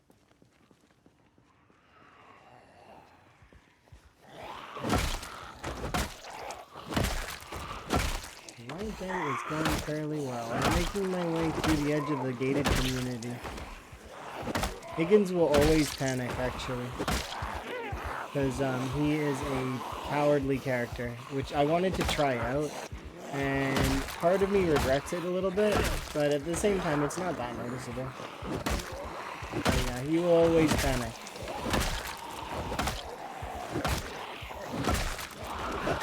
But I decided to try out the cowardly. But yeah, like I said, I probably wouldn't do it again. It's not helpful. All it does is make it so that I do slightly less damage occasionally. And then it goes away really quickly sometimes. I don't know, it's weird. The panic mechanics are strange at the moment. Like, one of the ones that I find that's extra weird is if I go inside and fast forward, like, I have claustrophobia, right? So if I go inside here, right? Nothing, right? Because I'm not afraid of this size of room. But if I fast forward even a little bit, suddenly we start gaining panic. It's just weird. Weird mechanic. Because it used to be the other way around. When you used to go inside with claustrophobia and you were scared inside in a smaller room, you could fast forward to lower the panic. But they flipped it, which is fine. I'm okay with that, but it's weird. I find it interesting because it means that I can never be bored inside. Because all I have to do is fast forward a little bit. Like if I'm doing a boring action like reading or something. But Riverside's going very well. Yeah, it's been a long time since I've actually done this side of Riverside. I'm used to doing the other way, like going from the other side. So like over on this side and pushing this way, right? But this is this is the third time I'm doing this, but this is the furthest I've gotten with this on a time 16. So I've got 3 watch bags active here, there, and there. And I'm planning on pushing the watch bags out of the gated community once we've claimed the whole thing. We're getting very close. Yeah, there's a lot of weird bugs with 42.6. Did you see the generator one? That one's kind of weird. If generators were hooked up prior to, or even if they're not even hooked up, they would cause like void of some kind, which was strange.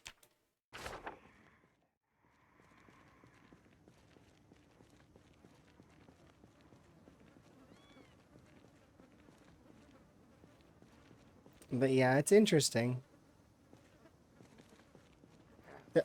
The thing is it's not about so much about abuse, because to be honest, like fast forwarding inside, like usually the reason why you fast forward while you're inside is to avoid weather or, you know, stuff like that, right?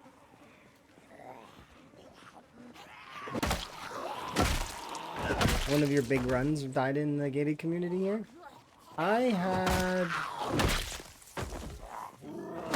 one of my runs, one of my Z-Bay runs, taught me that Riverside can be volatile if you let it. So what happened in one of my Z-Bay runs is it started to close the zombies in the entire area because they're so swathed out. They started to close around me, and I lost one of my Z-Bay runs because I just couldn't get out. There was just no way out. If you're not careful with this, how you're distributing your zombies in the Riverside area, they'll just close around you, and it just becomes this thing where they will just gradually close around your character, and then you won't be able to get out. You'll be trapped. Or you'll have to make it one of those decisions where it's like, okay, I gotta parse through a fence line that's like really, really tight. And that's what I had to do. I had to like run through a 1x1 fence line with like 6 zombies like on the fence, and I just didn't make it. But yeah, it's one of those things where at least when you update the game, it makes a backup. So if folks did possibly lose their generators or stuff, they could go back in on their other save, and kind of get them back a little bit, or not dramatic. You didn't check the backyard, went to loot the garage, closed the door, and zombies snuck in and stood silently. Oh, I had one of those happen when I was playing. So I was in the West Point Mansions, and as I walked out, immediately they just jumped and bit me. Like right away, without no sound, nothing. They just were there. It was like, okay. And then that run ended. I was like, okay, well, I guess I got to start over. But you know how we are, where we just kind of like, it's fine. It happens. That's the name of the game. That's why we play Zomboid, is because it can be that quick. That just, like, it's over. Yeah, zombies rolled stealth. What do you have on your docket, Errol? Are you gonna more farming sim? Or are you doing other things? You're playing Oni as well. Seen lots of cool things. A little part of the subathon. I'm curious what's on your docket.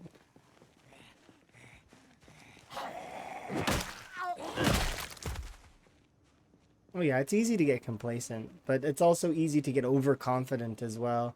Because when your character starts to get fairly strong, you just start to feel like the zombies are a non-issue anymore. And in all honesty, your character remains a glass cannon throughout. Your character's strength doesn't really change in that way. All it takes is one attack, right? And then that's it. It's over.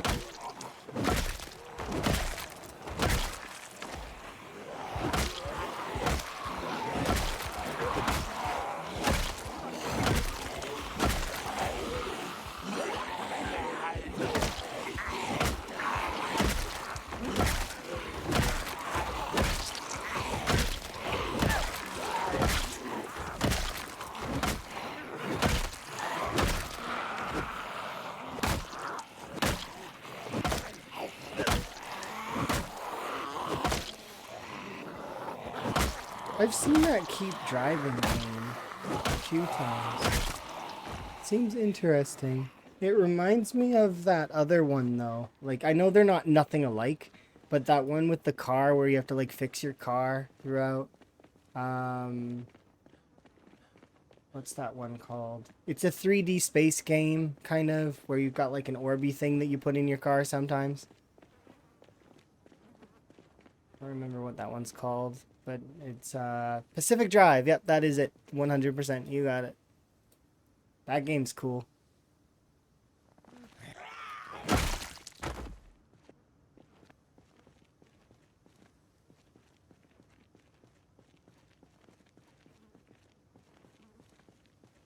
Yeah, Oni's one of those weird ones. I haven't really played very much Oni, but I know that it can be quite strange.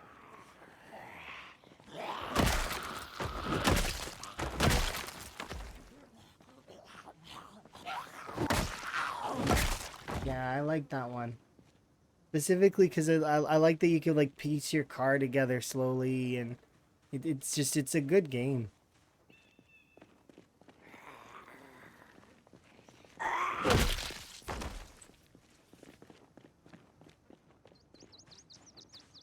I like games like that where the progression is kind of like gradual, but it feels nice while you're going through and you're given like story tidbits and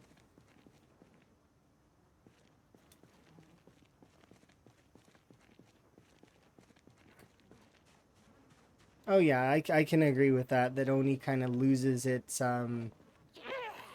is unless the people know exactly how all of that stuff works kind of thing.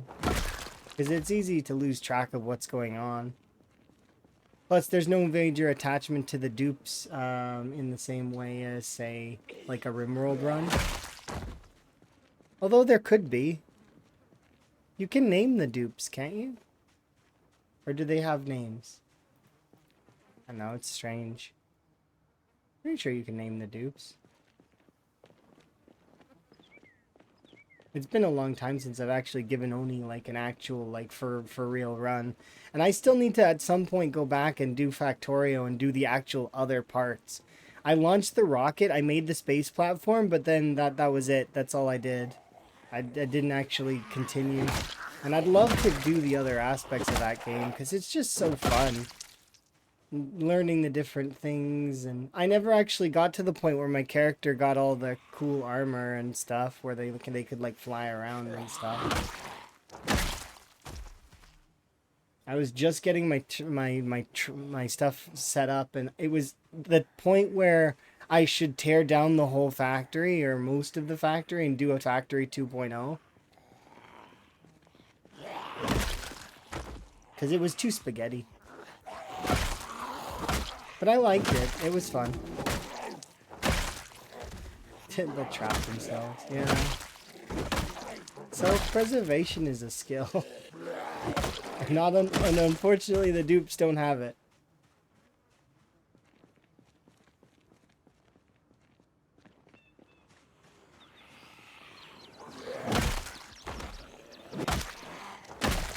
I remember I was playing Oni one time, and I didn't know why, but some of my dupes started to die, and I was very confused. And it's because they'd opened up a side passage that had like a monster, and then they were just going in there and dying to it. They didn't they didn't stay away from it. They just it's just like, okay.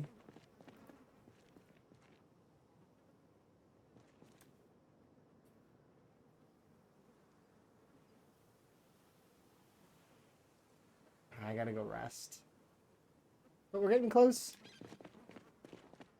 Every day we push a little bit further out through the gated community entrances, and if we can actually get forward enough, then I can feel comfortable looting these buildings.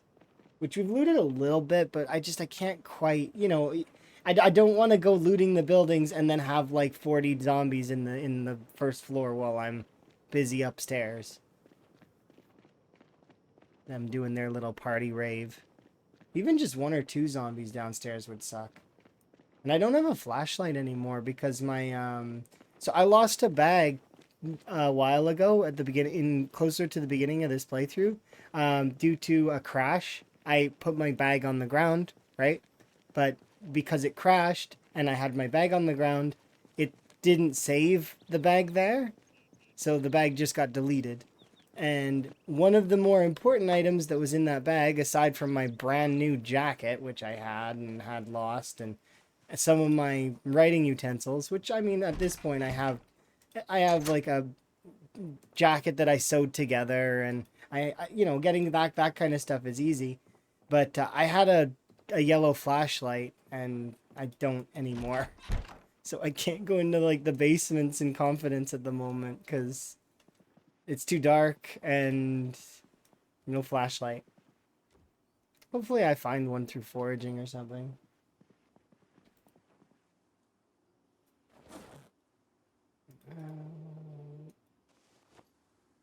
Okay, we're good.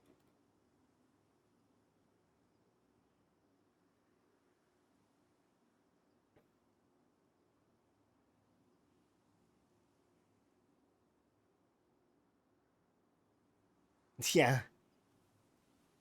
Temperature management in that game is weirdly aggressive because it's like you're at first you're like, oh, it's fine, everything's fine, and then suddenly half your colony's frozen and you don't really know why, and you realize that one of like the side bits was really cold and it's now spreading throughout your whole area, and it's difficult to undo. You gotta get ahead of it. Opposite's true for the volcano stuff. Suddenly everything's way too hot. I need to play more Oni.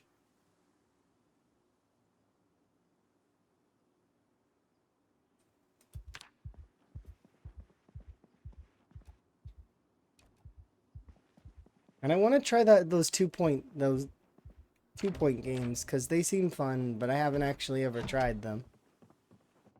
I've had 2 Point Hospital sitting in my library for ages. And I'm sure I'm not the only person who sits there with like games that are just chilling in the library and I've never touched them. I bought them on either in like a sale or sometimes I buy them just because I really like the look of them, but then they just sit there. They sit there in my library doing absolutely nothing when I could be playing them at some point, right?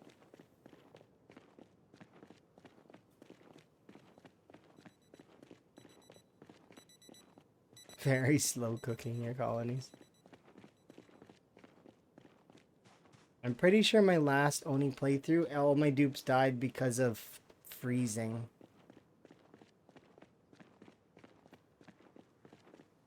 And it just gets out of control. You have over 600 games that you've never touched. See, I feel like I'm the same way. And I probably have like 1,000 games that I've put like 50 hours or less in. That I've booted up maybe once or twice, and I've not played them very much. Like you know, I'll play them for a session or two, and then I'll get distracted by something else that's shiny, and I really should sit down and play some of the ones that I have. It's definitely, but it's hard sometimes because then, you get new games that are coming out too, new DLCs, new expansions, brand new titles. It gets tempting to play those too, right?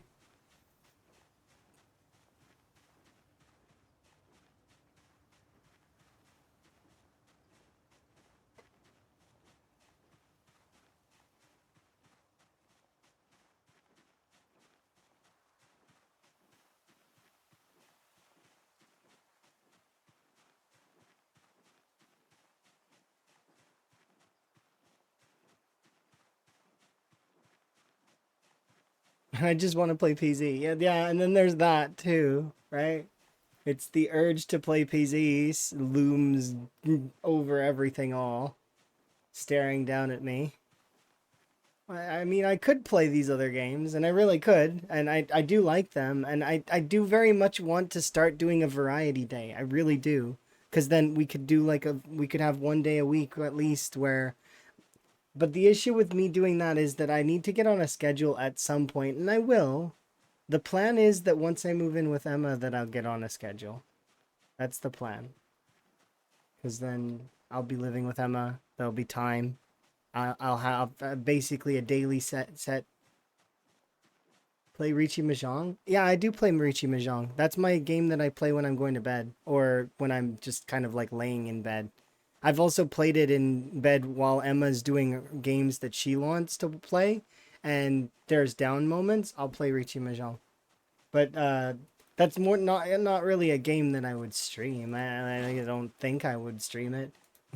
Do folks want to watch me play Riichi Mahjong? I don't know. That's a tough one. There's nothing wrong with Riichi Mahjong, but it can be a little bit tough.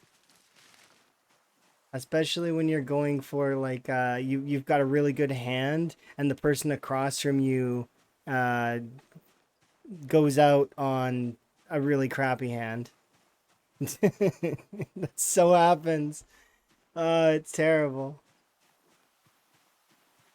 I'm sitting here with a potential to just like take half of the points, but no, you're gonna go out for 1,000. Cauliflower.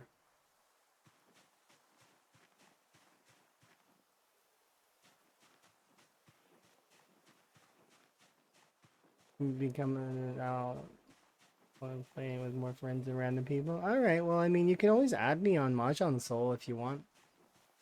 Feel free.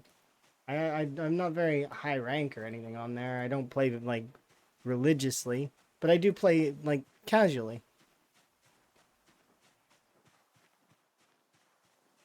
It's my once in a while when I've got downtime kind of thing. I'll throw on some Riichi Mahjong. But yeah, that's the thing, right?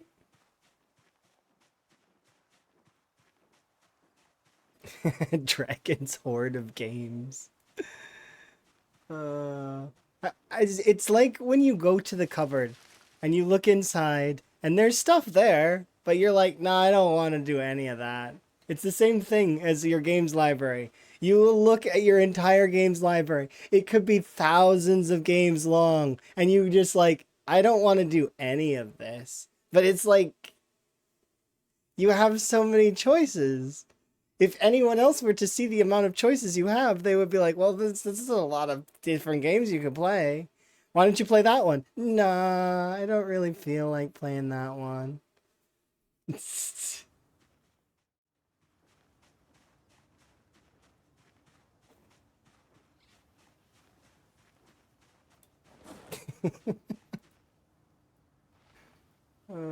Just eat these things. Alright, so I want to go. That's a -9 day. I probably should have grabbed my jacket. Oh well. I mean, I can get it on my way by. Nothing sounds good to eat. Yeah, that's the thing, right? It's kind of like being spoiled for choice. You have too much that you can pick from, so it just ends up being like, nah. At least until you force yourself to pick.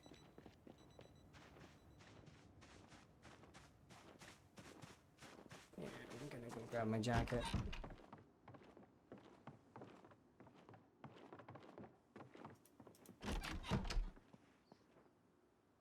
Where? So I don't accidentally rip it. Have you considered the Yakuza series? I love the Yakuza series. I've never played it myself, but I've watched Emma play the whole thing all the way to Pirate Yakuza from Yakuza 0. It's an amazing story, an absolutely phenomenal series. I can't speak higher about it. I really can't. It is so good. There are so many times where I've been immersed so deeply in that story, and it's made me cry multiple times. It's just so good.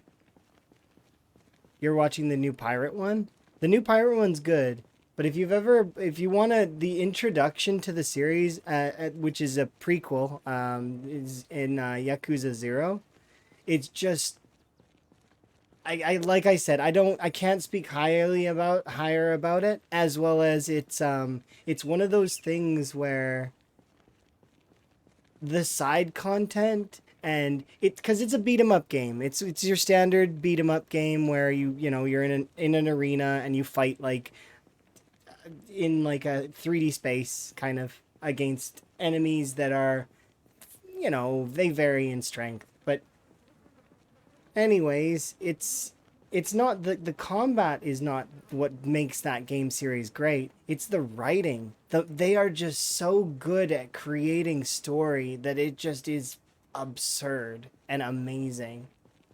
And like I said, I wouldn't want to spoil any of it, so I'm not going to talk about any of it unless somebody's played it, I guess. So I would gush with them, but I wouldn't do it on stream because it's one of those things where it's just like if I ever were to talk about stuff on there, like there's been some very funny instances in the past. I try to be as vague as possible so that the folks that would know will know, but the folks that won't know, they can go and find out themselves.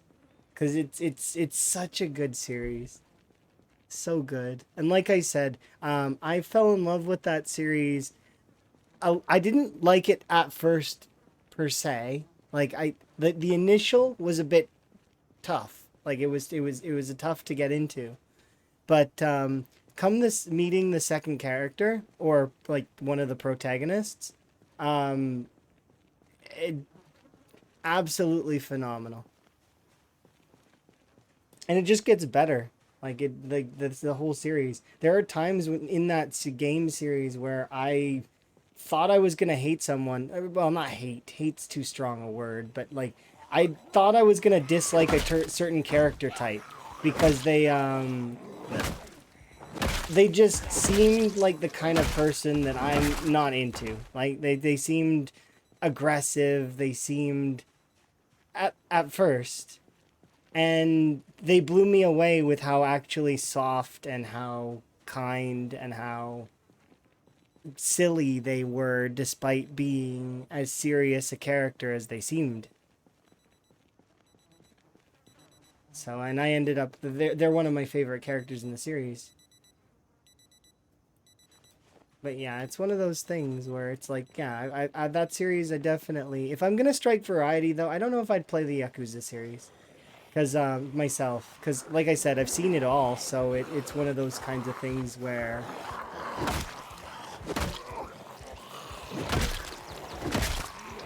there would be no surprises for me. It'd be more for me doing it so that we could go on a journey together on stream. Because Emma has 100%ed those games. Like, all the way, every sub-story, every possible secret, including the special secrets. And I've gotten to see a lot of it. So. No guarantee that I'd remember it all, but I'd remember a good deal of it. Because it just is that kind of game. You can really tell that the passion behind the project. They work really hard. And the voice actors are having a blast the whole time. Because you can see, because there's footage of them in the sound booth, and you can just see them just having a ball. And that's the kind of thing that I very much like. I would love to see, like, sound booth, like, of Peasy, for example. If there was footage of that. Because it ends up being, like, one of those kinds of things there where you can really see the passion that goes into something. But yeah, I definitely am thinking about doing some variety, but not like... it'd be like a variety day, like, kind of deal. I'd still keep PZ as my staple though, because I love this game. It's so fun. There's so much to do. It's so much variety in the game itself. Different stories, different styles, different weapons. I can take a day and just farm if I want to. There's no necessity to constantly kill zombies if I don't feel like it. So the playstyle can shift based on how I'm feeling. It's a good game because of all of that. But also, if I want to kill a bunch of zombies, I can.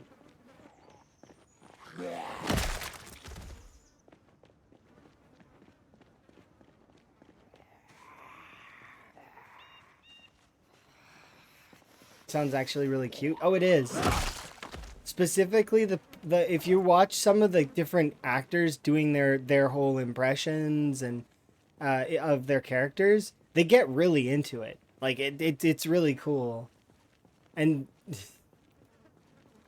like especially Majima's character, it's just so he's so into it the whole time, and just it's cool. If you wanted to see passion in gaming, that's where I would point folks. Because you get a lot of different game series that are very passionate. Definitely the Yakuza series is a good example of it, though. And I think that one of the best parts is, when you're loading up a Yakuza game, they do like a cutscene montage of just a bunch of out-of-context clips. So it seems chaotic, it seems... But the cool part is when you complete the game and you're watching the cutscenes again, like in that montage, it's more whole. It's cool. Because it's from like a bunch of different parts of the game. It's like, it's just so cool.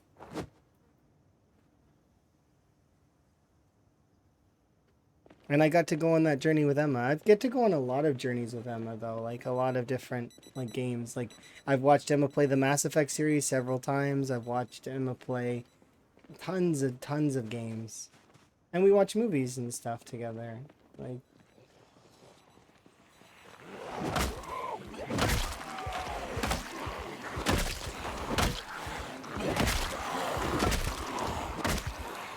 I'm looking forward to doing all of that stuff.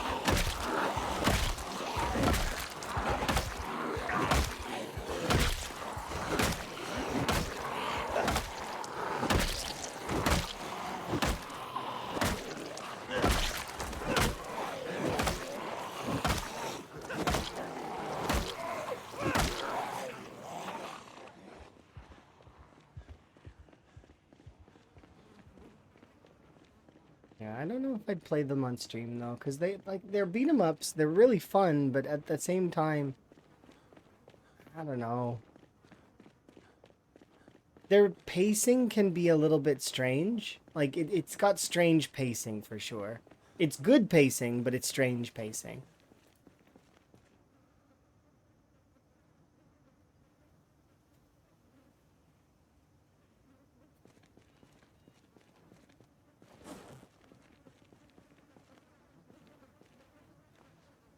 Let's go. There we go.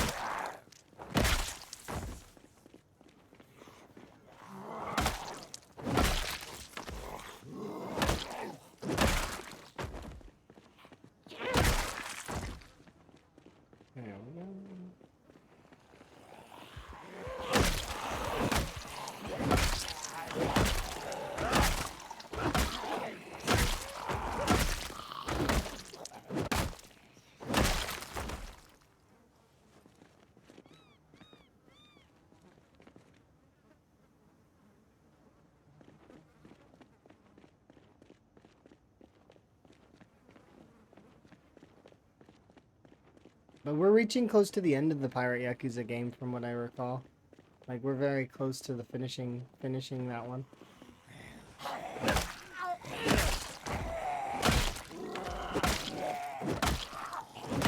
It's definitely the Pirate Yakuza one is a little bit shorter than a lot of the other ones.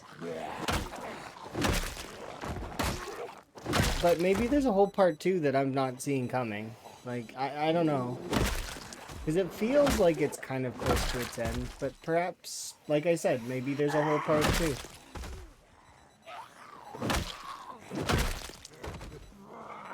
Wouldn't surprise me if there was. 'Cause it's one of those kinds of things that you kind of...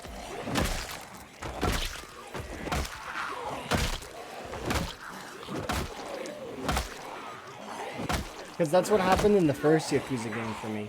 When I was watching Emma play it, it was like I was watching Emma play, and they got to this point, and it was like a new game started, like a brand new game. I was like, what? Wait, what? The way they transition it's interesting and unique.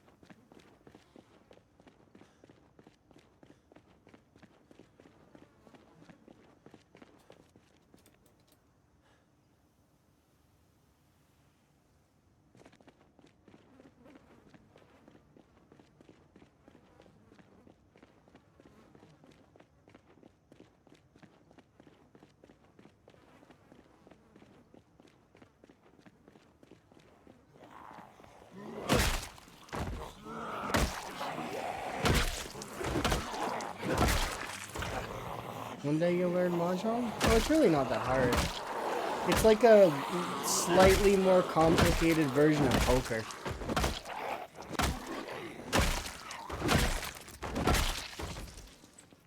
If we're talking Riichi Mahjong, that is. You start with learning the hands, right?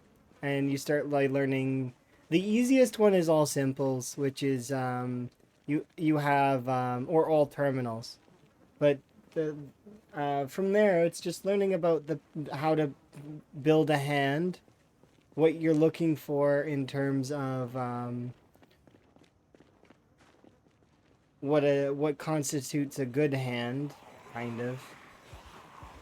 And everybody has their preferences, things they go for when they see them.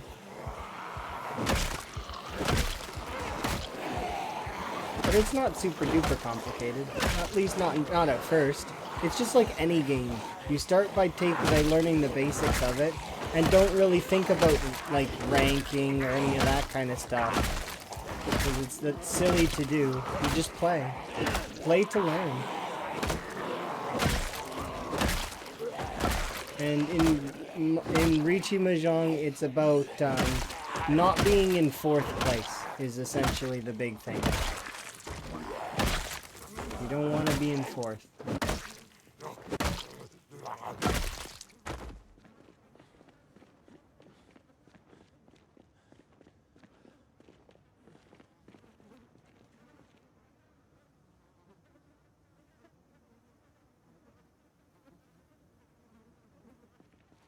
Okay, let's go do one more group.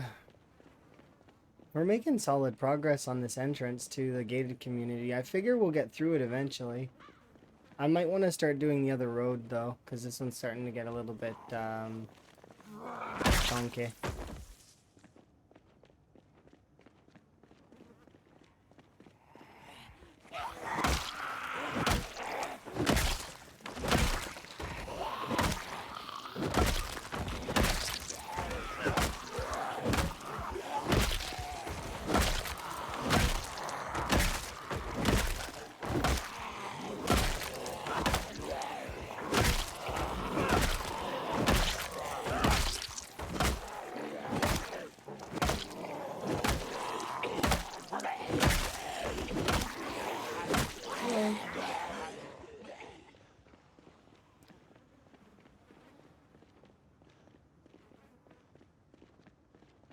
And just keep slowly going forward.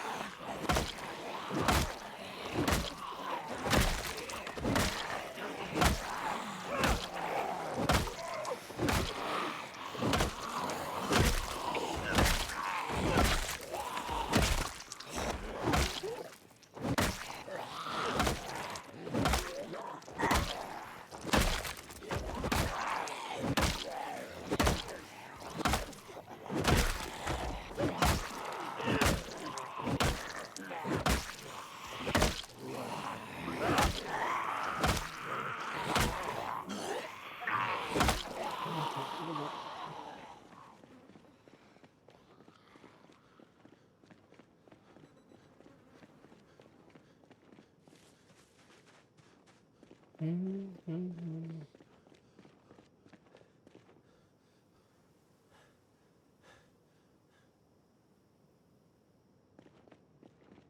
let's go finish this group off. There shouldn't be too many of them.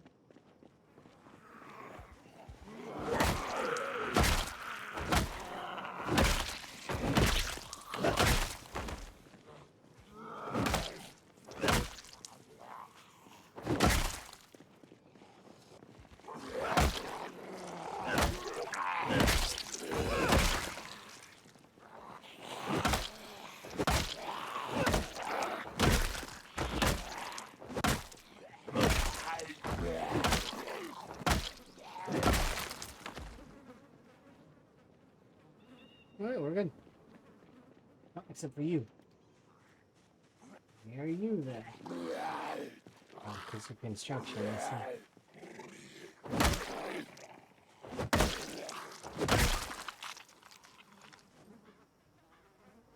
Upwards?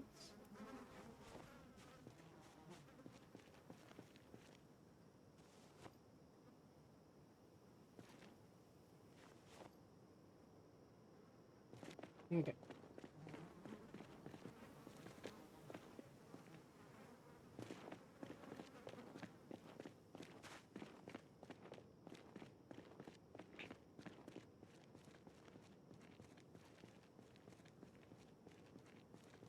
Anything got problems?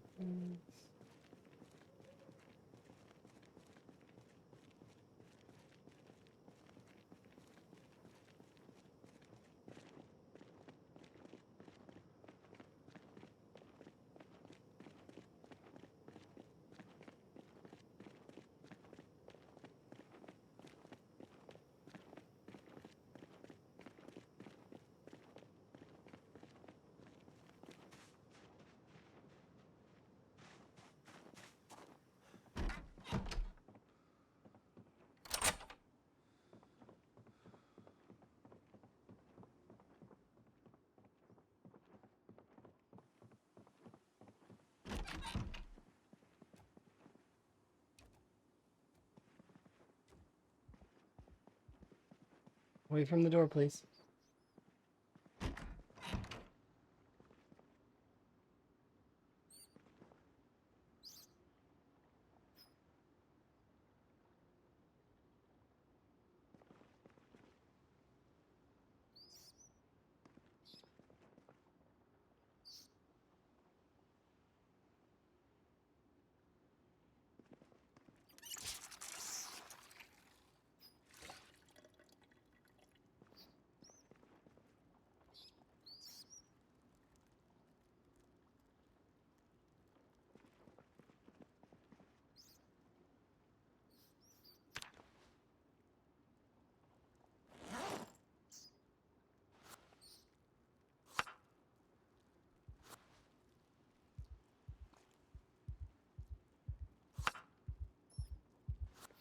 Hello.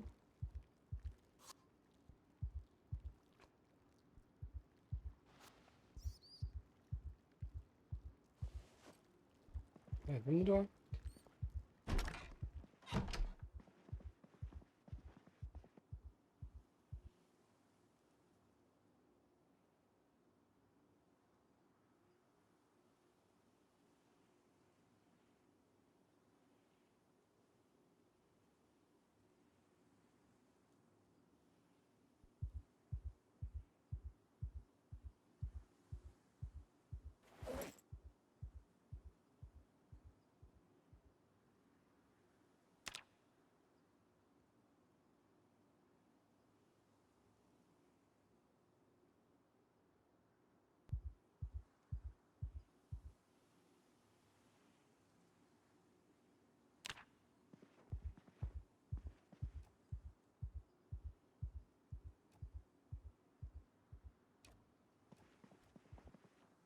All right. Okay. I'm gonna do a BRB so that I can refill my tea. Be right back.